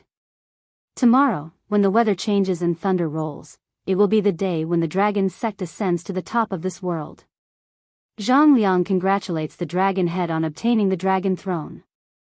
Zhang Liang bowed with an excited expression. The iron-masked man walked to Zhang Liang and patted him on the shoulder, saying, After this is done, this seat will not forget your contributions. Du Yi will become the national preceptor of the Great Tang, and you, Zhang Liang, will become the right servant of the Great Tang. The right servant of the Great Tang was the Prime Minister, the head of the civil officials. However, the Great Tang abolished the position of Prime Minister and changed it to the left and right servant of the Great Tang. Zhang Liang's breathing quickened when he heard this. He quickly knelt on the ground and cupped his hands to the iron-masked man, saying, "Subordinate Zhang Liang is willing to die for the Dragon Head and help the Dragon Head accomplish your great cause. Ha ha ha. My beloved minister, please rise." The iron-masked man nodded. He knew better than anyone else that the closer they were to success, the more unstable their hearts would be, and the easier it would be for them to make mistakes. In order to avoid any accidents, he could only draw a grand blueprint and a beautiful future for his subordinates, letting them work together for his goal. In the end, these were just some methods to win over people's hearts. It couldn't be said to be brilliant, but at this time, it was extremely useful. Zhang Liang's current performance was the best proof. I heard that Li Junjian performed very well in the Earth Emanations group. Is that true? After a moment of silence, the iron-masked man suddenly asked. It was said that not long after Li Junxian had joined the Heavenly Dragon sect, the Dragon Head had made an exception and promoted him to the Earth Fiend group due to his outstanding performance. The other ordinary members of the Heavenly Dragon sect were all envious of him. Zhang Liang's face instantly turned unnatural. The iron-masked man had ordered his finger cut off precisely because Li Junxian, had brought back the Heavenly Dragon sect's account books, causing others to privately call him the finger-chopping judge. Thus, Zhang Liang had always harbored a grudge against Li Junxian. But the iron-masked man clearly admired Li Junxian. How could Zhang Liang, with his normal emotional intelligence, choose to speak ill of Li Junxian at a time like this? Fortunately, he was bent over and had his head lowered. The iron-masked man looked down from above and couldn't see his expression. Otherwise, the iron-masked man would have been able to see through his thoughts. Replying to the Dragon Head, your subordinate has also heard that Li Junjian has been diligent in his training in the Earth Fiend group and has never been lazy. He has always been one of the best in all the examinations, and even General Luo has praised him. He truly is a good seedling. Your subordinate truly admires the Dragon Head's discerning eye for talent. Zhang Liang raised his head, the unnatural expression on his face gone, replaced by sincerity and admiration. Haha. Good. The Dragon sect should have more brave and fearless youths like Li Junjian. The iron-masked man laughed loudly, pausing for a moment before giving another order. Since the deployment in Chang'an City has been completed, let Dewey return to the Snake Spirit Mountain quickly. When the army attacks the city tomorrow, we still need him to boost the morale of the Dragon sect members. Zhang Liang nodded and replied, "Yes, Dragon Head."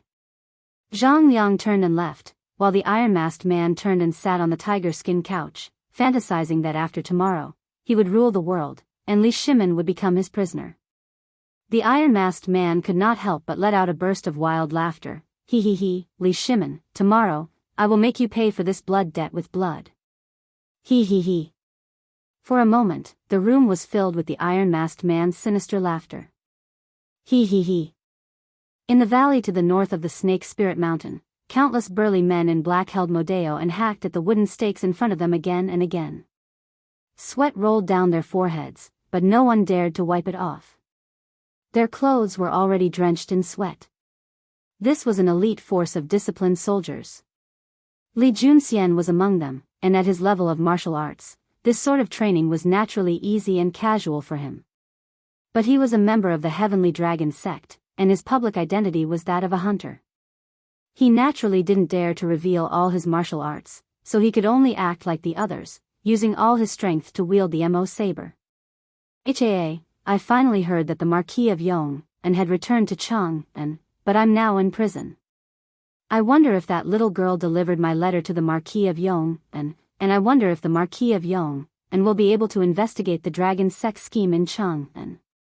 Li Junxian thought to himself as he continued to wield the Modeo and pretend that it was very strenuous for him. One could say that he was doing 3 things at once. Right now, he had no place to use his martial prowess. He could only place his hopes on that little girl who had accidentally come to the base of the Snake Spirit Mountain to pick herbs. Little girl. Who told you to come here to pick herbs? What's wrong? I can't pick herbs here. I see that there are many herbs here that can be sold for a lot of money. Wow. There's a Lingji up there. Wow. I'm rich. I'm rich. Oh, it's too high. I can't climb up. Big brother, can you help me pick the Lingji up?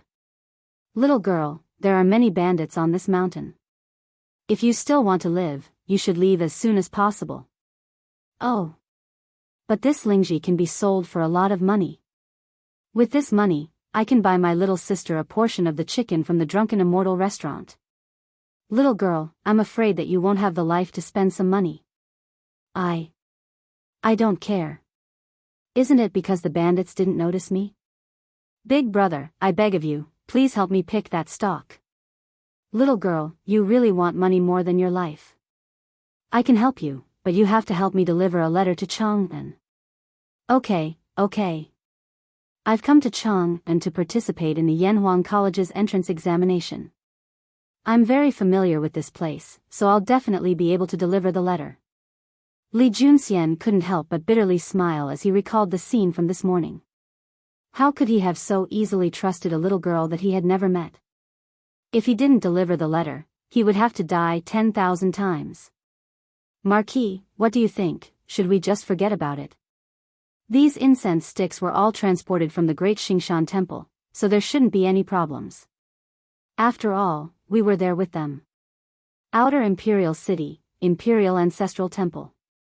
The old eunuch couldn't help but reveal a difficult expression after hearing Xiao An's words. He turned around and clasped his hands toward Li Zishuan. Big brother little Xian. Changle's voice was as soft as a mosquito's buzzing. She tugged on Li Zishuan's sleeves, indicating that Li Zishuan shouldn't clash with the old eunuch. Li Zishuan's eyes narrowed. It seems like this old eunuch's status in the palace isn't low. Even Changle had to give him some face. After weighing the pros and cons, Li Zishuan chose to take a step back for now. Since Stewardin can vouch for me, this marquis can be at ease. Chang'an City has been very chaotic recently, so this marquis was a little suspicious. Stewardin, please don't take it to heart. I wouldn't dare. I wouldn't dare. The old eunuch's eyes narrowed into slits, and he smiled like a Maitreya Buddha. The Marquis of Yong'an is wholeheartedly devoted to the country. He is loyal to the emperor, and his spirit is commendable. I only have admiration and respect for you.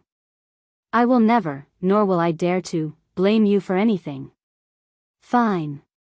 If that's the case, then this marquis will take his leave. Li Zishuan nodded and said lightly. Then, he left with Changle. Suddenly, he felt as if his eyes were blinded by something. Looking in the direction of the light, Li Zishuan could only see that the young eunuch had his hands tucked into his sleeves. On such a hot day, it was very strange. Li Zishuan pretended not to see it, and quietly walked towards the Vermilion Bird Gate with Changle. Brother Xiao Xian, don't you want to know Steward An's identity? After walking a distance, Changle couldn't help but ask. Li Zishuan nodded and said, I want to. Then why don't you ask me? I'm the most familiar with the matters in the palace. Changle said doubtfully. Li Zishuan smiled and said, haha. Because I know that even if I don't ask, someone will definitely say it. Brother Xiao Xian, you. Changle was speechless, but after hesitating for a moment, she still said, Steward An's name isn't Dezhong. He's an old man who previously served by Imperial grandfather's side. He has a very good relationship with eldest uncle. After Imperial father ascended the throne, Stewardin was arranged to the Imperial Ancestral Temple to guard the memorial tablets of Emperor Taizu and Emperor Shizu. Although it's like this, Stewardin relies on his previous connections and has quite a bit of prestige in the palace. Moreover, due to Imperial grandfather's relationship, Imperial father also can't be too harsh on Stewardin. Therefore, Changle didn't want brother Xiao Xian to have a conflict with Stewardin. After Li Yuan ascended the throne, his father Li Gui was posthumously awarded the title of Emperor Yuan, and the temple was named Shizu. His grandfather Li Hu was posthumously awarded the title of Emperor Jing, and the temple was named Emperor Taizu.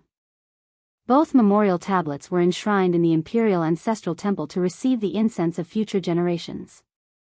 So this is Li Yuan's steward eunuch, no wonder he's so arrogant. Li Zishuan heard this and suddenly understood. He muttered in his heart, and then looked at Chang'e and said gently, I understand. Thank you Chang'e for the reminder. Chang'e smiled sweetly and said, Brother Xiao Xian, you're welcome. Li Zishuan smiled and said, Haha, all right. We're already at Vermilion Bird Gate, Chang'e, as a tour guide, you should return to the palace. Brother Xiao Xian still has important matters to attend to and can't stay in the imperial city any longer. Oh. Chang'e looked at Li Zishuan reluctantly, but she didn't want to show it too obviously.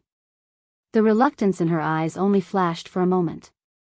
She nodded and said softly, Then Brother Xiao Xian, I'll return to the palace first. Take care.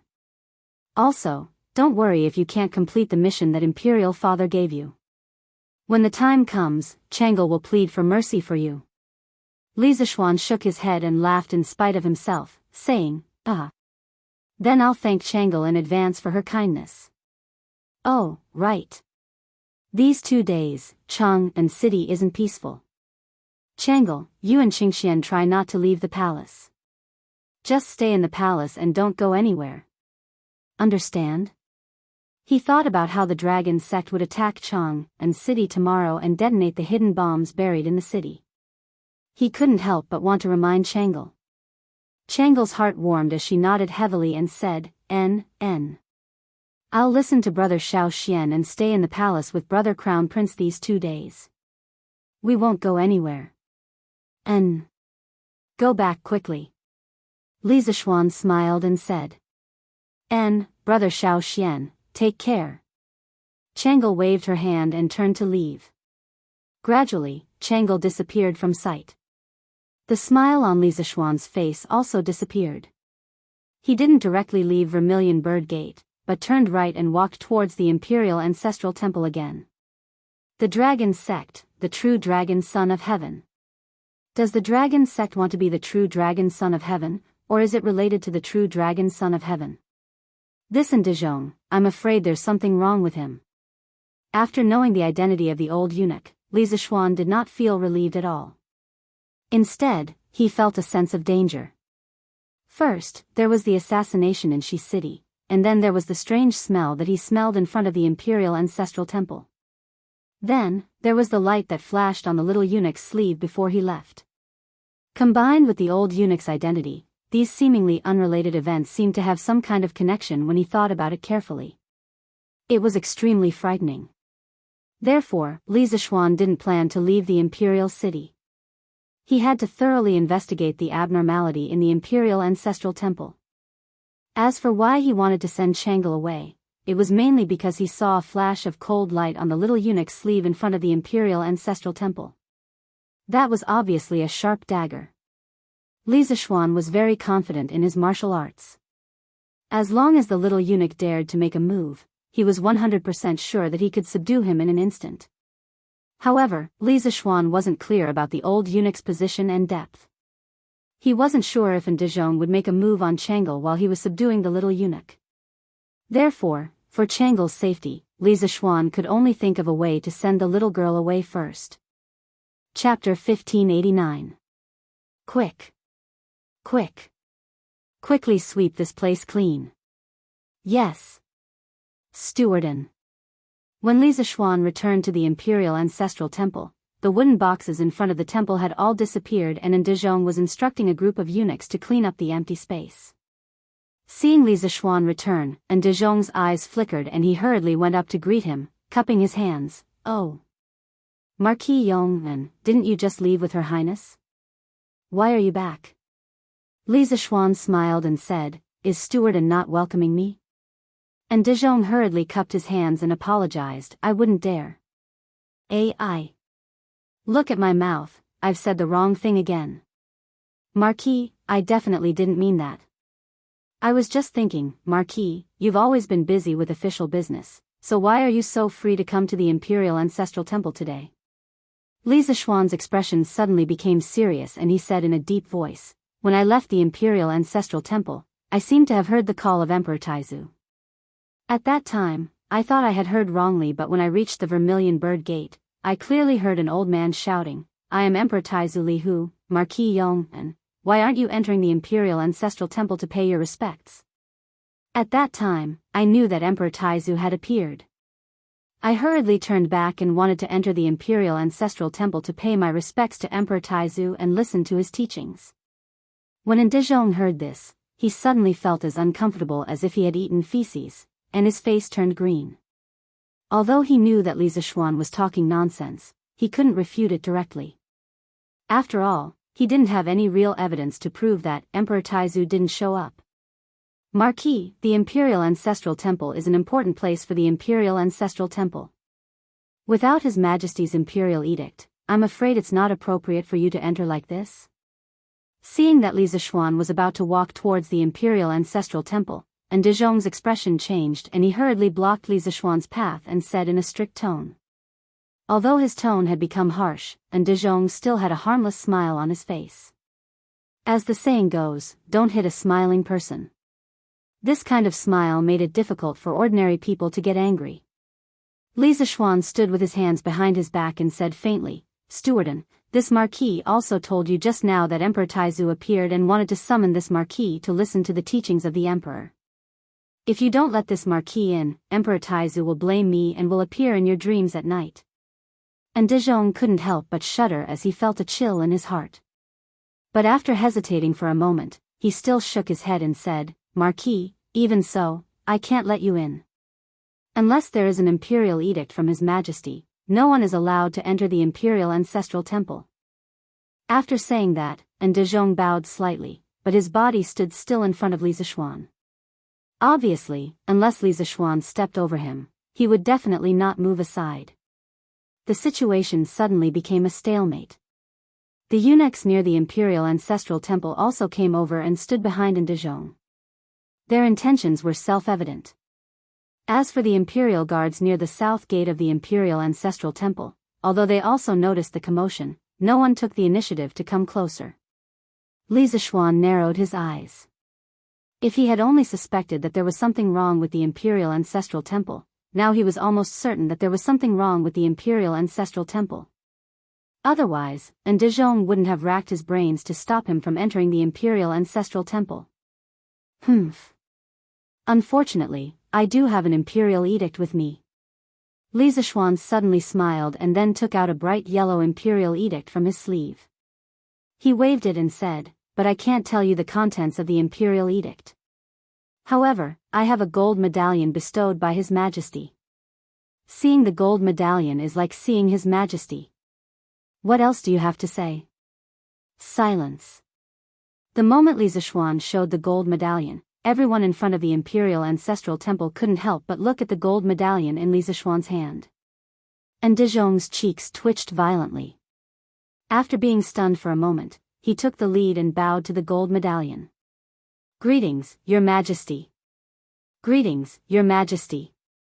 The eunuchs behind Ndizhong all bowed in unison. Li Zishuan had long since moved to the side. He was very clear in his heart that he was not blessed to enjoy these people's great salutes.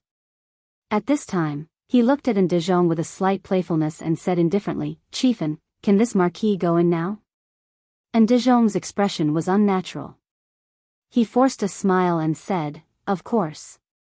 Marquis, please. Li Zishuan nodded with satisfaction. He then put away the imperial edict and gold medallion. With his hands behind his back, he walked directly to the steps in front of the Imperial Ancestral Temple. In fact, he could have taken out the imperial edict and gold medallion and forced his way in. However, if he did that, he wouldn't have the chance to test Ndizhong's reaction and attitude. Ndizhong, who was following behind, secretly gave a look to the eunuch beside him. The eunuch nodded and quickly followed Li Zishuan. The Imperial Ancestral Temple was very big. If it was calculated in square meters, Li Zishuan roughly estimated that the entire temple's floor area was at least 2,000 square meters. In the core area of the capital, there was actually someone who used a house of more than 2,000 square meters as an ancestral hall. It was estimated that only the ancient royal families could do such a rich thing. Marquis, the memorial tablet of Emperor Taizu is here. After entering the imperial ancestral temple, the eunuch who was following Li Zishuan the closest hurriedly came to Li Zishuan's side and led the way. Li Zishuan glanced at the eunuch indifferently. With his excellent memory, he naturally recognized the eunuch in front of him. He was the Shaoan Zi from before, the person whose sleeves flashed briefly with a cold light. You can lead the way. Li Zishuan almost instantly understood Ndizhong's plan. They didn't want him to wander around the imperial ancestral temple and investigate as he pleased. They wanted him to quickly finish paying respects to Emperor Taizu and leave as soon as possible. Li Zishuan inwardly sneered. Since this young master is here, I won't leave until I find out what's going on. Although it was already noon and time for lunch, Li Zishuan didn't feel the slightest bit hungry. When Li Er had given him this case, he had been worried sick.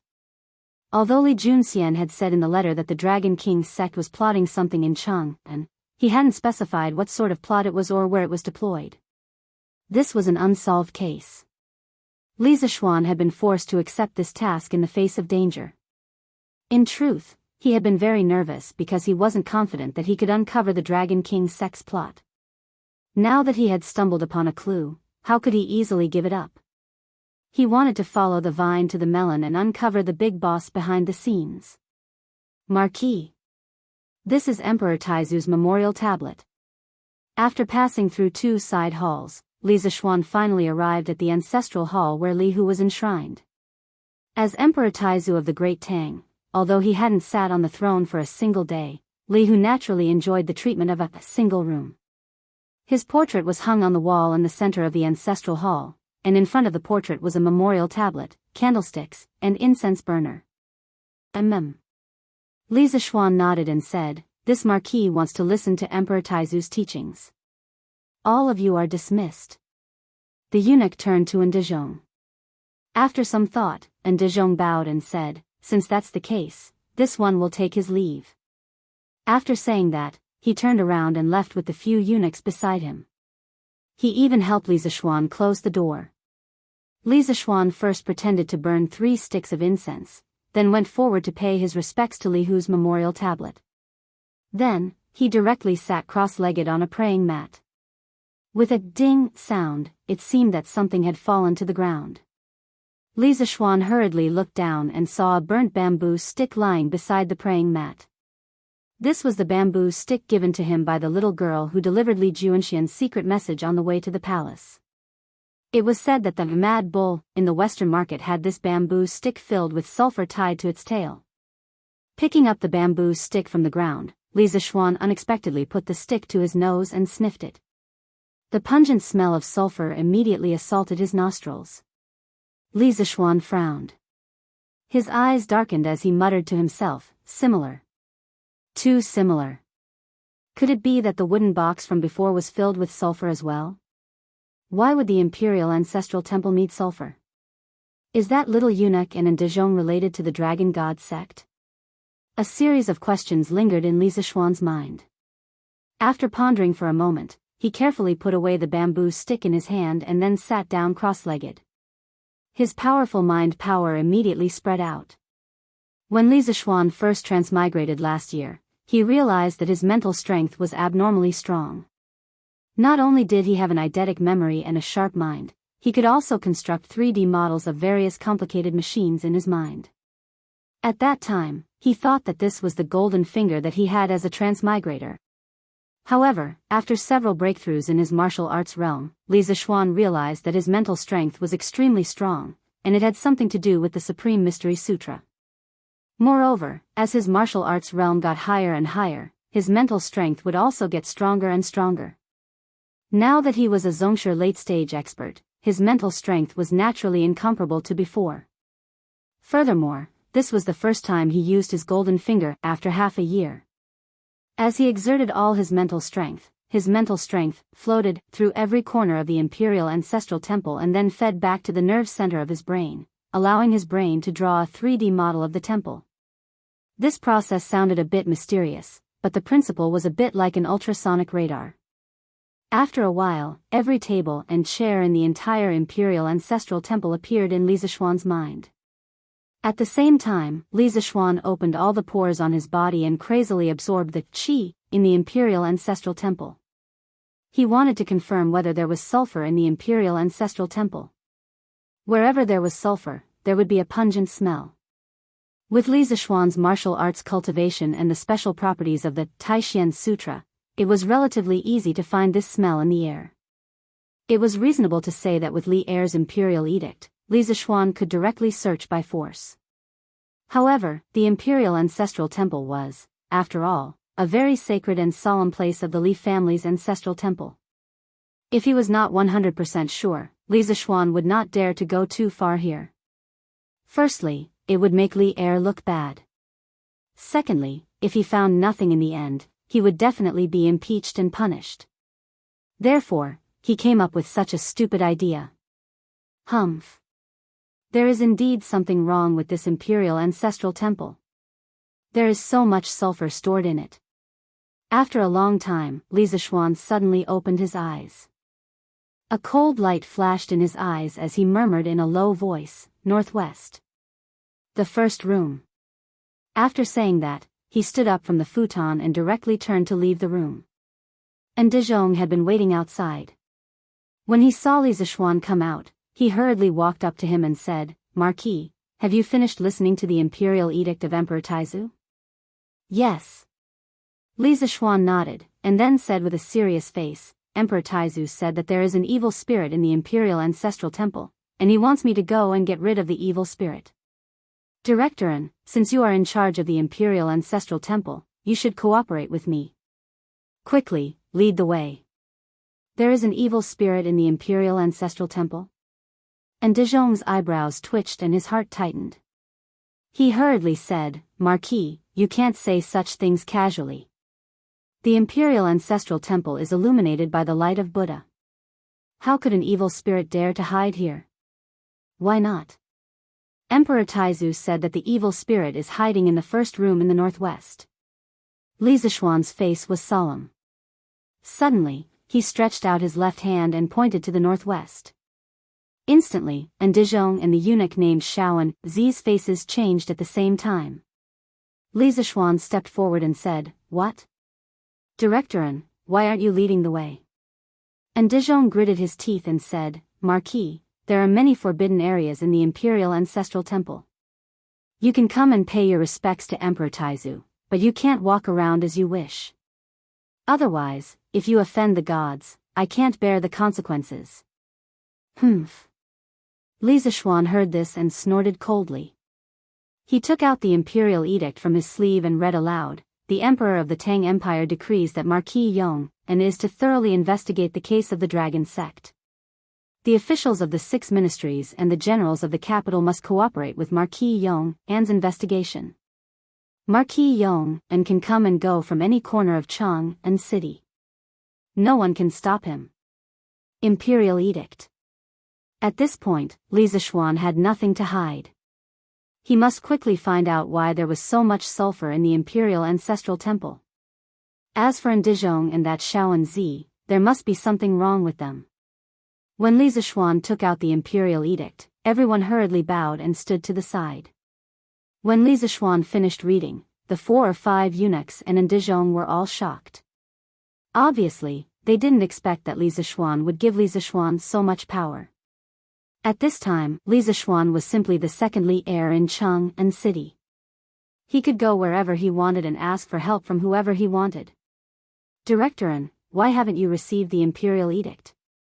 Don't tell me you want to go against the imperial edict."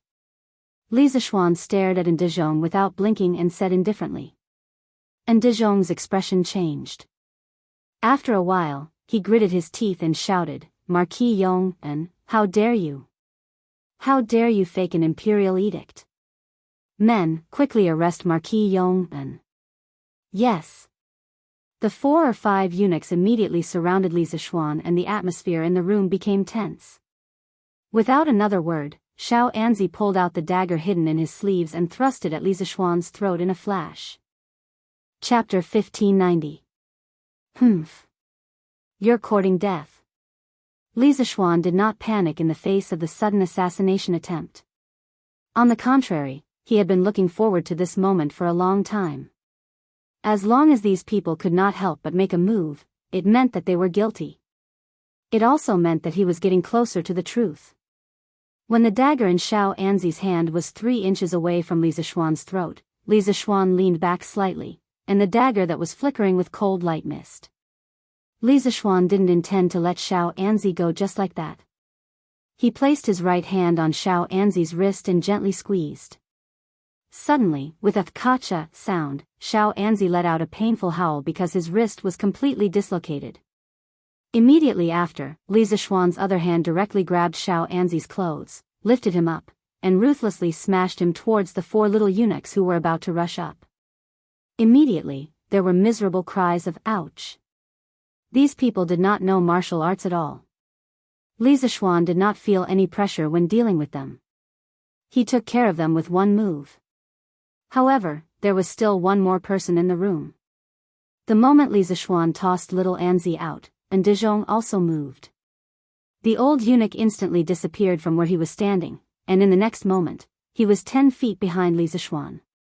His palm turned into a claw, and he ruthlessly grabbed at the back of Li Zishuan's neck. This speed was definitely not something an ordinary person could possess. The old eunuch was also a martial arts expert. He was at least close to the Grandmaster realm or had already reached the Grandmaster realm. What was worse was that the old eunuch's fingernails were purplish black.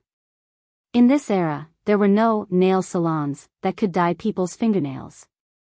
The old eunuch's fingernails were purplish black, which meant that he had applied poison on them. Humph. You are indeed not ordinary. Although Li Zishuan's back was facing in De Jong, he did not let his guard down. When he first met in De Jong, he felt that he could not see through in De Jong's strength. He had always been on guard against this old eunuch.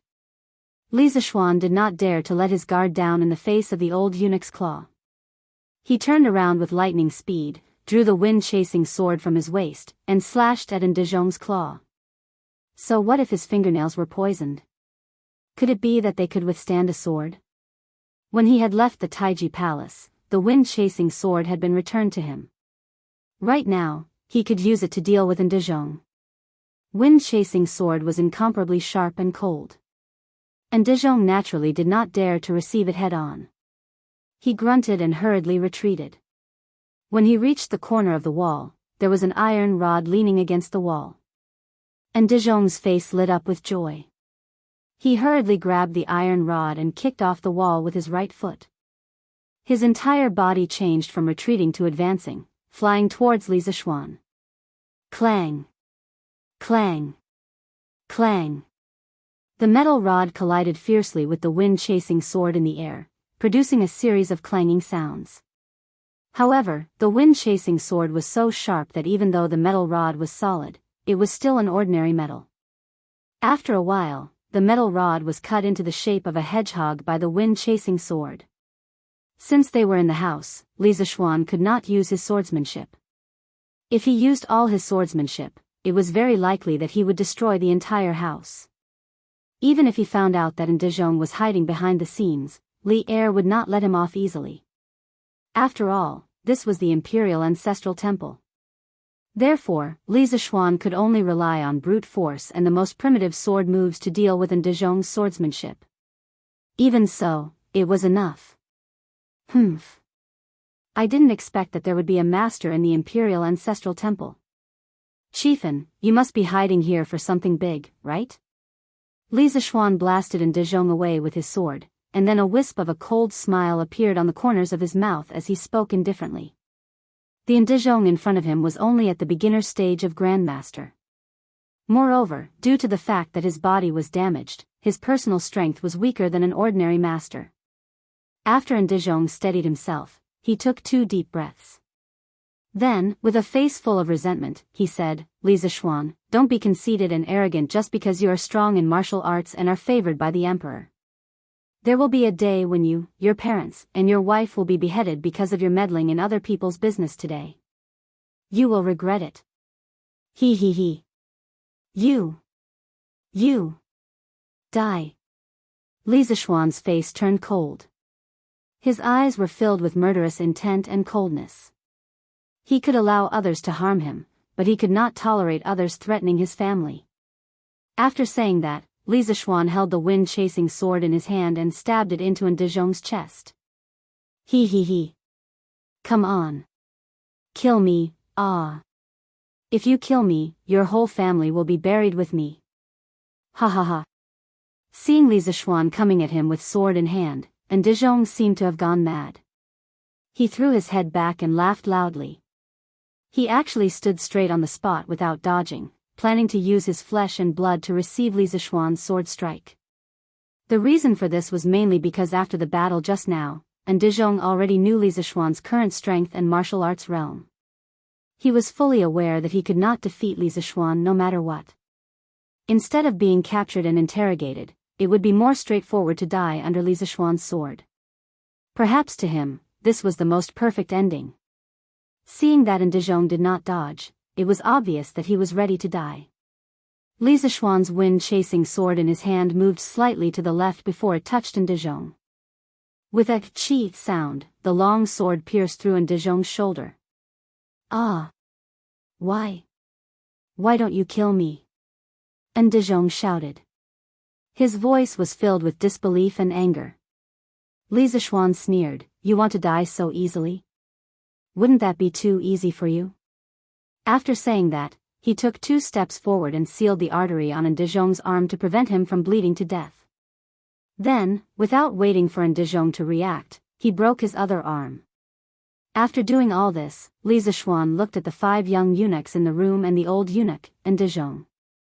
Then, he clapped his hands, indicating that he was done. Li Zixuan thought for a moment. With so many eunuchs, he wouldn't be able to escort them all by himself. Li Zixuan strode out of the Imperial Ancestral Temple in a flash and shouted in the direction of the southern gate, "Someone come quickly. There's an assassin in the Imperial Ancestral Temple." Whoosh! When the guards outside in Men's Gate heard this, they immediately moved and ran towards Li Zixuan's location. Li Zixuan nodded in satisfaction. Then, he turned around and returned to the small room. Quick! Feed me the medicine first." Just as he reached the door, Li Zixuan heard Ndizhong's urgent shouts from inside the room. He suddenly thought of something and hurriedly lifted his feet to step into the room. He saw that the 3 eunuchs were already foaming at the mouth and collapsed on the ground. Poison, this was obviously the symptom of poison.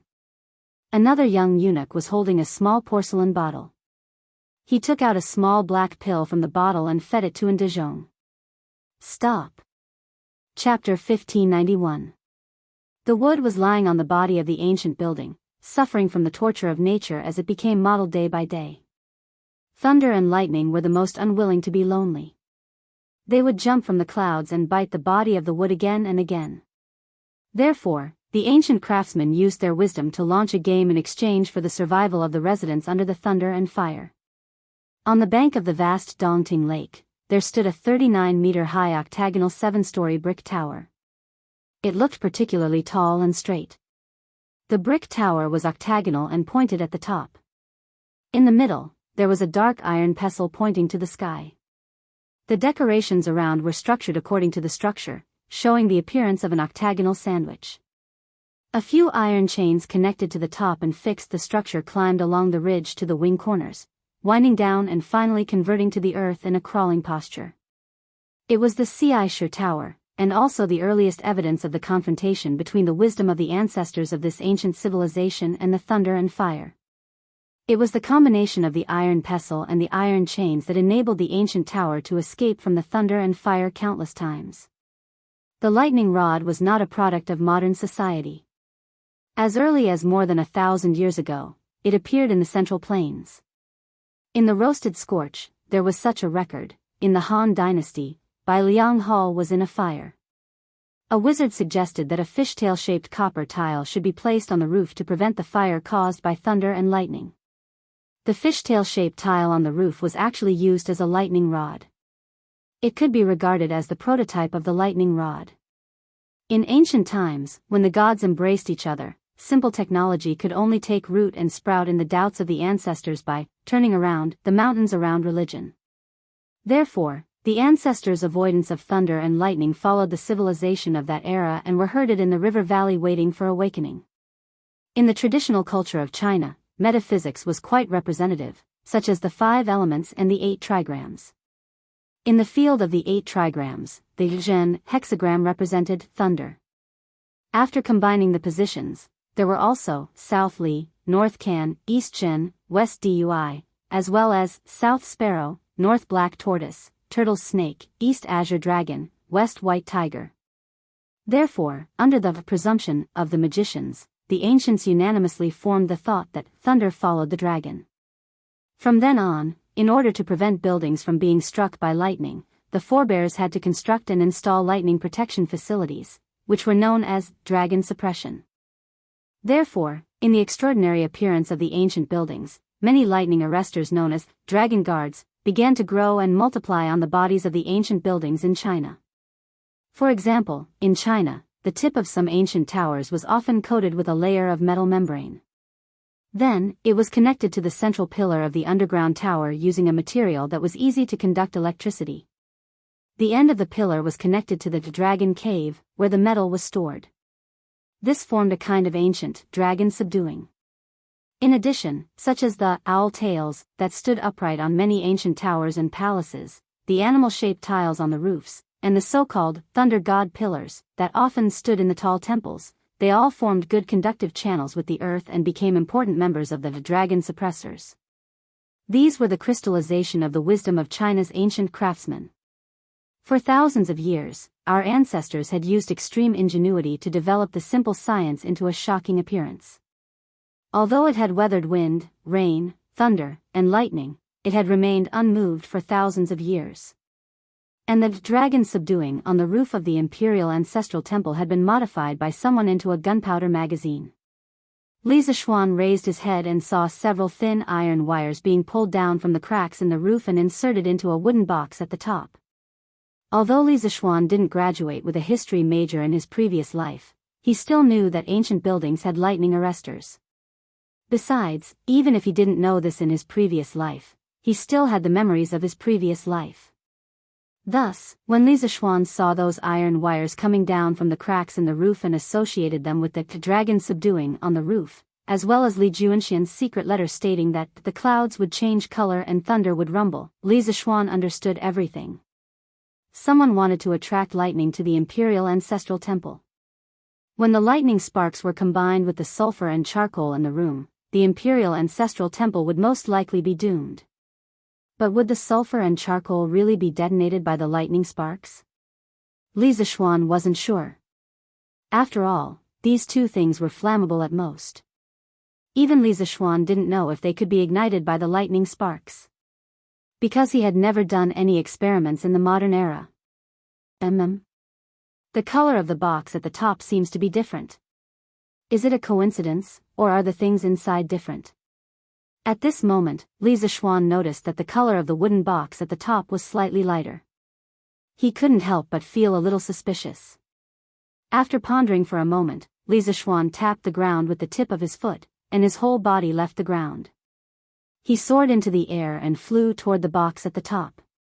He saw that the top of the box had been punched with 5 small holes, which were just enough for 5 iron wires to pass through. Li Zishuan pulled out the metal wire from the wooden chest. Then, he carried the wooden chest and returned to the surface. Just as he was about to open the wooden chest to investigate, he heard a series of hurried footsteps coming from outside the imperial ancestral temple.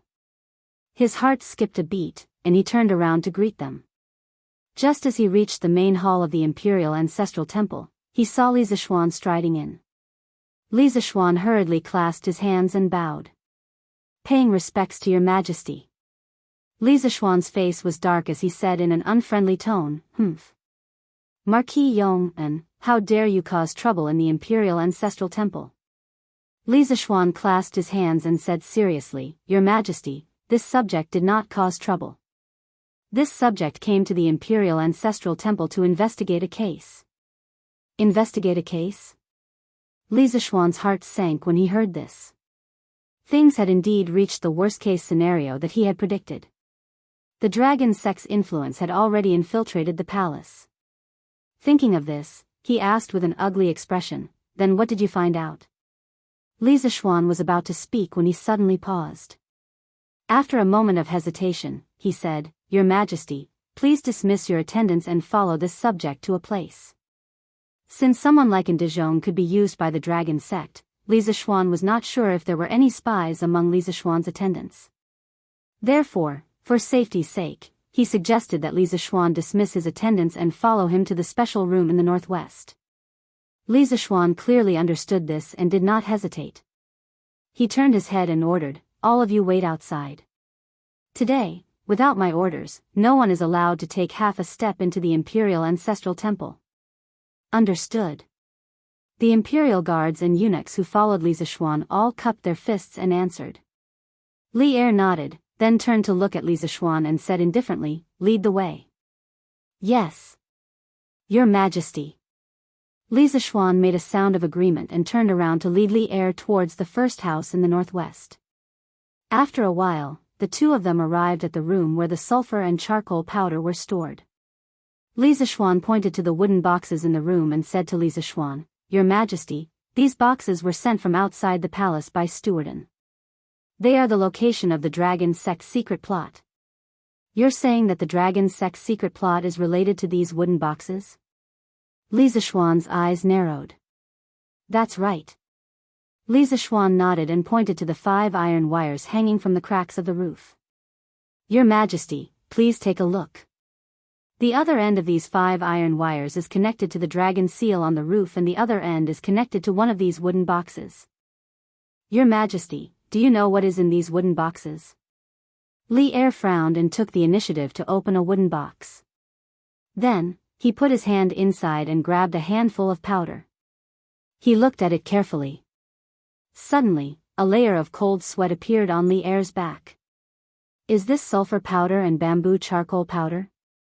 Because of Li Zishuan was one of the few people in the world who knew the formula of HY.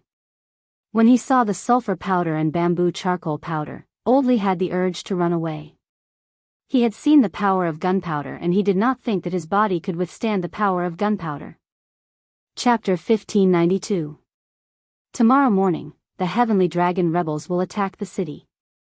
If we check the army before the battle, it will shake the morale of the army. In the Imperial Ancestral Temple, Li Er was silent for a while before he faintly sighed and said. Li Zishuan was silent. Although he was worried that some of the soldiers would defect to the dragon sect, he had to admit that Li Er's words made sense. Checking the army at this time would indeed shake the morale of the army.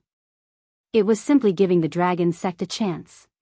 After a moment of silence, Li Er's eyes narrowed as he continued, the dragon sect used the Jasper Lake holy water to lure people into their sect. Those people who were deceived didn't work all day and even spent all their wealth just to join the dragon sect and obtain the Jasper Lake holy water. The dragon sect used demonic arts and holy water to confuse the common people. This emperor does not believe that this emperor's army will defect to the dragon sect and betray this emperor. Most of the generals of the 12 capital guards have fought with this emperor in the past. This emperor believes in them. As long as these generals do not defect, Cheng and city will not fall. Confidence. Even though the city would be besieged tomorrow, Li Er was still so confident. The 18 rebellions of the past, the Xuanwu Gate Rebellion in the 9th year of Wuda, and the tens of thousands of Turkic soldiers besieging the city were all unable to defeat Li Er. The dragon sect now only had a few tens of thousands of soldiers. How could they scare Li Er? In any case, Old Li had seen a lot of things. Your Majesty is so bold. Li Zishuan clasped his hands and praised. Then he said, however, I think that your Majesty should make 2 preparations. On the one hand, you should gather all the generals in the capital and let them be on guard against the rebellion of the soldiers in the camp. On the other hand, you should select soldiers from the imperial army and set up 9 supervision teams to guard the 9 city gates in the east, west, and south of Chang'an City. If there is a rebellion at the city gates, they can delay it for a while. Your suggestion is not without reason. This emperor will have someone arrange it in a while. Li Er nodded. The most important thing is to move all the boxes of sulfur, charcoal, and gunpowder away. The imperial ancestral temple is an important place of the imperial family. No matter what, no mishap is allowed. This emperor obeys. Li Zishuan cupped his fists and accepted the order. Just as he was about to turn around and arrange for people to come in and move the boxes, a soldier's urgent voice came from outside the imperial ancestral temple. Your Majesty, Marquis, something bad has happened. Stewardin and the other 2 eunuchs died on the way to the Supreme Court. It's General Bai Lang. What? Stewardin is dead? Li Zishuan instantly recognized the owner of the voice. It was the general in charge of escorting in Dezhong and the others. Hearing this, his expression suddenly changed and he exclaimed. Humph. Li Er was also furious. He flung his sleeve and took the lead to leave. Arriving at the main entrance of the Imperial Ancestral Temple, Li Er looked at Bai Liang, who was bowing and asking for forgiveness, with an ugly expression. He said coldly, Speak. How did Dezhong die? Who was the murderer? Did you catch him? Bai Liang had originally come to report to Li Zishuan, but he did not expect Li Er to be here as well. This was really bad luck. But now, he had to accept this reality. At this time, Li Zishuan also came out of the Imperial Ancestral Temple. Bai Liang bowed to Li Er and cupped his fists. Your Majesty, just now, I brought people to escort Stewardin and the others to the Supreme Court. On the way, 3 soldiers suddenly brandished their swords and killed Stewardin and the others. Then, they directly killed themselves. When I reacted, it was already too late. Your Majesty, please punish me. After saying this, Bai Liang knelt on one knee and did not dare to raise his head. When Li Er heard this, he could not help but be furious. Bastard! In the imperial city, my key criminals were killed by your soldiers. How did you manage the army? Men, drag Bai Liang away and throw him into the death row prison. Speaking of which, Li Er originally wanted to ask something from Dezhong. He did not believe that Dezhong was the only one who contributed to the entire Heavenly Dragon conspiracy. He dared to conclude that there must be other officials and generals who secretly provided assistance to Dezhong. But now that Dezhong was dead, all the clues were cut off. This meant that his hopes of finding more Heavenly Dragon sect spies from Dezhong were completely dashed. How could Li Er not be angry? Your Majesty, please calm down. Seeing Li Zishuan sentence a young general to death with just a few words, Li Zishuan quickly stepped forward and said, Your Majesty, the Heavenly Dragon sect's forces are everywhere. Not only are they hidden in the Imperial Ancestral Temple, but they are also present in the Imperial City's army. It is impossible to guard against them. General Bai did not know about the Heavenly Dragon conspiracy and was unprepared, which led to the death of Stewardin. Although he is suspected of dereliction of duty, it is pardonable. Your Majesty, please show mercy. When he finished, Bai Liang could not help but look at Li Zishuan gratefully. Li Er took 2 deep breaths, finally calming down the anger in his heart. He waved his hand and said, Humph. You may be spared from death, but you cannot escape punishment. In a while, you will receive 20 strokes of the military rod. In addition, we will give you a chance to make up for your mistakes. After that, you must assist the Marquis of Yong, and to investigate the identity of those 3 soldiers, their family background, whether they have any accomplices, and what kind of relationship they have with the Heavenly Dragon sect. This general, Bai Liang, thanks your Majesty for your mercy. This general will do his best to assist the Marquis of Yong, and in finding out the remaining Heavenly Dragon sect members in the Imperial City. Bai Liang bowed and said excitedly. Although since ancient times, if the emperor wants the subject to die, the subject has no choice but to die. But if there was a choice, who would be willing to die? At this moment, Bai Liang felt like he had just survived a calamity. Li Er turned to Li Zishuan and said solemnly, Marquis of Yong'an, we are very pleased that you were able to find the hidden danger in the Imperial Ancestral Temple so quickly. However, no one knows if the Heavenly Dragon sect has any other schemes in Chang'an City. Thus, we order you to immediately bring people to clean up the hidden dangers of the Heavenly Dragon sect in Chang'an City. At the same time, find those who are colluding with the enemy. Remember, we want them alive. Hearing that, Li Zishuan suddenly felt a toothache. Old Li made it sound easy, but this matter was too difficult to handle. He, Li Zishuan, had never been a spy or a detective in his previous life. This kind of job of finding spies and unraveling conspiracies, he really couldn't do it. Just now, the Imperial Ancestral Temple was just his luck. This subject will do his best. Although there were many difficulties, Li Zishuan did not refuse. His face was solemn as he cupped his fists and accepted the order. Perhaps Li Er also knew that this matter was too difficult to handle. He patted Li Zishuan's shoulder and said solemnly, Go ahead and do it. No matter which officials or generals are involved, capture them. We will give you the authority to act first and report later.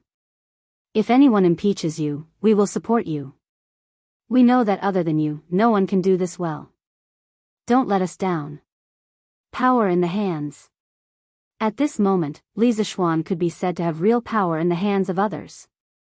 Chang'an's civil and military officials, as well as the generals of the 12 capital guards, he could capture whoever he wanted.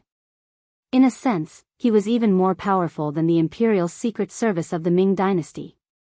Of course, this also reflected Li Er's unreserved trust in Li Zishuan. Li Zishuan was a little touched.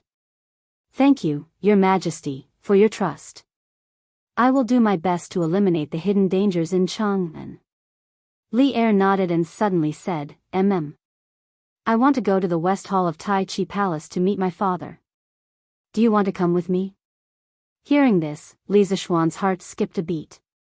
After he came back to his senses, he waved his hand and said, Your Majesty is catching up with the father and son of the retired emperor. As an outsider, I won't spoil the fun.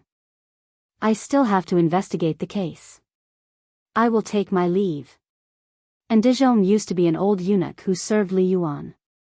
Now that Ndizhong colluded with the dragon sect and tried to blow up the Imperial Ancestral Temple, it was hard for Li Er not to suspect that Li Yuan had secretly instructed him to do so. Therefore, old Li was obviously going to find Li Yuan to denounce him. There would definitely be a fierce struggle. Perhaps, the father and son would turn against each other on the spot. Li Zishuan would rather be beaten to death than join in the fun. Knowing too much about the imperial family was not beneficial to him at all. Li Er looked at Li Zishuan meaningfully and said, If that's the case, then you go and investigate the case. Li Zishuan felt like he had been pardoned. He quickly said, Your Majesty. As soon as he finished speaking, he immediately fled with Bai Liang and the others. Dragon head, not good. Not good. At the peak of the Serpent Spirit Mountain, the dragon head of the dragon sect was sitting in the middle of a wooden house. His eyes were closed as he rested. Suddenly, a wave of panicked shouts came from outside the house. Not long after, Zhang Liang, the judge of the broken finger, ran in a panic. The iron-masked man suddenly opened his eyes. He then asked indifferently, Why are you so alarmed? Zhang Liang promptly bowed and said, Reporting to the dragon head, the scouts at the front have sent news. The 4 city gates of Chang'an have been sealed. No one is allowed to enter or leave. I'm afraid that Venerable Du Yi will not be able to return today. What on earth happened in Chang'an? The iron-masked man suddenly stood up and walked down the steps. He arrived in front of Zhang Liang and asked. Zhang Liang hesitated for a moment before replying, We bribed one of the city gate guards. Reportedly, someone in the city attempted to kidnap the crown prince and Princess Chang'e. In a rage, Li Shimin gave the order to seal the city gates and pursue the culprit. Bastard. Muddle-headed. The iron-masked man could not help but coldly snort, saying, This is definitely Du Yi's idea. At such a critical moment, he actually caused problems for this seat. If Li Shimin is alerted and takes precautions in advance, this seat will dismember Du Yi into 10,000 pieces. Hearing that his competitor was unlucky, Zhang Liang could not help but secretly rejoice. However, it was only for a moment. This was because he knew that his fate had long since been firmly tied to the dragon sect. If the dragon sect did not succeed this time, his fate would be extremely miserable. Dragon Head, since the 4 city gates of Cheng and have not been opened, it means that Li Shimin has not captured Venerable Du Yi and the others. Moreover, there are still many disciples of our sect in Cheng, and they will definitely assist Venerable Du Yi in evading the imperial court's pursuit. Dragon Head need not be overly worried. Zhang Liang bowed slightly and said. Hearing this, the iron-masked man felt somewhat at ease. After a moment of silence, he said, pay close attention to the situation in Cheng, and once there is news, immediately report back. Yes. Dragon Head. Zhang Liang responded. Finally, he hesitated for a moment before asking, Dragon Head, will we act according to the plan tomorrow? The iron-masked man nodded and said in a deep voice, of course. We have already prepared a great gift for Li Shimin in Cheng, and tomorrow, we will occupy the right time, the right place, and the right people. If we do not grasp such a good opportunity, wouldn't it be too much of a pity? As long as Du Yi is not captured by Li Shimin, we will act according to the plan tomorrow. This subordinate understands. Chapter 1593.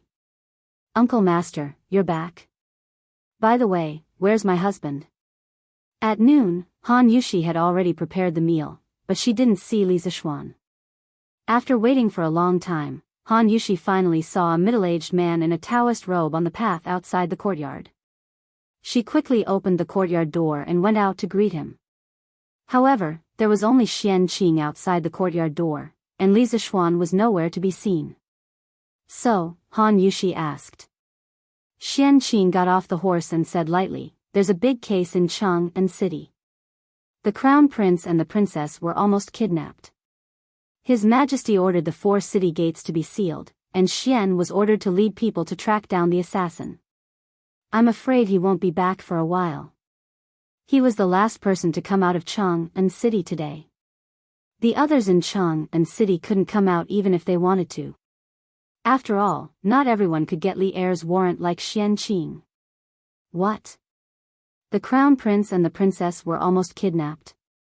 Han Yushi was shocked and couldn't help but worry. Who is so bold to openly harm the crown prince and the princess in Cheng and city? Uncle Master, are the crown prince and the princess okay? Also, my husband is investigating in Cheng and city. He shouldn't be in danger, right? Seeing the sincere feelings in Han Yushi's eyes, Xian Qing couldn't help but nod secretly. He was happy that Li Zishuan had found a wife who was truly in love with him. Xian and I arrived in time, so the crown prince and the princess are safe. As for Xian's safety, you don't have to worry. The assassin has alerted His Majesty, and the city defense in Cheng and city will be strengthened. Besides, Xian's martial arts are now considered to be a small success. It won't be easy for others to hurt him. Xian Qing paused for a moment and said. Hearing this, Han Yushi couldn't help but breathe a sigh of relief. When she was about to speak, she heard the sound of a carriage not far away. Looking over, she saw a carriage slowly coming here. Looking at the sign, it was the carriage of the Li family. Father and mother are here. The carriage came to the gate of the courtyard, and Han Yushi hurried to greet them. The curtain opened, and a head popped out. It was Lan followed by Father Li and Madam Li. Father, mother, why are you here? Han Yushi went forward to support Madam Li's arm and asked casually. Li Zishuan had rushed back to Cloud Mountain last night and didn't have the time to return to the Marquis' residence in Lantian County. Before the morning court session, Li Zishuan had told Han Yushi that he would bring her back to Lantian County in the afternoon. In the morning, Han Yushi had also sent a family guard to the Marquis' residence to inform Father and Madam Li that Li Zishuan had already returned to Cloud Mountain and would return to the Marquis' residence in the afternoon. Han Yushi did not expect Li Jingma, Madame Li, and Lan to come directly to Cloud Mountain. Hey! Isn't it all because of your mother? Once she heard that Xian had returned, how could she still be willing to wait bitterly in the manor? She kept urging this old man to quickly pack up and come to Cloud Mountain. Hearing Han Yushi's question, Li Jingma couldn't help but stroke his beard. Mrs. Li glared at her husband and said unhappily, "Master, you're still scolding me? Previously, when I heard that little Xian had returned to Cloud Mountain, I don't know who was the one who walked around in the study alone and muttered for half a day. If I didn't urge you to come over, I'm afraid our study would have been flattened by you."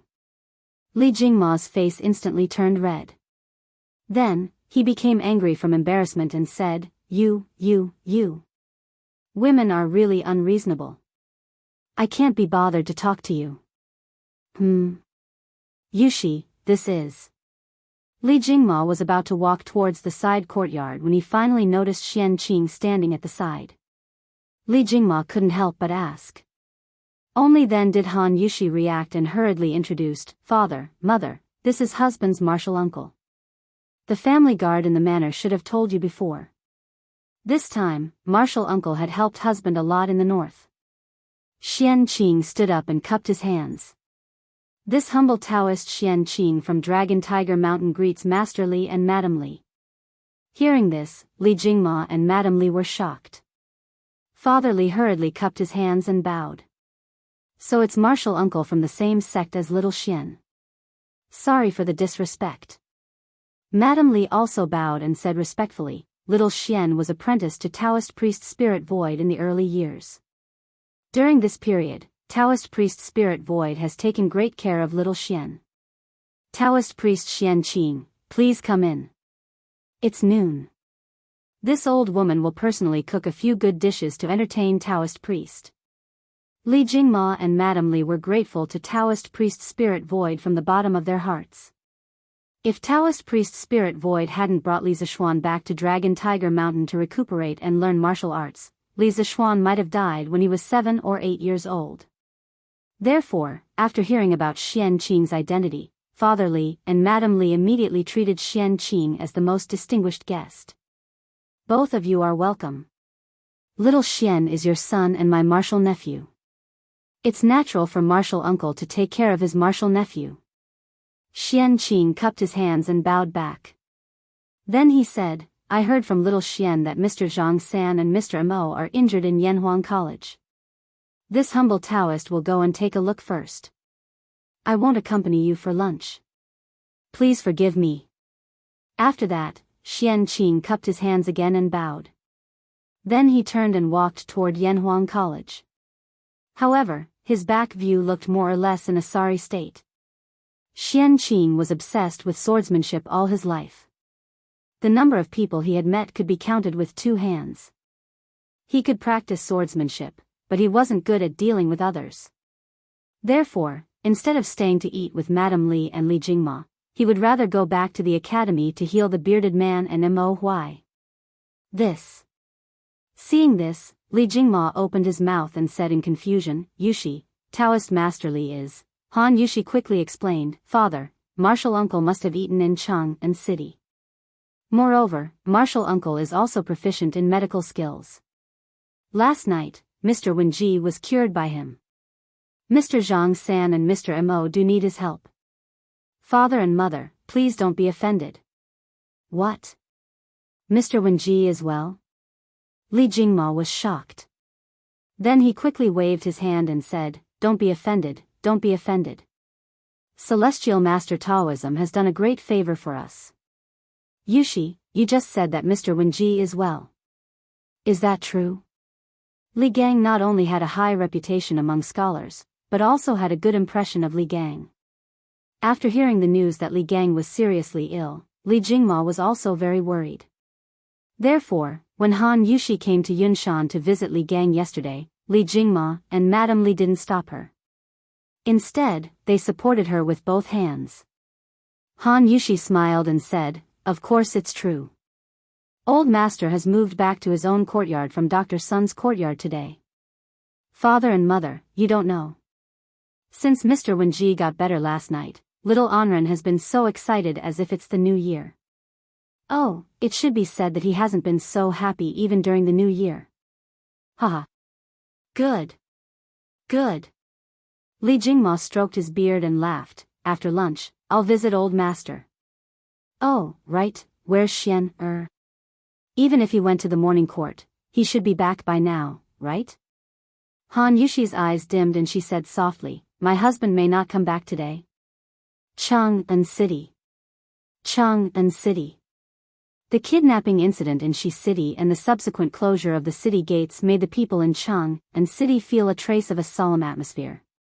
Then, the Imperial Army, Supreme Court, and the Imperial government's troops all went out to search for people of unknown origin in the streets. This made the people even more frightened. Everyone had a sense of crisis in their hearts. Some old people couldn't help but murmur secretly, is the Golden Age coming to an end?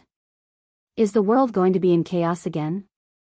The assassination of the Crown Prince and the Princess in the streets in the capital city was definitely a hidden conspiracy. It meant that someone wanted to go against the Imperial Court. This made the old people couldn't help but think of the chaotic times in the late Sui dynasty. Marquis, the Military Weapons Bureau, Zongjing Temple, and Zhongling Temple have all been investigated. No abnormalities have been found. However, I'm afraid that we can't investigate in the Imperial City. Supreme Court. Lu Dui sat high up in the seat of honor. Li Zishuan and Sun Fujia sat on his left and right respectively. As for Dai Zhou, he led the Supreme Court's Yamen runners to search for Du Yi's whereabouts in Chang'an City. At this time, Chang Ping, the general of the Anshan Gate, came in and reported to Li Zishuan with a bow. After finding out the hidden danger in the Imperial Ancestral Temple, Li Zishuan didn't dare to relax. He listed 4 secret yamens in the Outer Emperor City that were easy to cause trouble. Then, he ordered Chang Ping to lead the Imperial Army to investigate. The key was to check if there were dangerous flammable and explosive materials such as sulfur, charcoal powder, fireworks, and gunpowder. Previously, Chang Ping failed in escorting the criminals. If Li Zishuan hadn't pleaded for him, he would have been beheaded by Li Zishuan. Therefore, he was very grateful to Li Zishuan. He was even more alert and attentive to what Li Zishuan ordered him to do. On the one hand, he wanted to repay Li Zishuan. On the other hand, he wanted to make up for his mistakes. Therefore, the 4 secret yamens were almost turned upside down by Chang Ping. Hearing this, Li Zishuan nodded with satisfaction and said, since nothing happened, that's great. As for the Imperial City, you don't have to worry about it. When Supervisor Zhao returns, he will bring people to investigate the Imperial Palace. Yes. Chang Ping cupped his fists and answered. Li Zishuan thought for a while and ordered, although Ndizhong and the other 2 eunuchs were killed, there must be their accomplices among the people they were in contact with. Chang Ping, immediately arrest these people and interrogate them one by one. If necessary, you can use torture.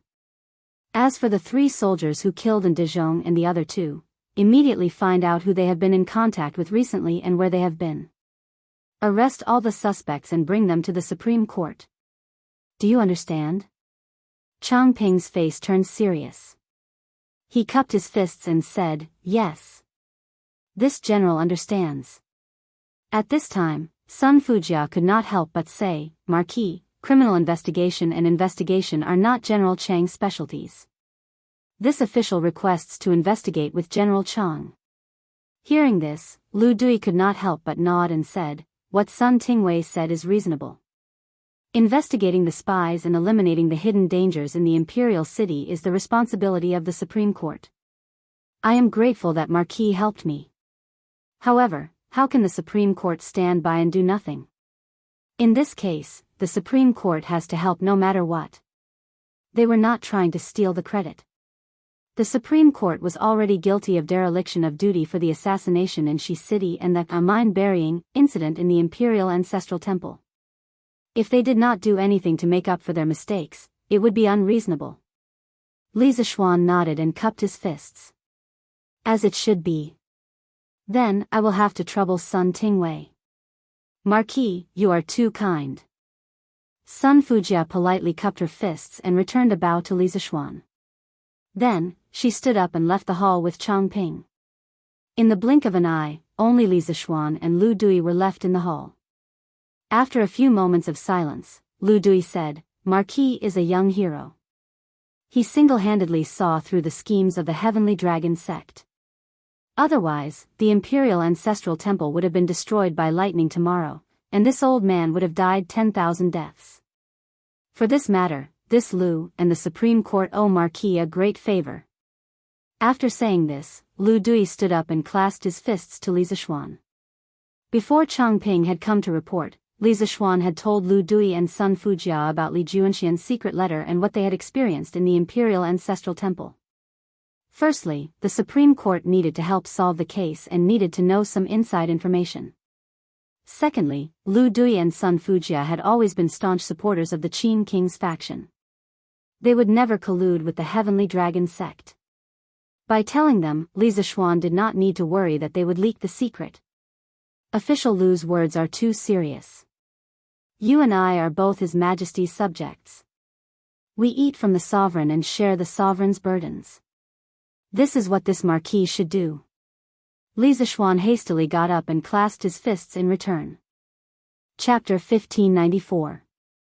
Isn't this because of the Jade Lake holy water? In the main hall of the Supreme Court, Li Zixuan was stunned for a moment before answering Lu Dui's question. Regarding the Jade Lake holy water, Li Zixuan had heard Li Tai mention it in a telegram before returning to Cloud Mountain.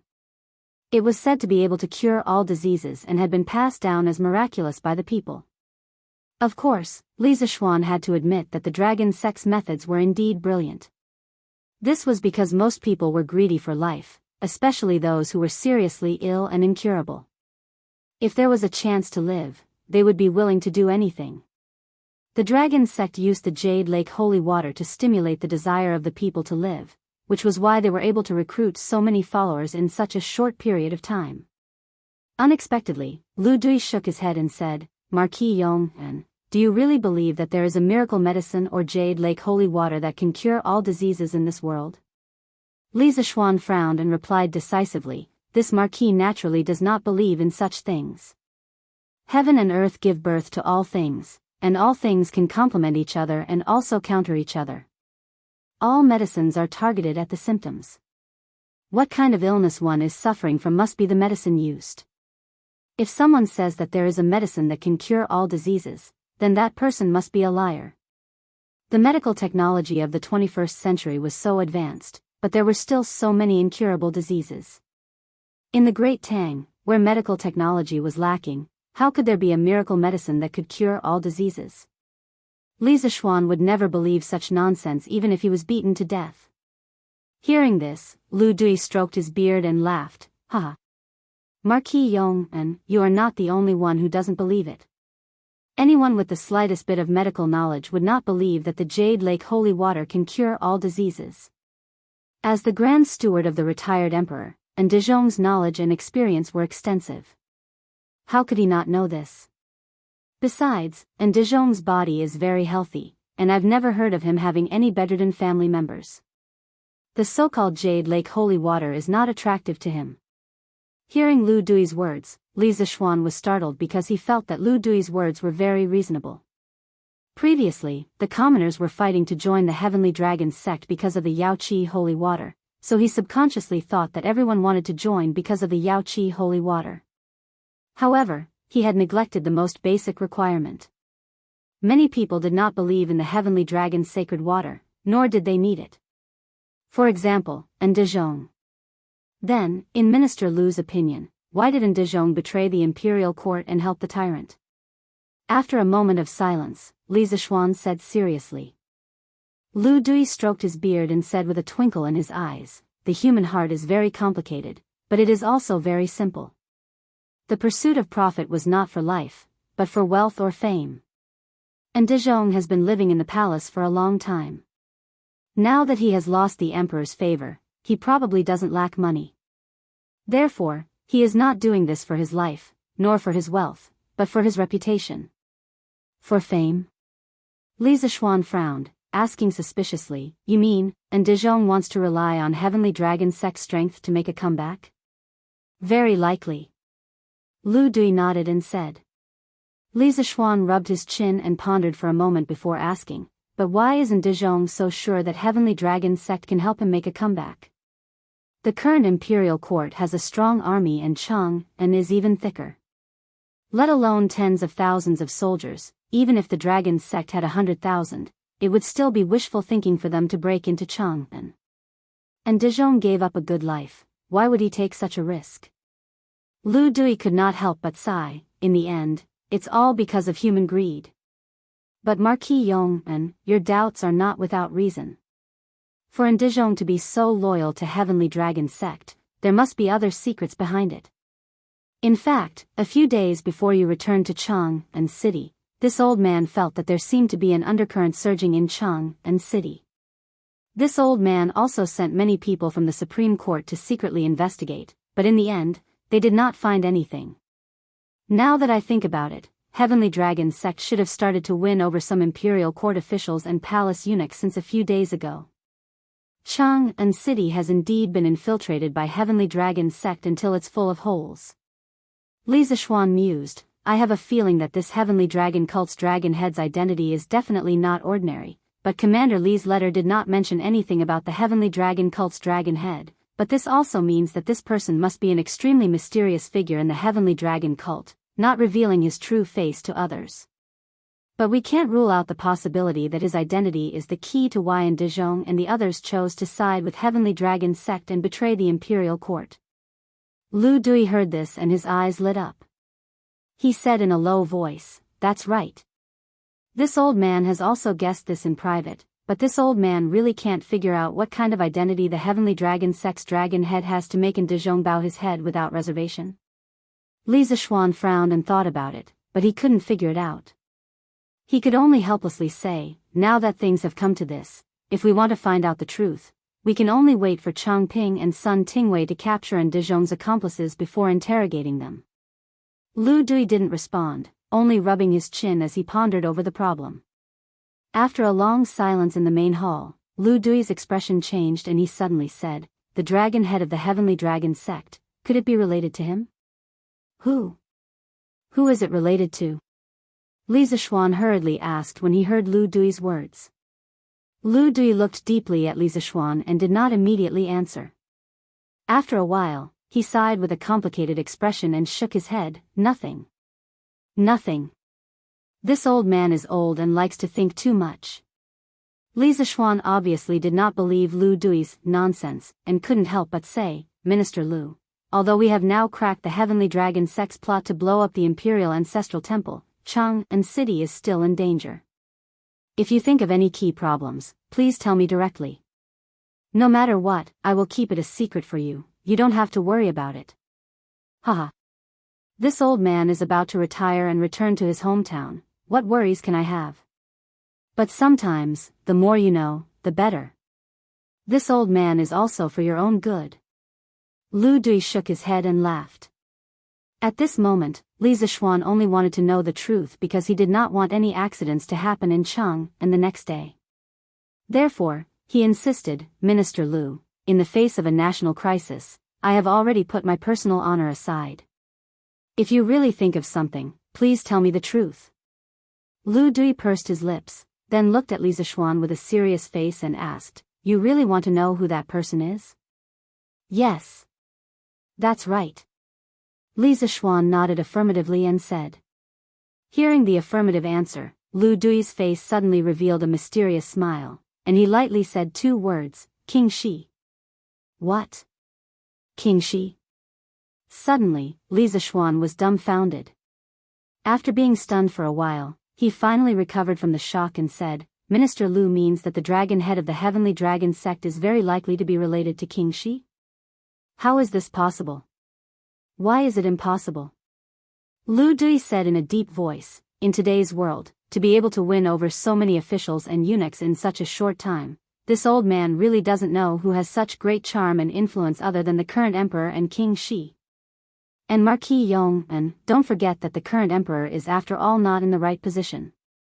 The imperial court seems to be harmonious, but who knows how many people are still on King Shi's side. At this time, if someone uses the name of King Shi to gather them and ask them to conspire, do you think they will agree? Bang, bang, bang. The two words, King Shi, directly made Li Zishuan's heart beat faster, because these two words were a taboo in the imperial court, and no one dared to mention it openly. But Lu Dui's following words made Li Zishuan even more shocked. What did he mean by, the current emperor is after all not in the right position? Big brother, although this is something that everyone knows, you can't say it out like this. What's wrong with old Lu today? Why does he dare to say anything? Li Zishuan couldn't help but mutter in his heart. In his mind, Lu Dui used to be a very cautious, mature, and solemn person. He spoke with a sense of propriety. He would only say things that should be said and would never reveal anything that shouldn't be said. But why was he acting so different today? In fact, the reason behind it was very simple, and not as complicated as Li Zishuan thought. Lu Dui only had the thought of retiring, and he wanted to guide the younger generation before retiring, that was all. If not for this, he wouldn't have said those words even if he was beaten to death. But, didn't King Shi die back then? Li Zishuan racked his brains for a long time, but he couldn't think of a reason. He could only put this question aside for the time being and ask instead. Lu Dui said faintly, although King Shi is dead, there are still remnants in the world. A few days ago, I went through the files of the Supreme Court for nearly a year, and I really found a case related to King Shi. Hearing this, Li Zishuan immediately perked up, only to hear Lu Dui continue. In March this year, Wang Renbiao, the provincial governor of Qizhou, reported that Zhang Liang, the former county magistrate of Yong County, attempted to rape Li Jingchu, a commoner, and used King Shi's gold medallion to harm Li Jingchu's family. At that time, Wang Renbiao took office in Qizhou. Li Jingchu carried a coffin to block the city gate and cried about her grievances. After the matter was exposed, Zhang Liang disappeared. Li Zishuan was shocked, because he was too familiar with this matter. Half a month ago, he went to the north to kill locusts. When he passed by Qizhou, he had secretly matched Wang Renbiao and Li Jingchu. However, after he finished matching Wang Renbiao and Li Jingchu, he put this matter to the back of his mind. He didn't connect this matter to the case of the dragon sect. As for the crucial King Shi's gold medallion in Zhang Liang's case, he didn't pay much attention to it from the beginning to the end. Lu Dui was indeed worthy of being the Chancellor of the Supreme Court. His meticulous logic and meticulous observation skills were able to link two seemingly unrelated matters together in such a reasonable manner. At this moment, Li Zishuan couldn't help admiring old Lu's ability to solve cases. Sure enough, there was a specialization in this field. Old Lu's specialty was investigation and trial. This time, he chose to cooperate with the Supreme Court to investigate the case, which was indeed a wise move. Chancellor Lu, I also heard about this from Renbiao. According to your analysis, this Zhang Liang is a remnant of King Shi, and it is very likely that he is in the dragon sect at this moment. Chapter 1595. Marquis Yong, and, since His Majesty has given you the power to mobilize all forces to investigate the case, Marquis Yong, and, you don't need to be afraid of the slightest thing. Once you find out that the officials of King Shi's faction have been in contact with Du Yi, you can send troops to ambush them around their residences. Tomorrow, when the dragon sect attacks the city, if they make any strange movements, you can take them all down. Once the dragon sect is destroyed, His Majesty will naturally be free to punish those officials. In the Supreme Court, Lu Dui stood up and looked sternly at Li Zishuan. In fact, he said this with a certain degree of selfishness. In his view, if Li Zishuan directly went to see Li Er and made the matter clear, Li Er would definitely be forced to carry out a major investigation. However, even if the officials of Li Jianqing's faction were found to have been in contact with Du Yi, there was no direct evidence to prove that they had agreed to Du Yi's request. With insufficient evidence and the fact that most of those officials had not done anything to betray the court, Li Er would most likely pardon them again in order to show his image as a benevolent ruler. But among those pardoned officials, there were bound to be many fish that had escaped the net. Although Li Er had pardoned them, they were a ticking time bomb for the Great Tang. They did not have time to rebel against the court during the dragon sex uprising, so if someone were to use Li Jianqing's banner to rebel next time, who knew if those officials would be swayed again? Thus, rather than burying a hidden danger in the future, it was better to settle the matter now. When those officials of King Shi's faction really did comply with Du Yi's request to work for the dragon sect, he could directly come forward and catch them red-handed.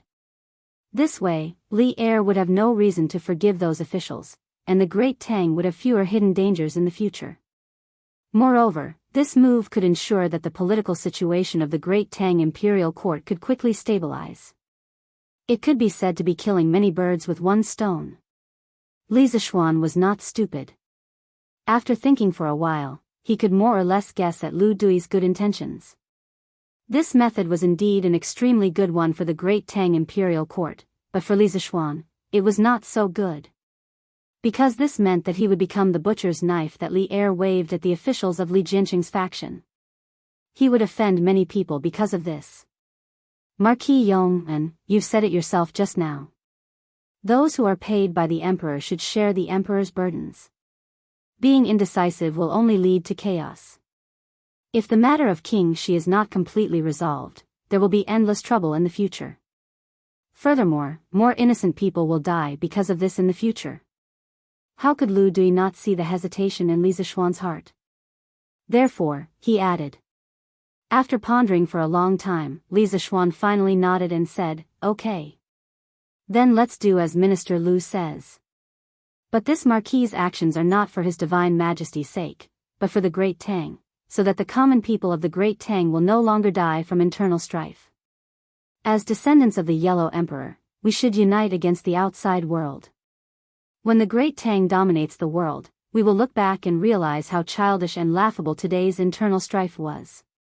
Without waiting for Lu Dui's response, Li Zishuan turned around and left. The Great Tang dominates the world. I hope I can see this day in my lifetime. In the hall, Lu Dui looked at Li Zishuan's back and sighed. After leaving the Supreme Court, Li Zishuan went straight out of the Imperial Palace and went to Duke Wei's mansion. Although he had Li Er's Imperial Edict and Gold Medallion, which allowed him to mobilize any troop in the capital, he had to inform Li Jing, the Minister of War and a military expert.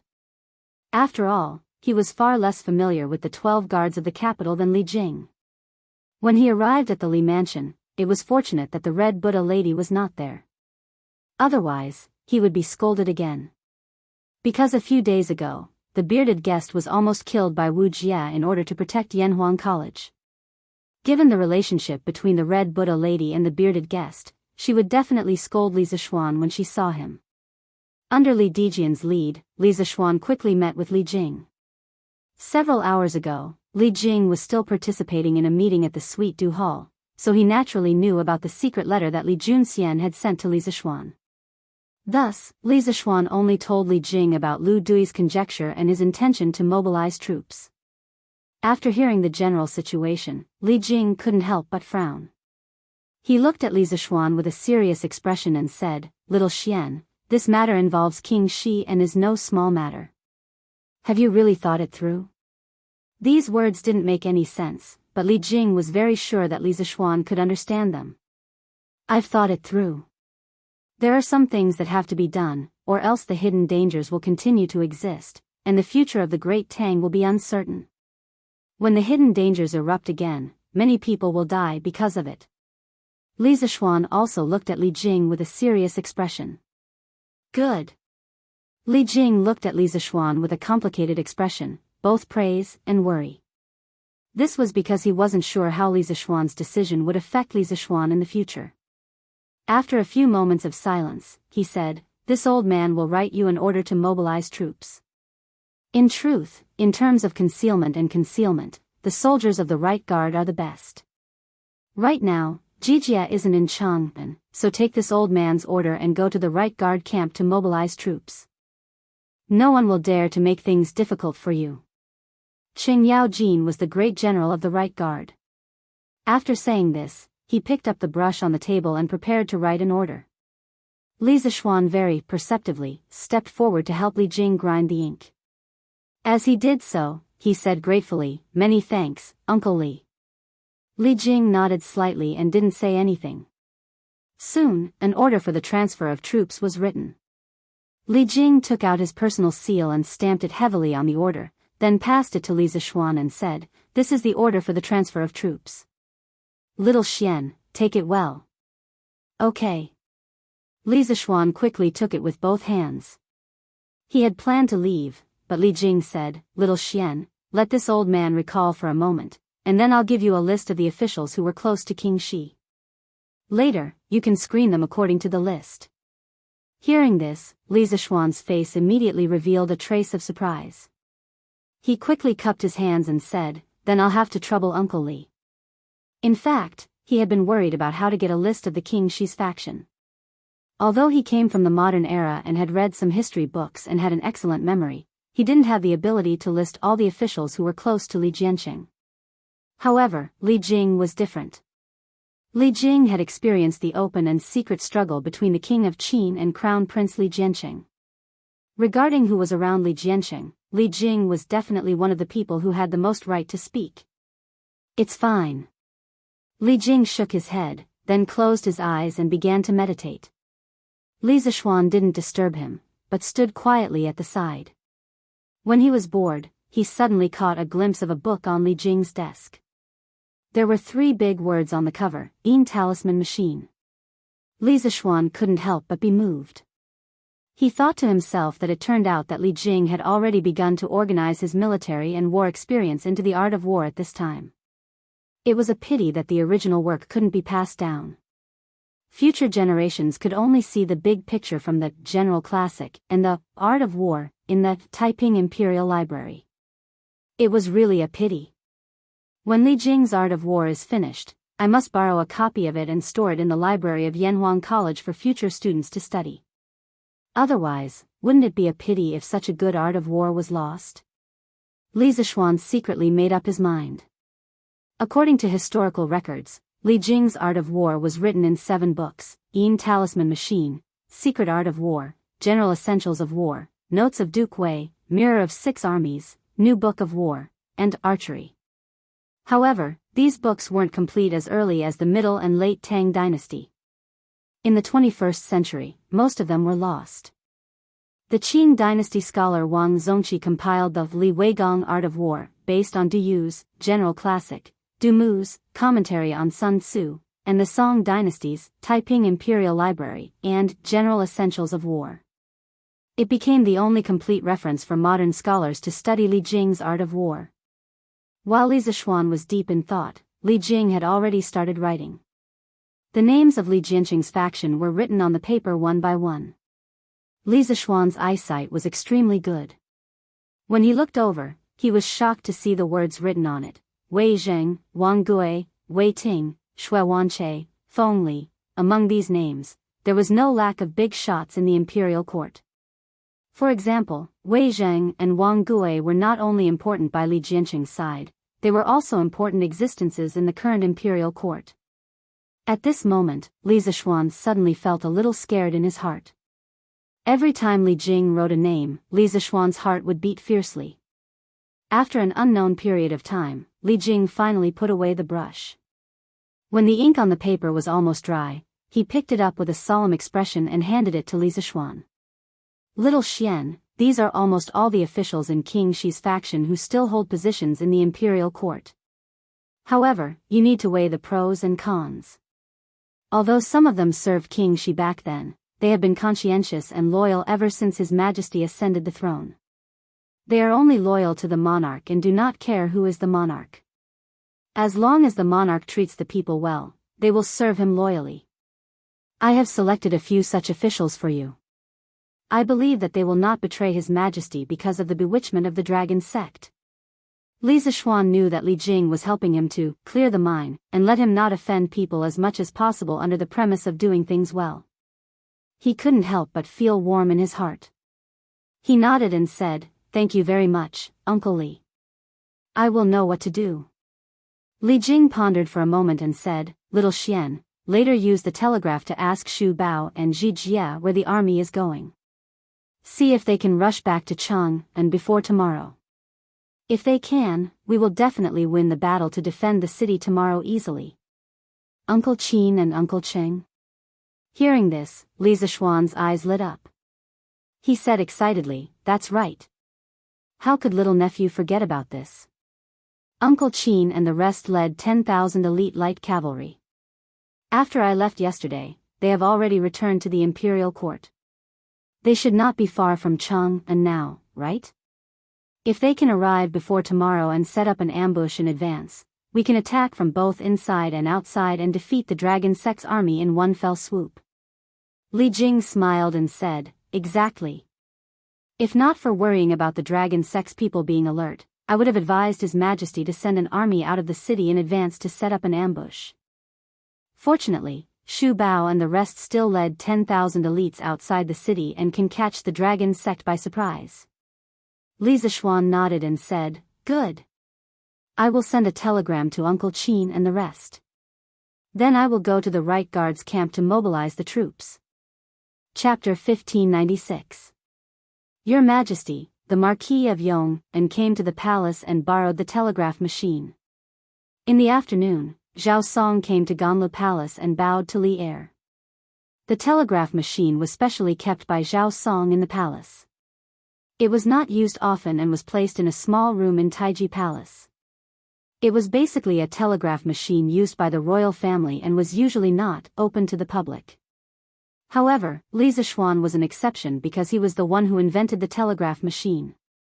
Therefore, when Zhao Song heard that Li Zishuan wanted to borrow the telegraph machine, he did not refuse after some consideration. Li Er frowned and asked, "Telegraph machine? Why does he want to borrow the telegraph machine? Who is he sending a telegram to?" Zhao Song replied, "Your Majesty, the Marquis of Yong, and is sending a telegram to General Qin and General Cheng, asking where the army is now and if they can reach Cheng and city before tomorrow." Li Er was also a veteran in battle. Hearing this, his eyes lit up and he could not help but say, "This kid wants to borrow Xu Bao's army to attack the Dragon Sect from both inside and outside tomorrow? Good. I did not misjudge him. This brat's talent in military formations was no less than his talent in engineering. He is a promising talent." His words revealed his undisguised admiration for Li Zishuan. Zhao Song could not help but secretly admire Li Zishuan's imperial favor. There was no one else like him. It is all thanks to your Majesty's discerning eyes. Otherwise, a young talent like the Marquis of Yong and might be buried in the marketplace. Zhao Song clasped his hands together and smiled, giving him a flattering compliment. Li Er shook his head. After a moment of silence, he asked, "How did Xu Bao reply?" "Your Majesty, the Marquis of Yong, and said that General Qin and the rest have already marched to the same continent. If they march day and night, they will reach Cheng and city at midnight tonight." Zhao Song did not know anything about telegraphy, so he could only repeat what Li Zishuan had said to Li Er. Li Er could not help but nod and say, "Good." Did Li Zishuan let Xu Bao and the others set up an ambush outside Cheng and city, waiting for the Dragon Sect to attack Cheng and city tomorrow with the help of the city's defenders? Zhao Song shook his head and said, "No." The Marquis of Yong and left after asking about the location of the army. Li Er was stunned and then understood. He could not help but laugh and scolded, "Good. Now you know how to follow the rules." Li Er understood that Li Zishuan's actions were to avoid overstepping his authority and being suspected. Today, in order to investigate the Dragon Sect's conspiracy, he had indeed given Li Zishuan the authority to mobilize the army. However, that was only the army in Cheng and city and did not include the army led by Qin Xiong that had just retreated from the front lines. If Li Zishuan had rashly ordered Qin Xiong's army to set up an ambush, even if Li Er did not punish Li Zishuan, he would still feel uncomfortable and estranged. Therefore, Li Zishuan only asked about the location of Qin Xiong's army and left. He believed that once Old Li knew of the situation, he would definitely send an order to Qin Xiong to set up an ambush outside Cheng and city. There was no need for him to worry. This was where Li Zishuan was smart. He knew when to stop and when to retreat. After pausing for a moment, Li Er indeed opened his mouth and ordered, "Zhao Song, immediately passed down the order. Have the Marquis of Yong and send a telegram to Shu Bao. Order the army to march day and night and set up camp 20 miles outside Chang'an City. Be careful and hide. When you receive my order tomorrow, immediately send troops to eliminate the rebels outside Chang'an City. With the combined efforts of all the teachers and students of Yanhuang College, the communication technology of the telegram was becoming more and more mature. The palace was indeed equipped with a telegram, but they lacked the professionals to use it.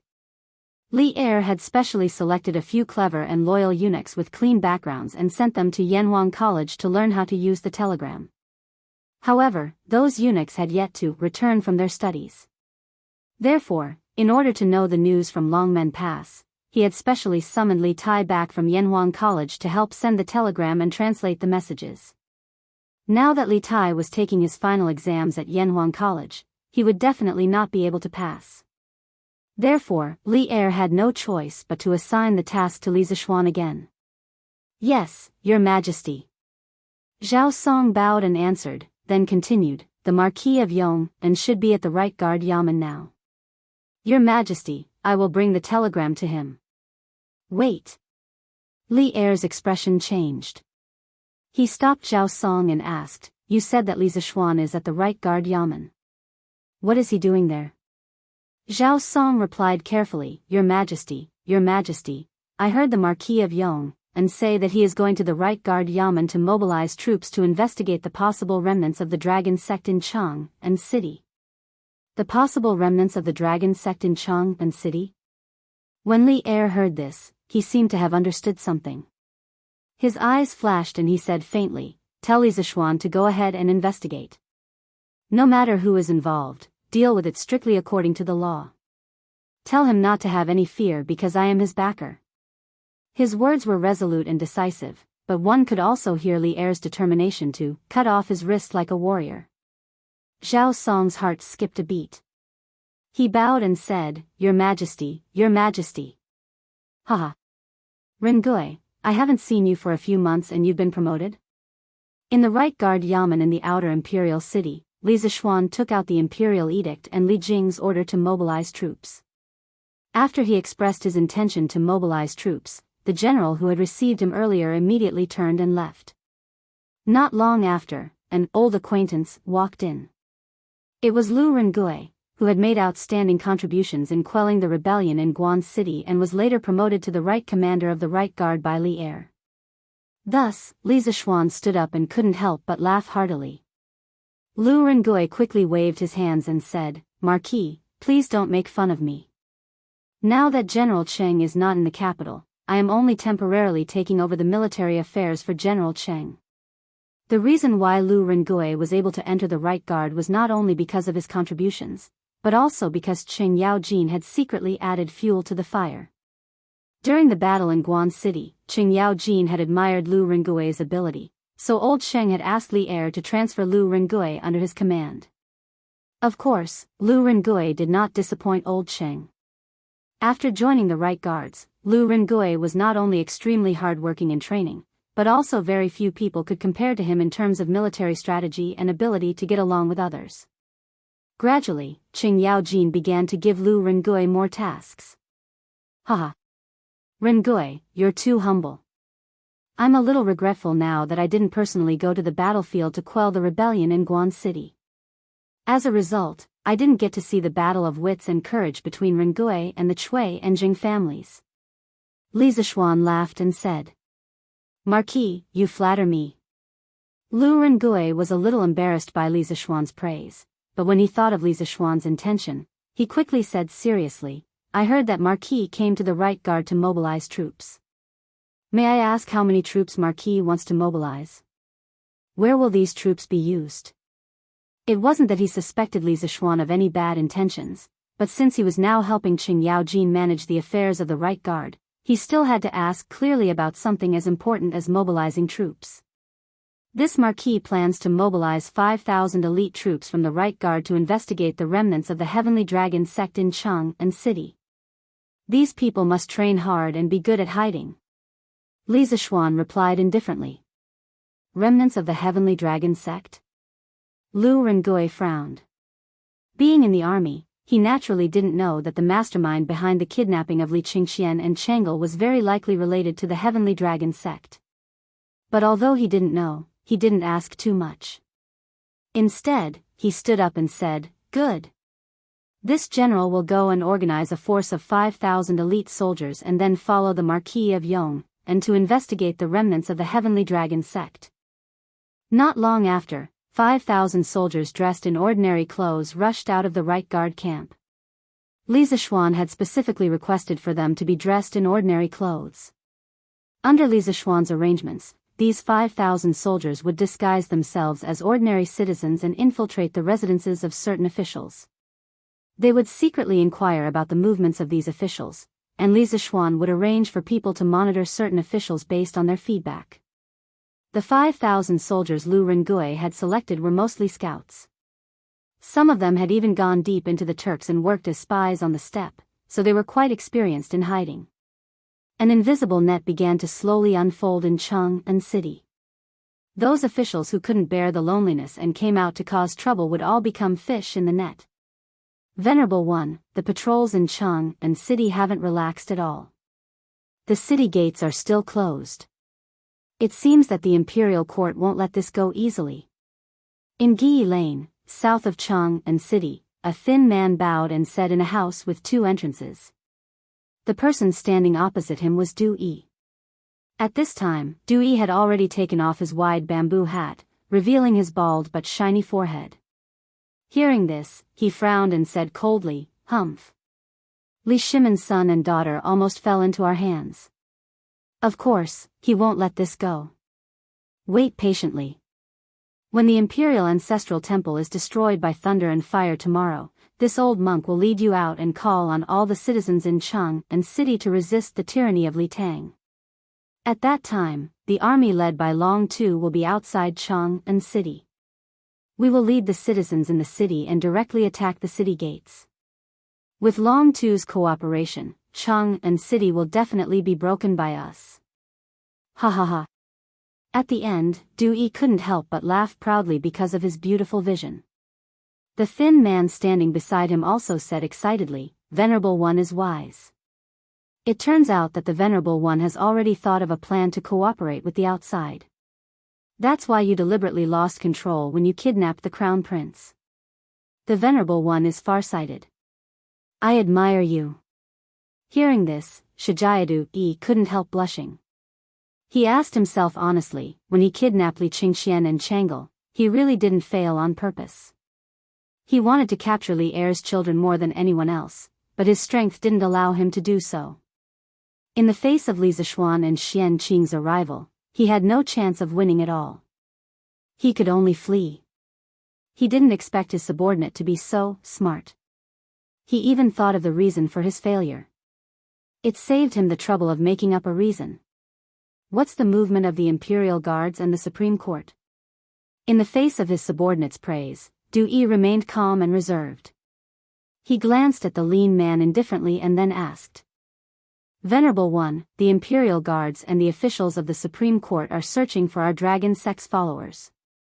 Many of our followers have been captured to the Supreme Court. But don't worry, Venerable One. This place is very safe. Even if the Imperial Court's people dig 3 feet into the ground, they won't be able to find us. Moreover, the owner of this house has a very good relationship with the owner of Guai Lane. Even if they find this place, they won't be too serious. The thin man bowed slightly and cupped his fist. Du Yi couldn't help but nod and said, "That's good. In addition, you inform the rest of the people in the sect to lie low. Don't make any trouble. When the limelight is over, we'll join in the righteous action." "Yes. Venerable One." The thin man responded and then pulled the rope beside him. Soon, someone above turned the wooden wheel on the well and pulled him up from the bottom of the well. It turned out that Du Yi was hiding under the dry well. No wonder the thin man said that this place was very safe and they weren't afraid of the Imperial Court search. Chapter 1597. Yes. If I remember correctly, Boss Zhang is usually stingy. Did the sun rise from the west today? Otherwise, why would he let the servants buy so many chickens, ducks, and fish? Hiss. There's even a pot of immortal drunken wine here? In the south of Chang and City, on the street of Gi Lane, Meng Yuliang looked in the direction of Mother Meng's finger and saw a plump man in luxurious clothes at the door of a house. He was directing 2 servants to carry chickens, ducks, fish, and even a pot of wine. The sign on the pot was immortal drunken wine. Meng Yuliang couldn't help but be surprised. Boss Zhang's name was Zhang Dikang. His family opened a medium-sized grain store and was considered to have a small family fortune. However, he was stingy. Not only was he stingy to others, but he was also stingy to himself. Other than dressing decently, he was stingy in all other aspects, including food. Could it be that Boss Zhang has an important guest in his house? Mother Meng thought for a moment and then asked suspiciously. Hearing this, Meng Yuliang shook his head and said, "Ha! That's impossible. Don't you know Boss Zhang's character? Even if an important guest came, he would not be willing to buy a pot of immortal drunken wine." In the end, Meng Yuliang seemed to think of something and added, "Besides, the 4 city gates of Chang and City are closed today. How could there be a guest in Boss Zhang's house? Unless the guest came early in the morning. But why would someone visit relatives early in the morning? Also, did you hear that Boss Zhang spent a lot of money to join that dragon god sect? He almost sold his grain store. I didn't expect him to be willing to buy so many things today." Yes. Today's Boss Zhang was too strange. "Master, should we go over and ask?" Mother Meng echoed and then asked tentatively. With Meng Yuliang's official position, his status in the family skyrocketed. Mother Meng would specifically ask Meng Yuliang about many things. Meng Yuliang heard this and said, "What's there to ask? These are other people's family matters. Let's not meddle in other people's business and go back quickly. Yaya is alone at home. Can you rest assured?" After saying that, Meng Yuliang turned and walked towards the alley on the left. Meng Yuliang's mother reacted and quickly followed. A stingy miser suddenly bought so much good wine and meat. Today, the city gate of Chang is closed, and fugitives are being caught everywhere in the city. This means that Mr. Zhang's house can't have a sudden guest, and he used to be a member of the dragon sect. Then, hee. Looks like I can make a small fortune again. Once Meng Yuliang and his wife left, a girl in shabby clothes appeared where they had been standing. If Li Zishuan were here, he would have definitely recognized her, because this was the girl who had given him Li Juanxian's secret letter. The young girl stood under the willow tree at the entrance of the alley, quietly waiting for the door of the house to return to normal. Then, she pretended to be an ordinary passerby and walked in that direction. "Tell the kitchen to prepare all these ingredients tonight." In the Zhang mansion, Zhang Dikang's face was flushed as he ordered several servants in the courtyard. Looking at his expression, there wasn't any sorrow from losing money. Instead, it was as if he was about to experience something joyous. To the stingy Mr. Zhang in the eyes of outsiders, this was, "Yes, master." The servants hurriedly left to carry out the order. Seeing that everyone had left, Zhang Dikang rubbed his hands excitedly. He went out first and poked his head out. Seeing that there were no soldiers on the street, he personally closed the courtyard door. After doing all this, he walked towards the backyard with his hands behind his back with an indifferent expression. "Venerable One, this disciple has prepared the best wine and food according to your request. In a little while, I will be able to hold a welcoming feast for Venerable One.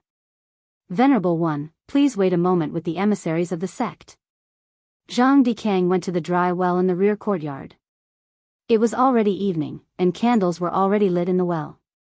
Zhang Dikang respectfully bowed to Du Yi. "You've done very well." Du Yi nodded. "When this one returns to the sect tomorrow, I will promote you to an inner sect disciple. I will bestow upon you an inexhaustible supply of Jade Lake holy water so that you will never be sick and will live forever. Many thanks, Venerable One. Many thanks, Venerable One. This subordinate will be loyal to the dragon sect. I will go through water and tread on fire for Venerable One." Hearing this, Zhang Dikang trembled with excitement. He knelt down directly and kowtowed to Du Yi. In order to become an inner sect disciple of the dragon sect, he did not hesitate to spend all his wealth, but Du Yi did not even look at him.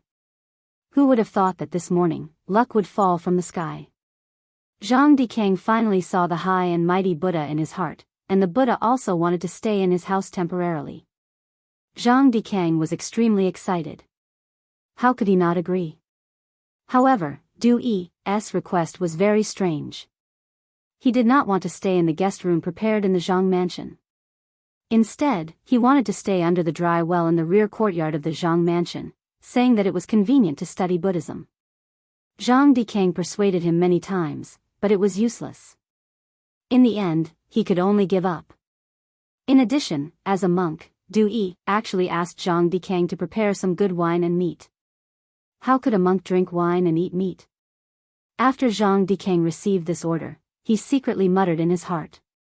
However, although there were many questions in his heart, Zhang Dikang fulfilled all of Du Yi's strange requests to the letter. He hoped to obtain Du Yi's favor and directly promote him to an inner court disciple. Now that his wish had come true, how could Zhang Dikang not be excited? Although Zhang Dikang has all 4 limbs, his body has always had some problems, kidney failure. So after hearing others say that the Yaoqi holy water can cure all diseases, Zhang Dikang went crazy. He wanted to use all means to join the dragon sect, get the Yaoqi holy water, and cure the unspeakable illness that has troubled him for a long time. Now that his dream finally came true, Zhang Dikang felt that all his efforts were worth it. In a while, send the wine and food to the bottom of the well. This venerable one will not go up. This venerable one will continue to study Buddhism at the bottom of this well tonight. Remember, don't tell anyone that this venerable one is here. Otherwise, everything that this venerable one gave you will be taken back with interest. Du Yi held the Buddhist salute and told Zhang Dikang with a serious face. Disciple understands. Disciple understands. I will arrange it now. Zhang Dikang quickly nodded and bowed. Are you wondering why you did not abstain from wine and meat as a monk? Du Yi's eyes stared at Zhang Dikang and he suddenly asked. No. Disciple does not dare. Venerable one must have his reasons for doing so. Disciple does not dare to ask more. Zhang Dikang quickly waved his hand. Although he did have this idea, he could not say it directly. He. You must know that wine and meat pass through the intestines, but Buddha's heart remains. Although this venerable one drinks wine and eats meat, I have never forgotten Buddha in my heart. This is not breaking the precepts. Do you understand? Du Yi's face darkened as he spoke in a serious tone. When Zhang Dikang heard this, he immediately prostrated himself in admiration and said, Venerable one's dharma is profound. Disciple admires. Disciple admires. He. Go quickly. This boss Zhang, it's not dark yet and he closed the courtyard door. Obviously, he has a guilty conscience. No, I have to find a way to go in and take a look. But how do I get in? Yes. Got it, I will climb over the wall from the backyard. Outside the front door of the Zhang mansion, the girl muttered to herself for a while, and then walked quietly toward the back of the Zhang mansion. Fortunately, Chang'an city was now under martial law. Most of the people had returned to their homes, and there were very few people wandering outside. Otherwise, her sneaky behavior might be discovered by passers-by on the road. She tiptoed to the wall of the backyard. The girl wanted to climb over the wall, but she couldn't do so no matter how many times she tried. This was because the wall of the Zhang family's residence was higher than the walls of other residences. After several attempts to no avail, the girl gave up the idea of climbing over the courtyard wall because she was also afraid that a passerby would suddenly appear on the street, or that her climbing over the courtyard wall would alarm the people inside. Panting as she leaned against the courtyard wall, the young girl pondered whether or not she should give up. If there were really people hiding in this residence as she had speculated, then if she was discovered, she wouldn't be able to escape even if she wanted to. The only path left for her was death.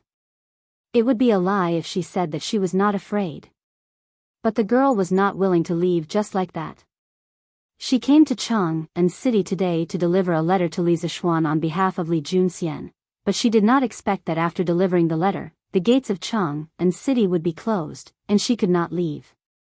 Tonight, she could only stay in the inns of Jianghu City. What was worse was that she was not the only one forced to stay in the inns of Jianghu City tonight. She could even imagine the scene of the inns in the city being full. At this time, she would have to pay a higher price than usual to get a room. Just thinking about it made her heart ache. Speaking of which, she did not sell the lingji mushroom she picked in the morning for much money. Tonight, she would have to spend a large sum of money to stay in the inn.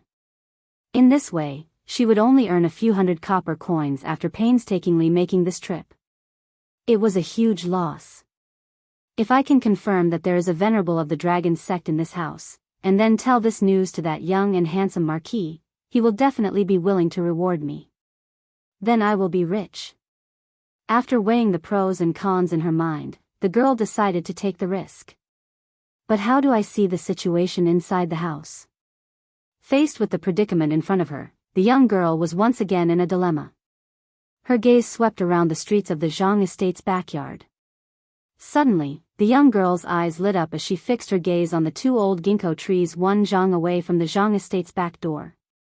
Hey! I've got it.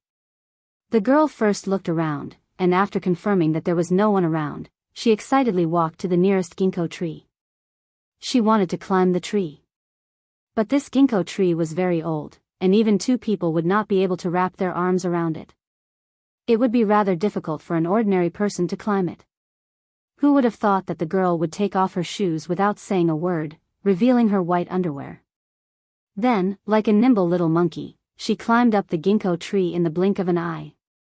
Judging from her skillful movements, it was obvious that this wasn't her first time climbing a tree.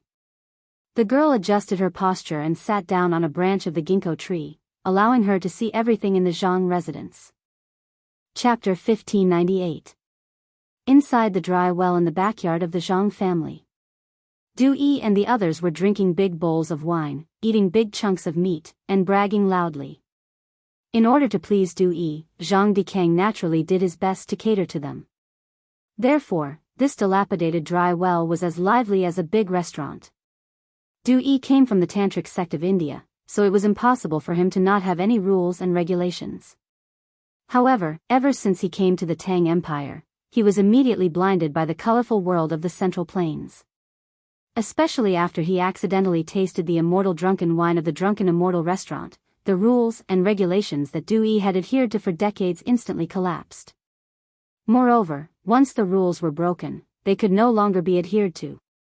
Therefore, Du Yi had become a monk who drank and ate. Of course, he would not easily show this aspect of himself to the world. After all, he still had to maintain the image of an enlightened monk in front of the world. Who's outside? Du Yi and the others had just finished drinking when they heard someone shouting from above the dry well. Huh? Not good. There are lackeys of the imperial court spying around the mansion. We can't let him leave alive. Du Yi was the first to react.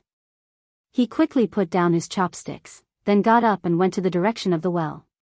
He leaped into the air and directly rushed out of the dry well that was more than 5 feet deep.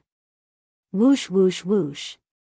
In an instant, the few core disciples of the dragon sect who followed Du Yi also relied on Qinggong to step on the wall of the well and rushed out of the well. Which direction? After Du Yi stood still on the ground, he looked at the manservant and asked in a deep voice. The manservant obviously did not expect that someone could directly fly out of the dry well that was more than 5 feet deep without the help of ropes and well wheels. He was stunned for a moment before he reacted. He quickly pointed to the northwest outside the back door and said, reporting to the Venerable One, Just now, I heard some movement outside the back door. Then, I heard someone shouting, followed by a series of footsteps. I think that person ran from the northwest direction. Who? As soon as the manservant finished speaking, he found that Du Yi, who was originally standing in front of him, had disappeared without a trace. The other 4 dragon sect core disciples who had just come up from the well also hurriedly followed and flew out of the Zhang family's backyard. What an unlucky year. Why am I so unlucky today? I've climbed so many trees in the mountains before and never fell. Why did something happen today? It's over. It's over. If the person hiding in the Zhang family catches him, he'll be finished. In the alleyway of Guiyi Lane, the young girl dragged her sprained left leg and ran with all her might while limping. As she ran, she muttered softly. At this moment, the girl really had the urge to cry. Don't chase after me, none of you can see me. The girl prayed silently in her heart. But many times, praying was praying, and the reality was always contrary to one's wishes. So it's a little girl? Just as the young girl ran out of the street where the Zhang mansion was located, she suddenly heard a whistling sound and a cold snort. With that said, a bald monk in a black robe stood in front of the young girl, completely blocking her path. You. Aren't you Venerable Du Yi of the Heavenly Dragon Sect? Why are you stopping me? Because Du Yi came out in a hurry this time. He didn't wear a wide bamboo hat on his head. After the young girl saw the big monk's true appearance, a trace of panic flashed through her eyes. Then, she pointed at Du Yi and questioned him loudly, trying to put up a strong front. The reason why she shouted so loudly was that she wanted to attract the attention of the people nearby. In this way, she might have a chance to live today. Oh. You know me? Although Du Yi had seen through the young girl's thoughts, he did not expose her. A playful smile appeared on his face. After pausing for a moment, he took 2 steps forward and said with a serious face, "Little girl, how do you know this venerable one? Tell me, who sent you here?" Although there was no threat in his words, his tone was much stricter than before, and even had a trace of murderous intent. The young girl was very frightened, but she didn't show it on her face because of Du Yi's words. She forced herself to be calm and said, "What do you mean by who sent me here? I'm just passing by here, why are you chasing me? Besides, 10 days ago, you were in Chang'an City showing your Buddha skills to the people. I was there at that time. Is it strange that I know you?" Hearing this, Du Yi's eyes flashed. He believed the second half of the young girl's words, but he didn't believe a single word of the first half of the sentence. Oh. Passing by? Just passing by? Du Yi's aura changed and said coldly, "Heavenly Dragon Sect is now listed as a disobedient sect by the Imperial Court. Now that you know where I'm hiding, are you planning to report this information to the Imperial Court to receive a reward?" "Of course not. I don't know anyone from the Imperial Court. Even if I know you're hiding here, who can I report this information to?" Although the young girl wanted to say, yes, but in order to survive, she could only desperately deny it. Du Yi snorted and sneered, You think I'll believe your nonsense? If you know what's good for you, you'll come with me today. After the commotion dies down, I'll let you go." Hearing this, the young girl hurriedly took 2 steps back and said, "Why are you being so unreasonable? I said I'm just passing by. If you don't believe me, then forget it. But you're now a wanted criminal of the Imperial Court.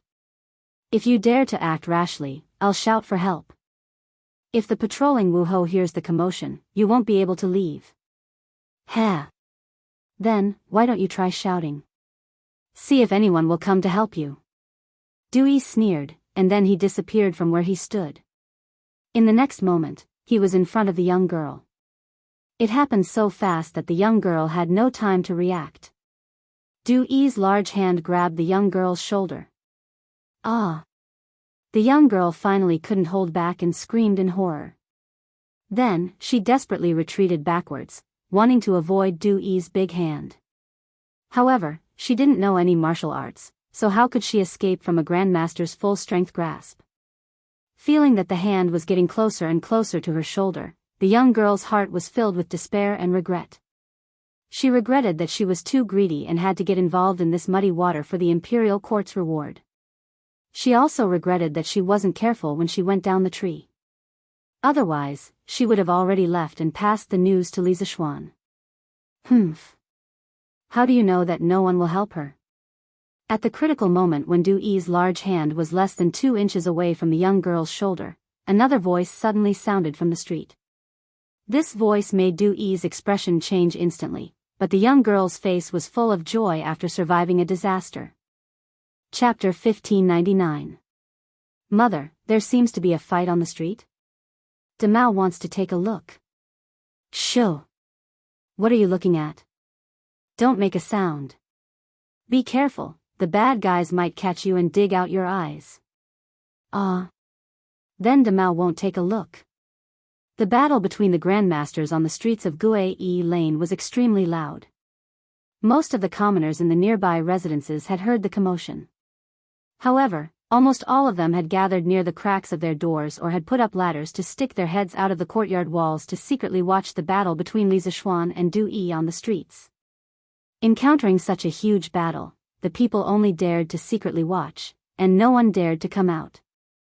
Of course, there were also many people who recognized Li Zishuan and Du Yi. After all, these two were considered famous people in Chang'an City.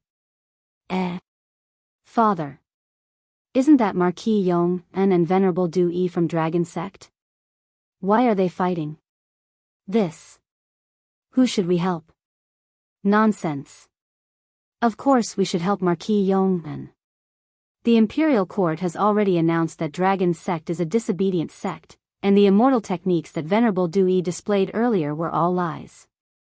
Only someone like Marquis Yong would wholeheartedly think of the people.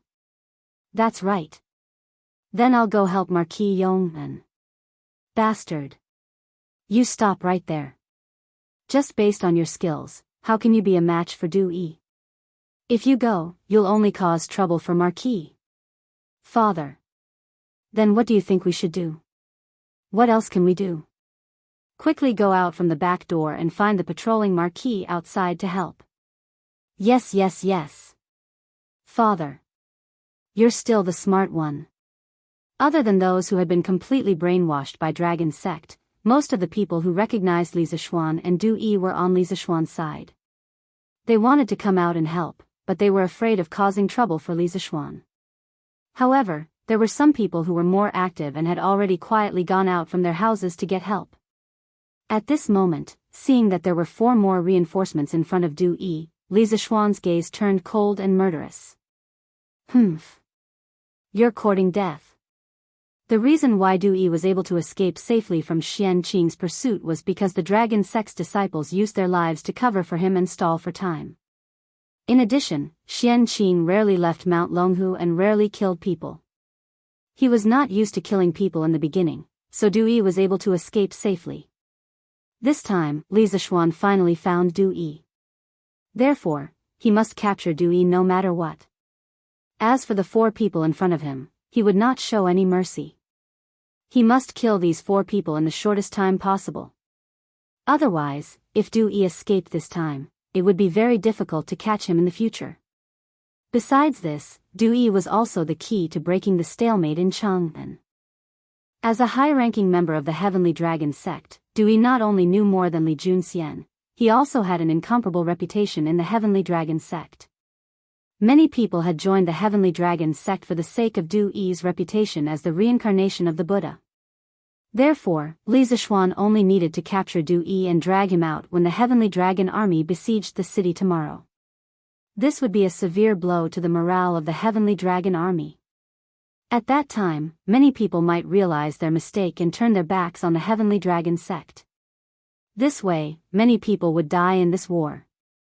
Therefore, whether it was for public or private reasons, Li Zishuan had to capture Du Yi today. No one could stop him. Peng peng peng.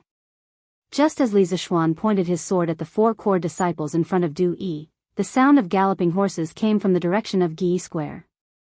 Soon after, Lu Rengui rushed over with a group of soldiers. Marquis. This general has come to help you. You only need to deal with Du Yi. Leave this place to us.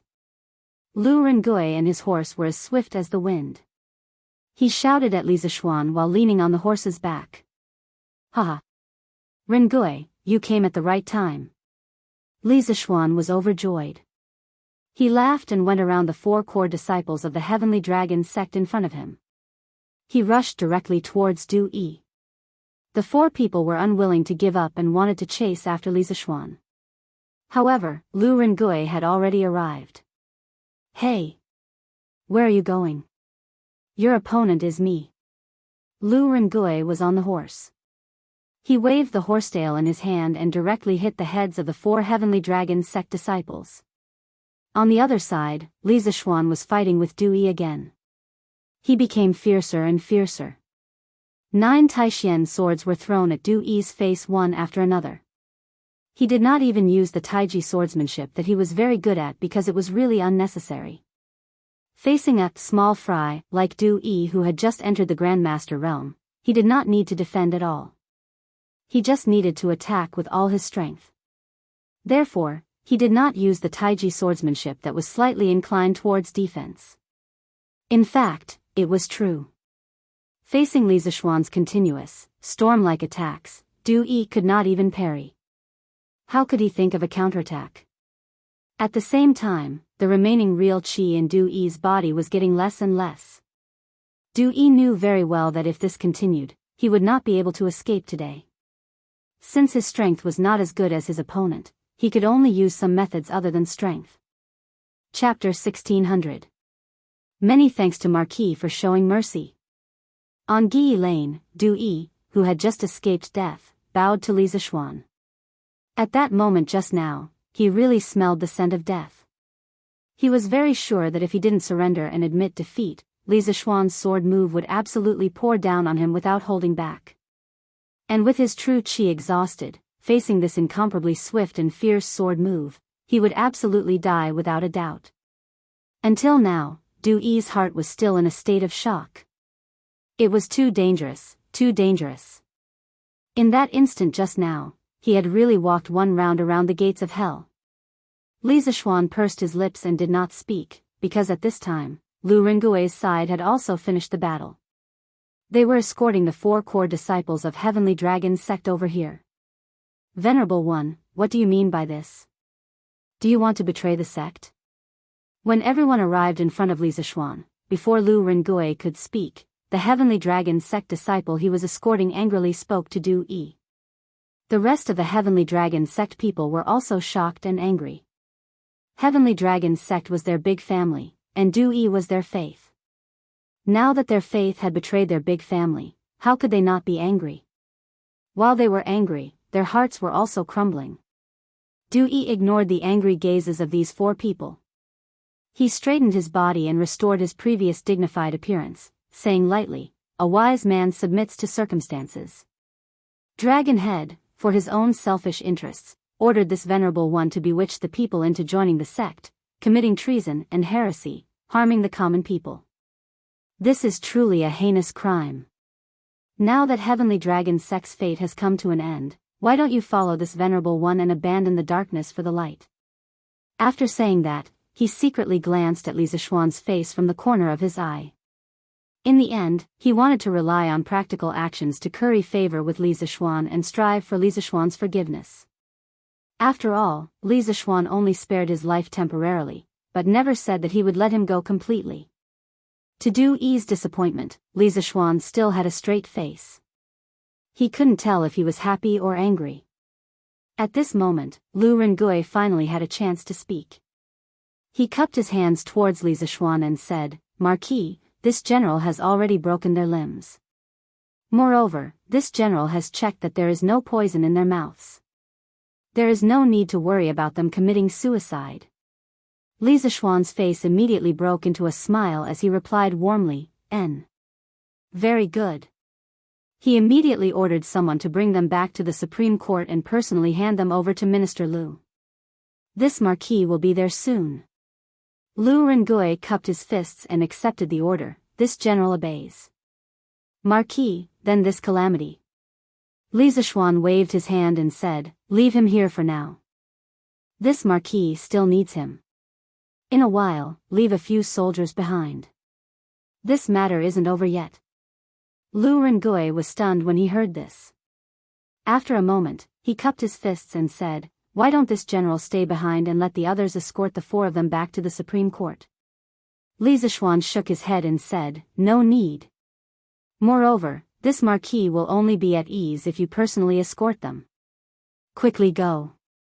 Then, this general will take his leave. Seeing Li Zishuan's insistence, Lu Ringui could only cup his fists and lead a few soldiers to escort the Heavenly Dragon sect members away. Wow! Marquis, you are so powerful. At this moment, a clear and melodious voice of a young girl suddenly rang out from the side of the battlefield. Who else could it be but the young girl who was being chased by Du Yi? In the previous battle, Li Zishuan wielded the wind-chasing sword and released a series of extremely gorgeous sword moves. He had been suppressing Du Yi all this time. He was like a peerless sword immortal, awe-inspiring and insufferably arrogant. Young people worshipped heroes, and so did young girls. Thus, the young girl couldn't help but cry out in surprise.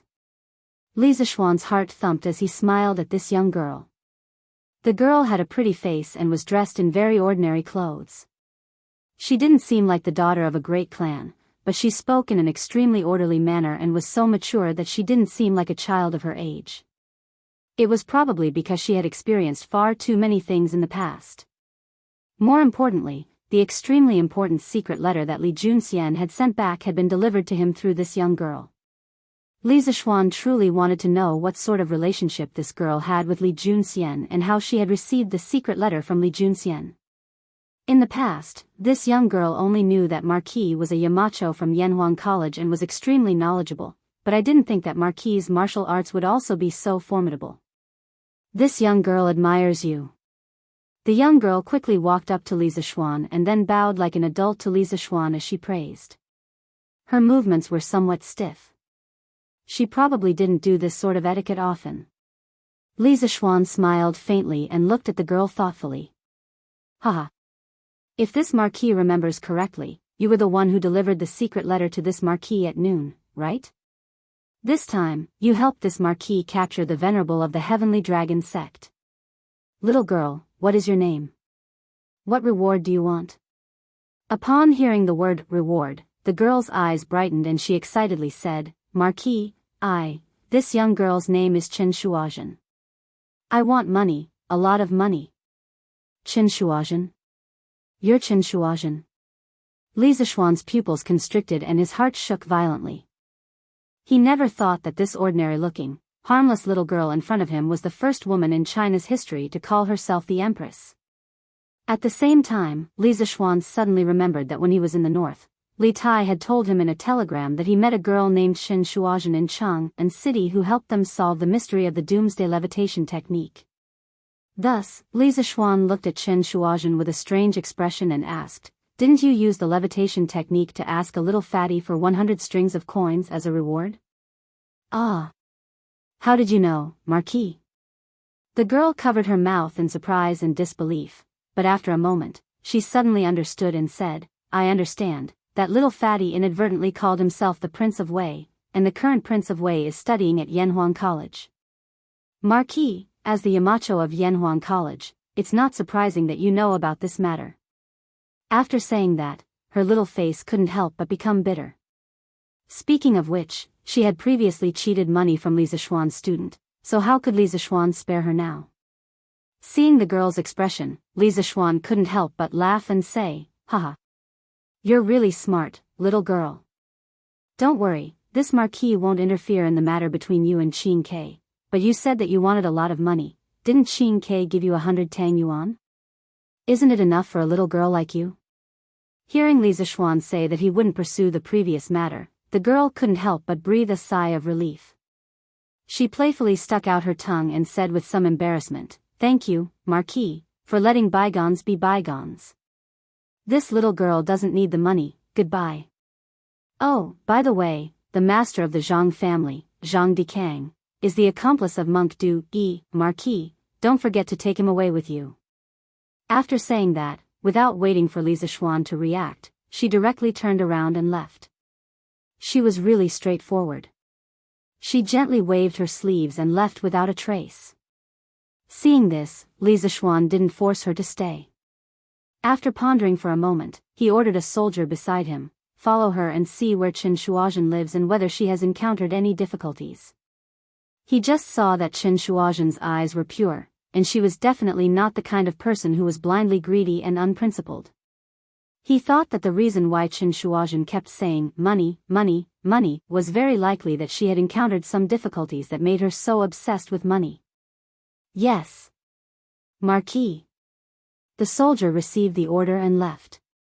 Li Zishuan looked at Du Yi and said in an unfriendly tone, "Du Yi, you heard what the little girl said just now. I heard that you have an accomplice. Quickly lead the way."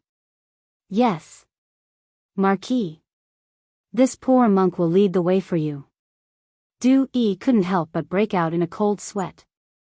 He knew who Chen Shuozhen was talking about. At this moment, he didn't dare to delay and hurriedly responded with a bow. After saying that, Du Yi dragged his injured body and led Li Zishuan and the others to the Zhang family's house. Bang! Bang! Bang! "Open the door. Quickly open the door." After a while, they arrived at the door of the Zhang family's house. The right guard soldier beside Li Zishuan hurriedly stepped forward and knocked on the door. Soon, the door was opened, and a young man who looked like a servant walked out. He was just about to complain when he saw the right guard soldiers in armor outside the door. He was suddenly shocked and his attitude immediately became much better. He asked, Who are you? Why do you come to the Zhang family?" Seeing that the servant obviously didn't know Du Yi, it meant that Master Zhang had done a good job of keeping secrets. Li Zishuan didn't want to waste time with the servant. He nodded to the soldier beside him. The soldier stepped forward and directly pushed the servant aside and said loudly, "The imperial court is arresting a fugitive. Unrelated people, please leave." Hey. What fugitive? How can there be a fugitive in the Zhang family?" The manservant stomped his feet anxiously at the side, but no one paid any attention to him.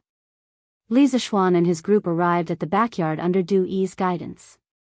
Before they entered the backyard, Li Zishuan heard someone shouting anxiously from inside, "Master!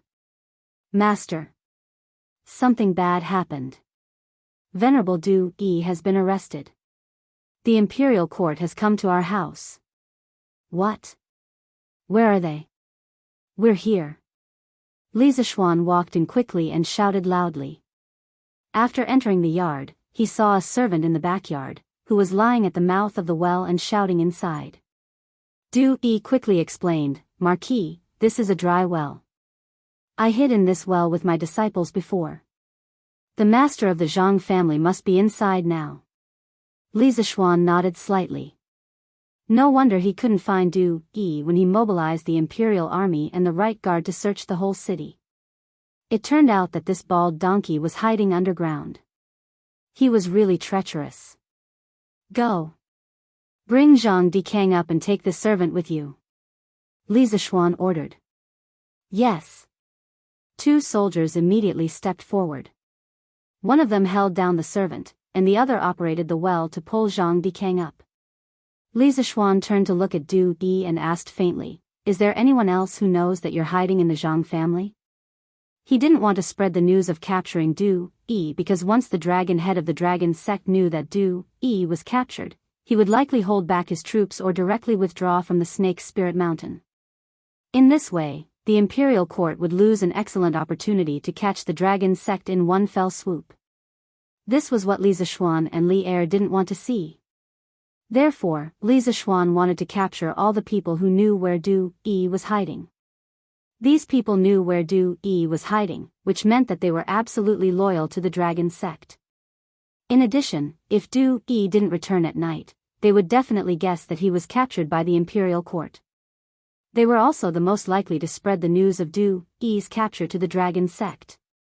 These hidden dangers must all be eliminated. Replying to Marquis. "Other than that, no one else knows that I'm hiding in the Zhang family," Du Yi quickly replied. Li Zishuan nodded faintly.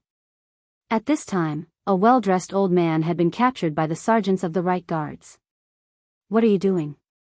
This old man has never done anything against the law." How can the right guards arrest people at will? Let this old man go. Previously, when Du Yi went to chase after the peeping thief, Zhang Dikang thought that with Du Yi's martial arts, catching a thief would be a piece of cake. Therefore, he waited in the well for Du Yi and others to come back and continue the banquet. Who knew that Du Yi did come back, but at this time, Du Yi was already a prisoner and brought a group of right guard sergeants. Zhang Dikang's heart was instantly filled with fear. Zhang Deshun's family was soon alarmed. A noblewoman and a well-dressed young man rushed in. When they saw Zhang Deshun being captured, they immediately cried and screamed. Take them away. Li Zishuan didn't want to be entangled with the Zhang family too much. He waved his hand expressionlessly and Zhang Deshun and the servant were all taken out. The group went straight to the Supreme Court. Chapter 1601. Rengui, take the right guards and surround the Supreme Court. Tonight, no one from the Supreme Court is allowed to leave. No one is allowed to leave. Do you understand? Outside the Supreme Court, after seeing Lu Dui off, Li Zishuan looked at Lu Rengui and solemnly instructed. Hearing this, Lu Rengui felt a little awkward. He was just a lowly officer in the right guards. How could he have the authority to surround the Supreme Court? Wasn't this drawing hatred to the right guards? But when he saw Li Zishuan's solemn face, he thought for a moment and immediately reacted. Marquis is worried that someone from the Supreme Court will spread the news of Du Yi's arrest, thus alerting the enemy and causing Dragon Sect to not dare to come down the mountain again. Li Zishuan had also told Lu Rengui about the Dragon Sect secret letter that Li Junxian had sent back. That was why Lu Rengui had such a guess. Yes, but not all of them. Li Zishuan nodded and then shook his head. Half a month ago, in order to obtain the Heavenly Dragon's sacred water and swear loyalty to the Dragon Sect, the Supreme Court's warden Yihong colluded with outsiders to kill a key witness, the shopkeeper of the Yanhuang Bank in Xinfen County, Jin Wanfu. Since the Supreme Court has Yihong, there might be dozens or even hundreds of Yihong who are loyal to the Dragon Sect and could betray the court at any time. Once the news of Du Yi's capture spreads, the spies of the Dragon Sect in Chang and will definitely do everything they can to pass the news to the Snake Spirit Mountain. At that time, whether the dragon head of the Dragon Sect will dare to send troops as scheduled will be an unknown. In addition, if those with evil intentions in Chang and know that Du Yi has been captured, they will probably have scruples and not give themselves away. As he finished speaking, the corners of Li Zishuan's mouth curled into a meaningful sneer. Naturally, he was referring to the officials in Chang and city who might have colluded with the Dragon Sect. Today, he had mobilized 5,000 soldiers from the right guards and deployed an inescapable net near the houses of the key suspects. Was it not to wait for those officials to open the city gates for the Dragon Sect tomorrow or to create chaos? Only when Li Er dealt with those old officials who were still loyal to Li Jianqing, would there be no controversy, and old Li would not be labeled as narrow-minded. Lu Rengui's expression turned solemn as he cupped his fists and said, "This general obeys. I won't let anyone walk out of the Supreme Court tonight." Yes. Thank you for your hard work. Li Zishuan patted Lu Rengui's shoulder and walked into the Supreme Court. Under the guidance of a bailiff, Li Zishuan came to a torture chamber in the Supreme Court. Lu Dui, Dai Zhou, Sun Fujia, and Du Yi were all inside. However, Du Yi had changed into a white prison uniform and his hands and feet were shackled in a tie shape. He was tied to a wooden frame. When Li Zishuan pushed open the door and entered, there was an interrogation going on inside. "Marquis Yong, you're here." Hearing the movement, Lu Dui and the others turned to look. Then, Lu Dui stood up and greeted Li Zishuan. Li Zishuan cupped his fists and returned the greeting.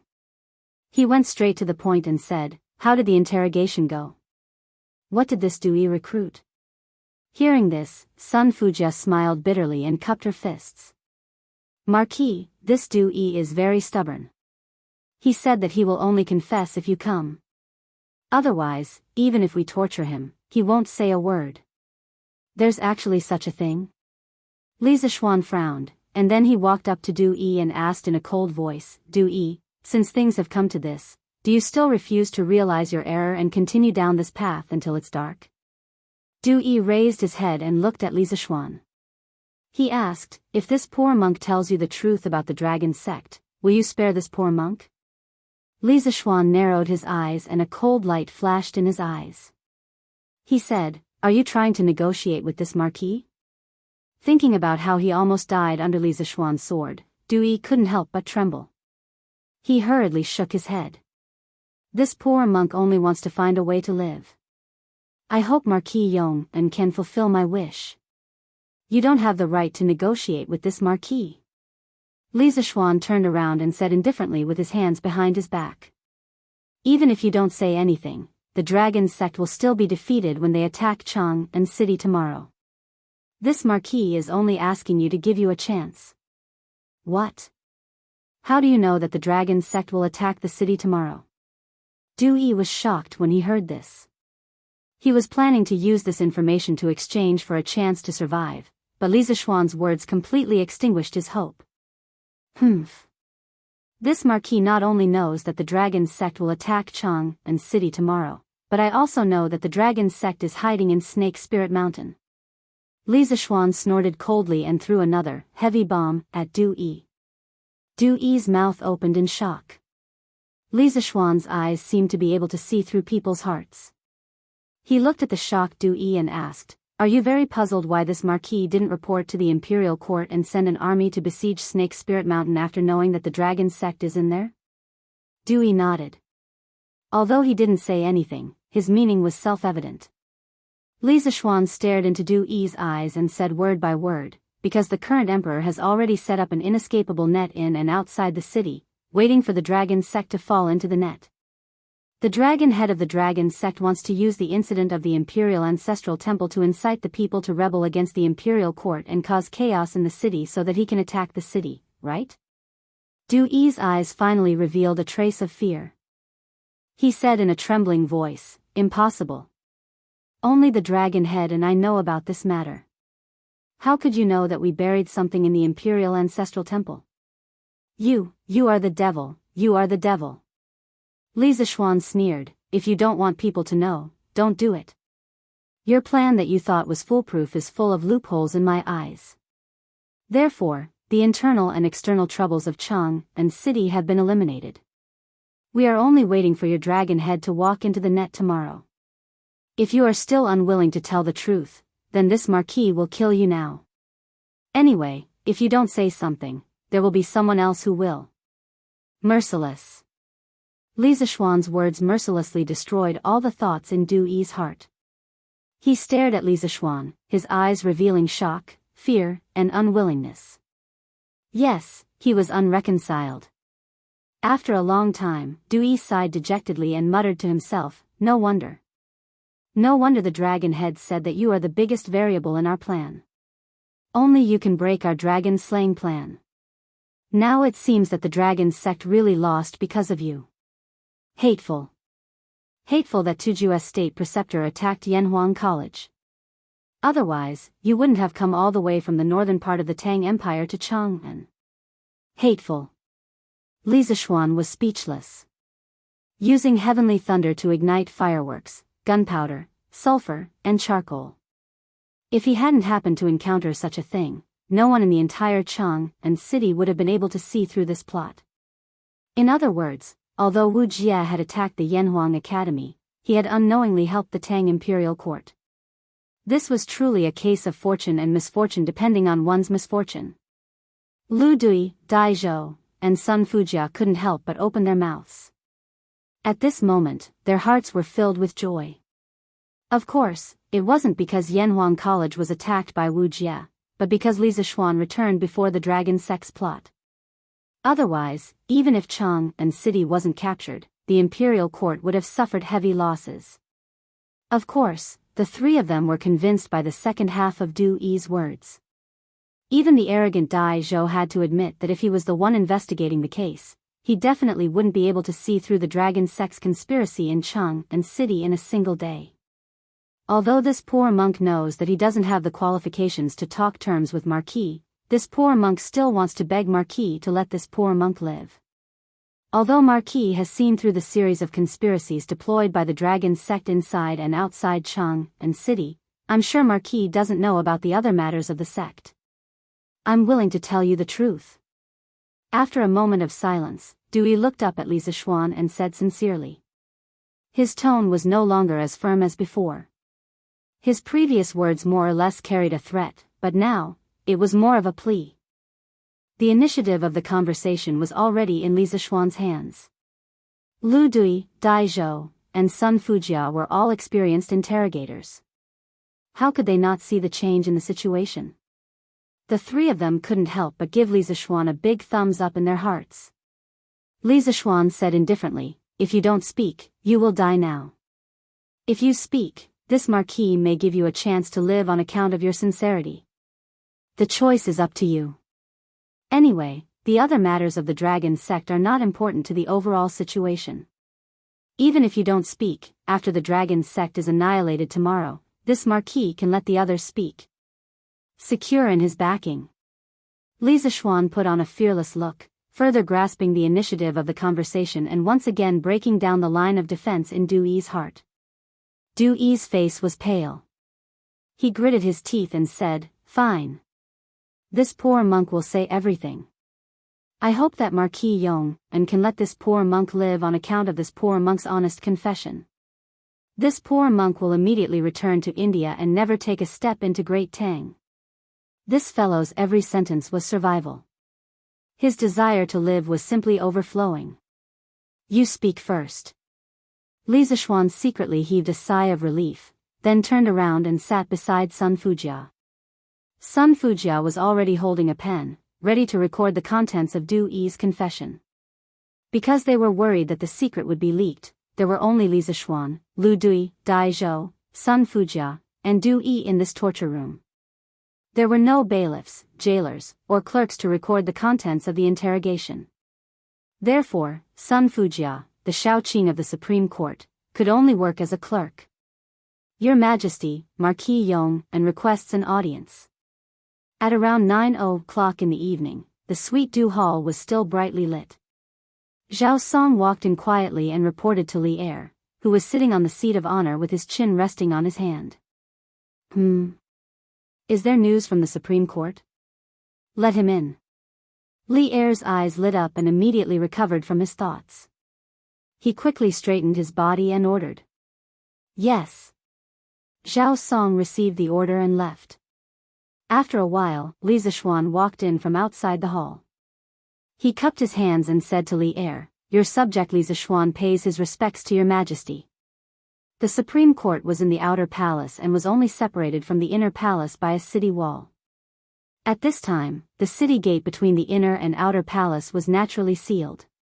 However, the situation was urgent now. Furthermore, Li Zishuan still had the golden token bestowed by Li Er.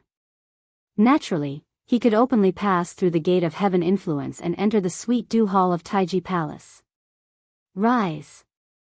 Li Er waved his hand and quickly asked, how was the interrogation? Did Du Yi confess truthfully?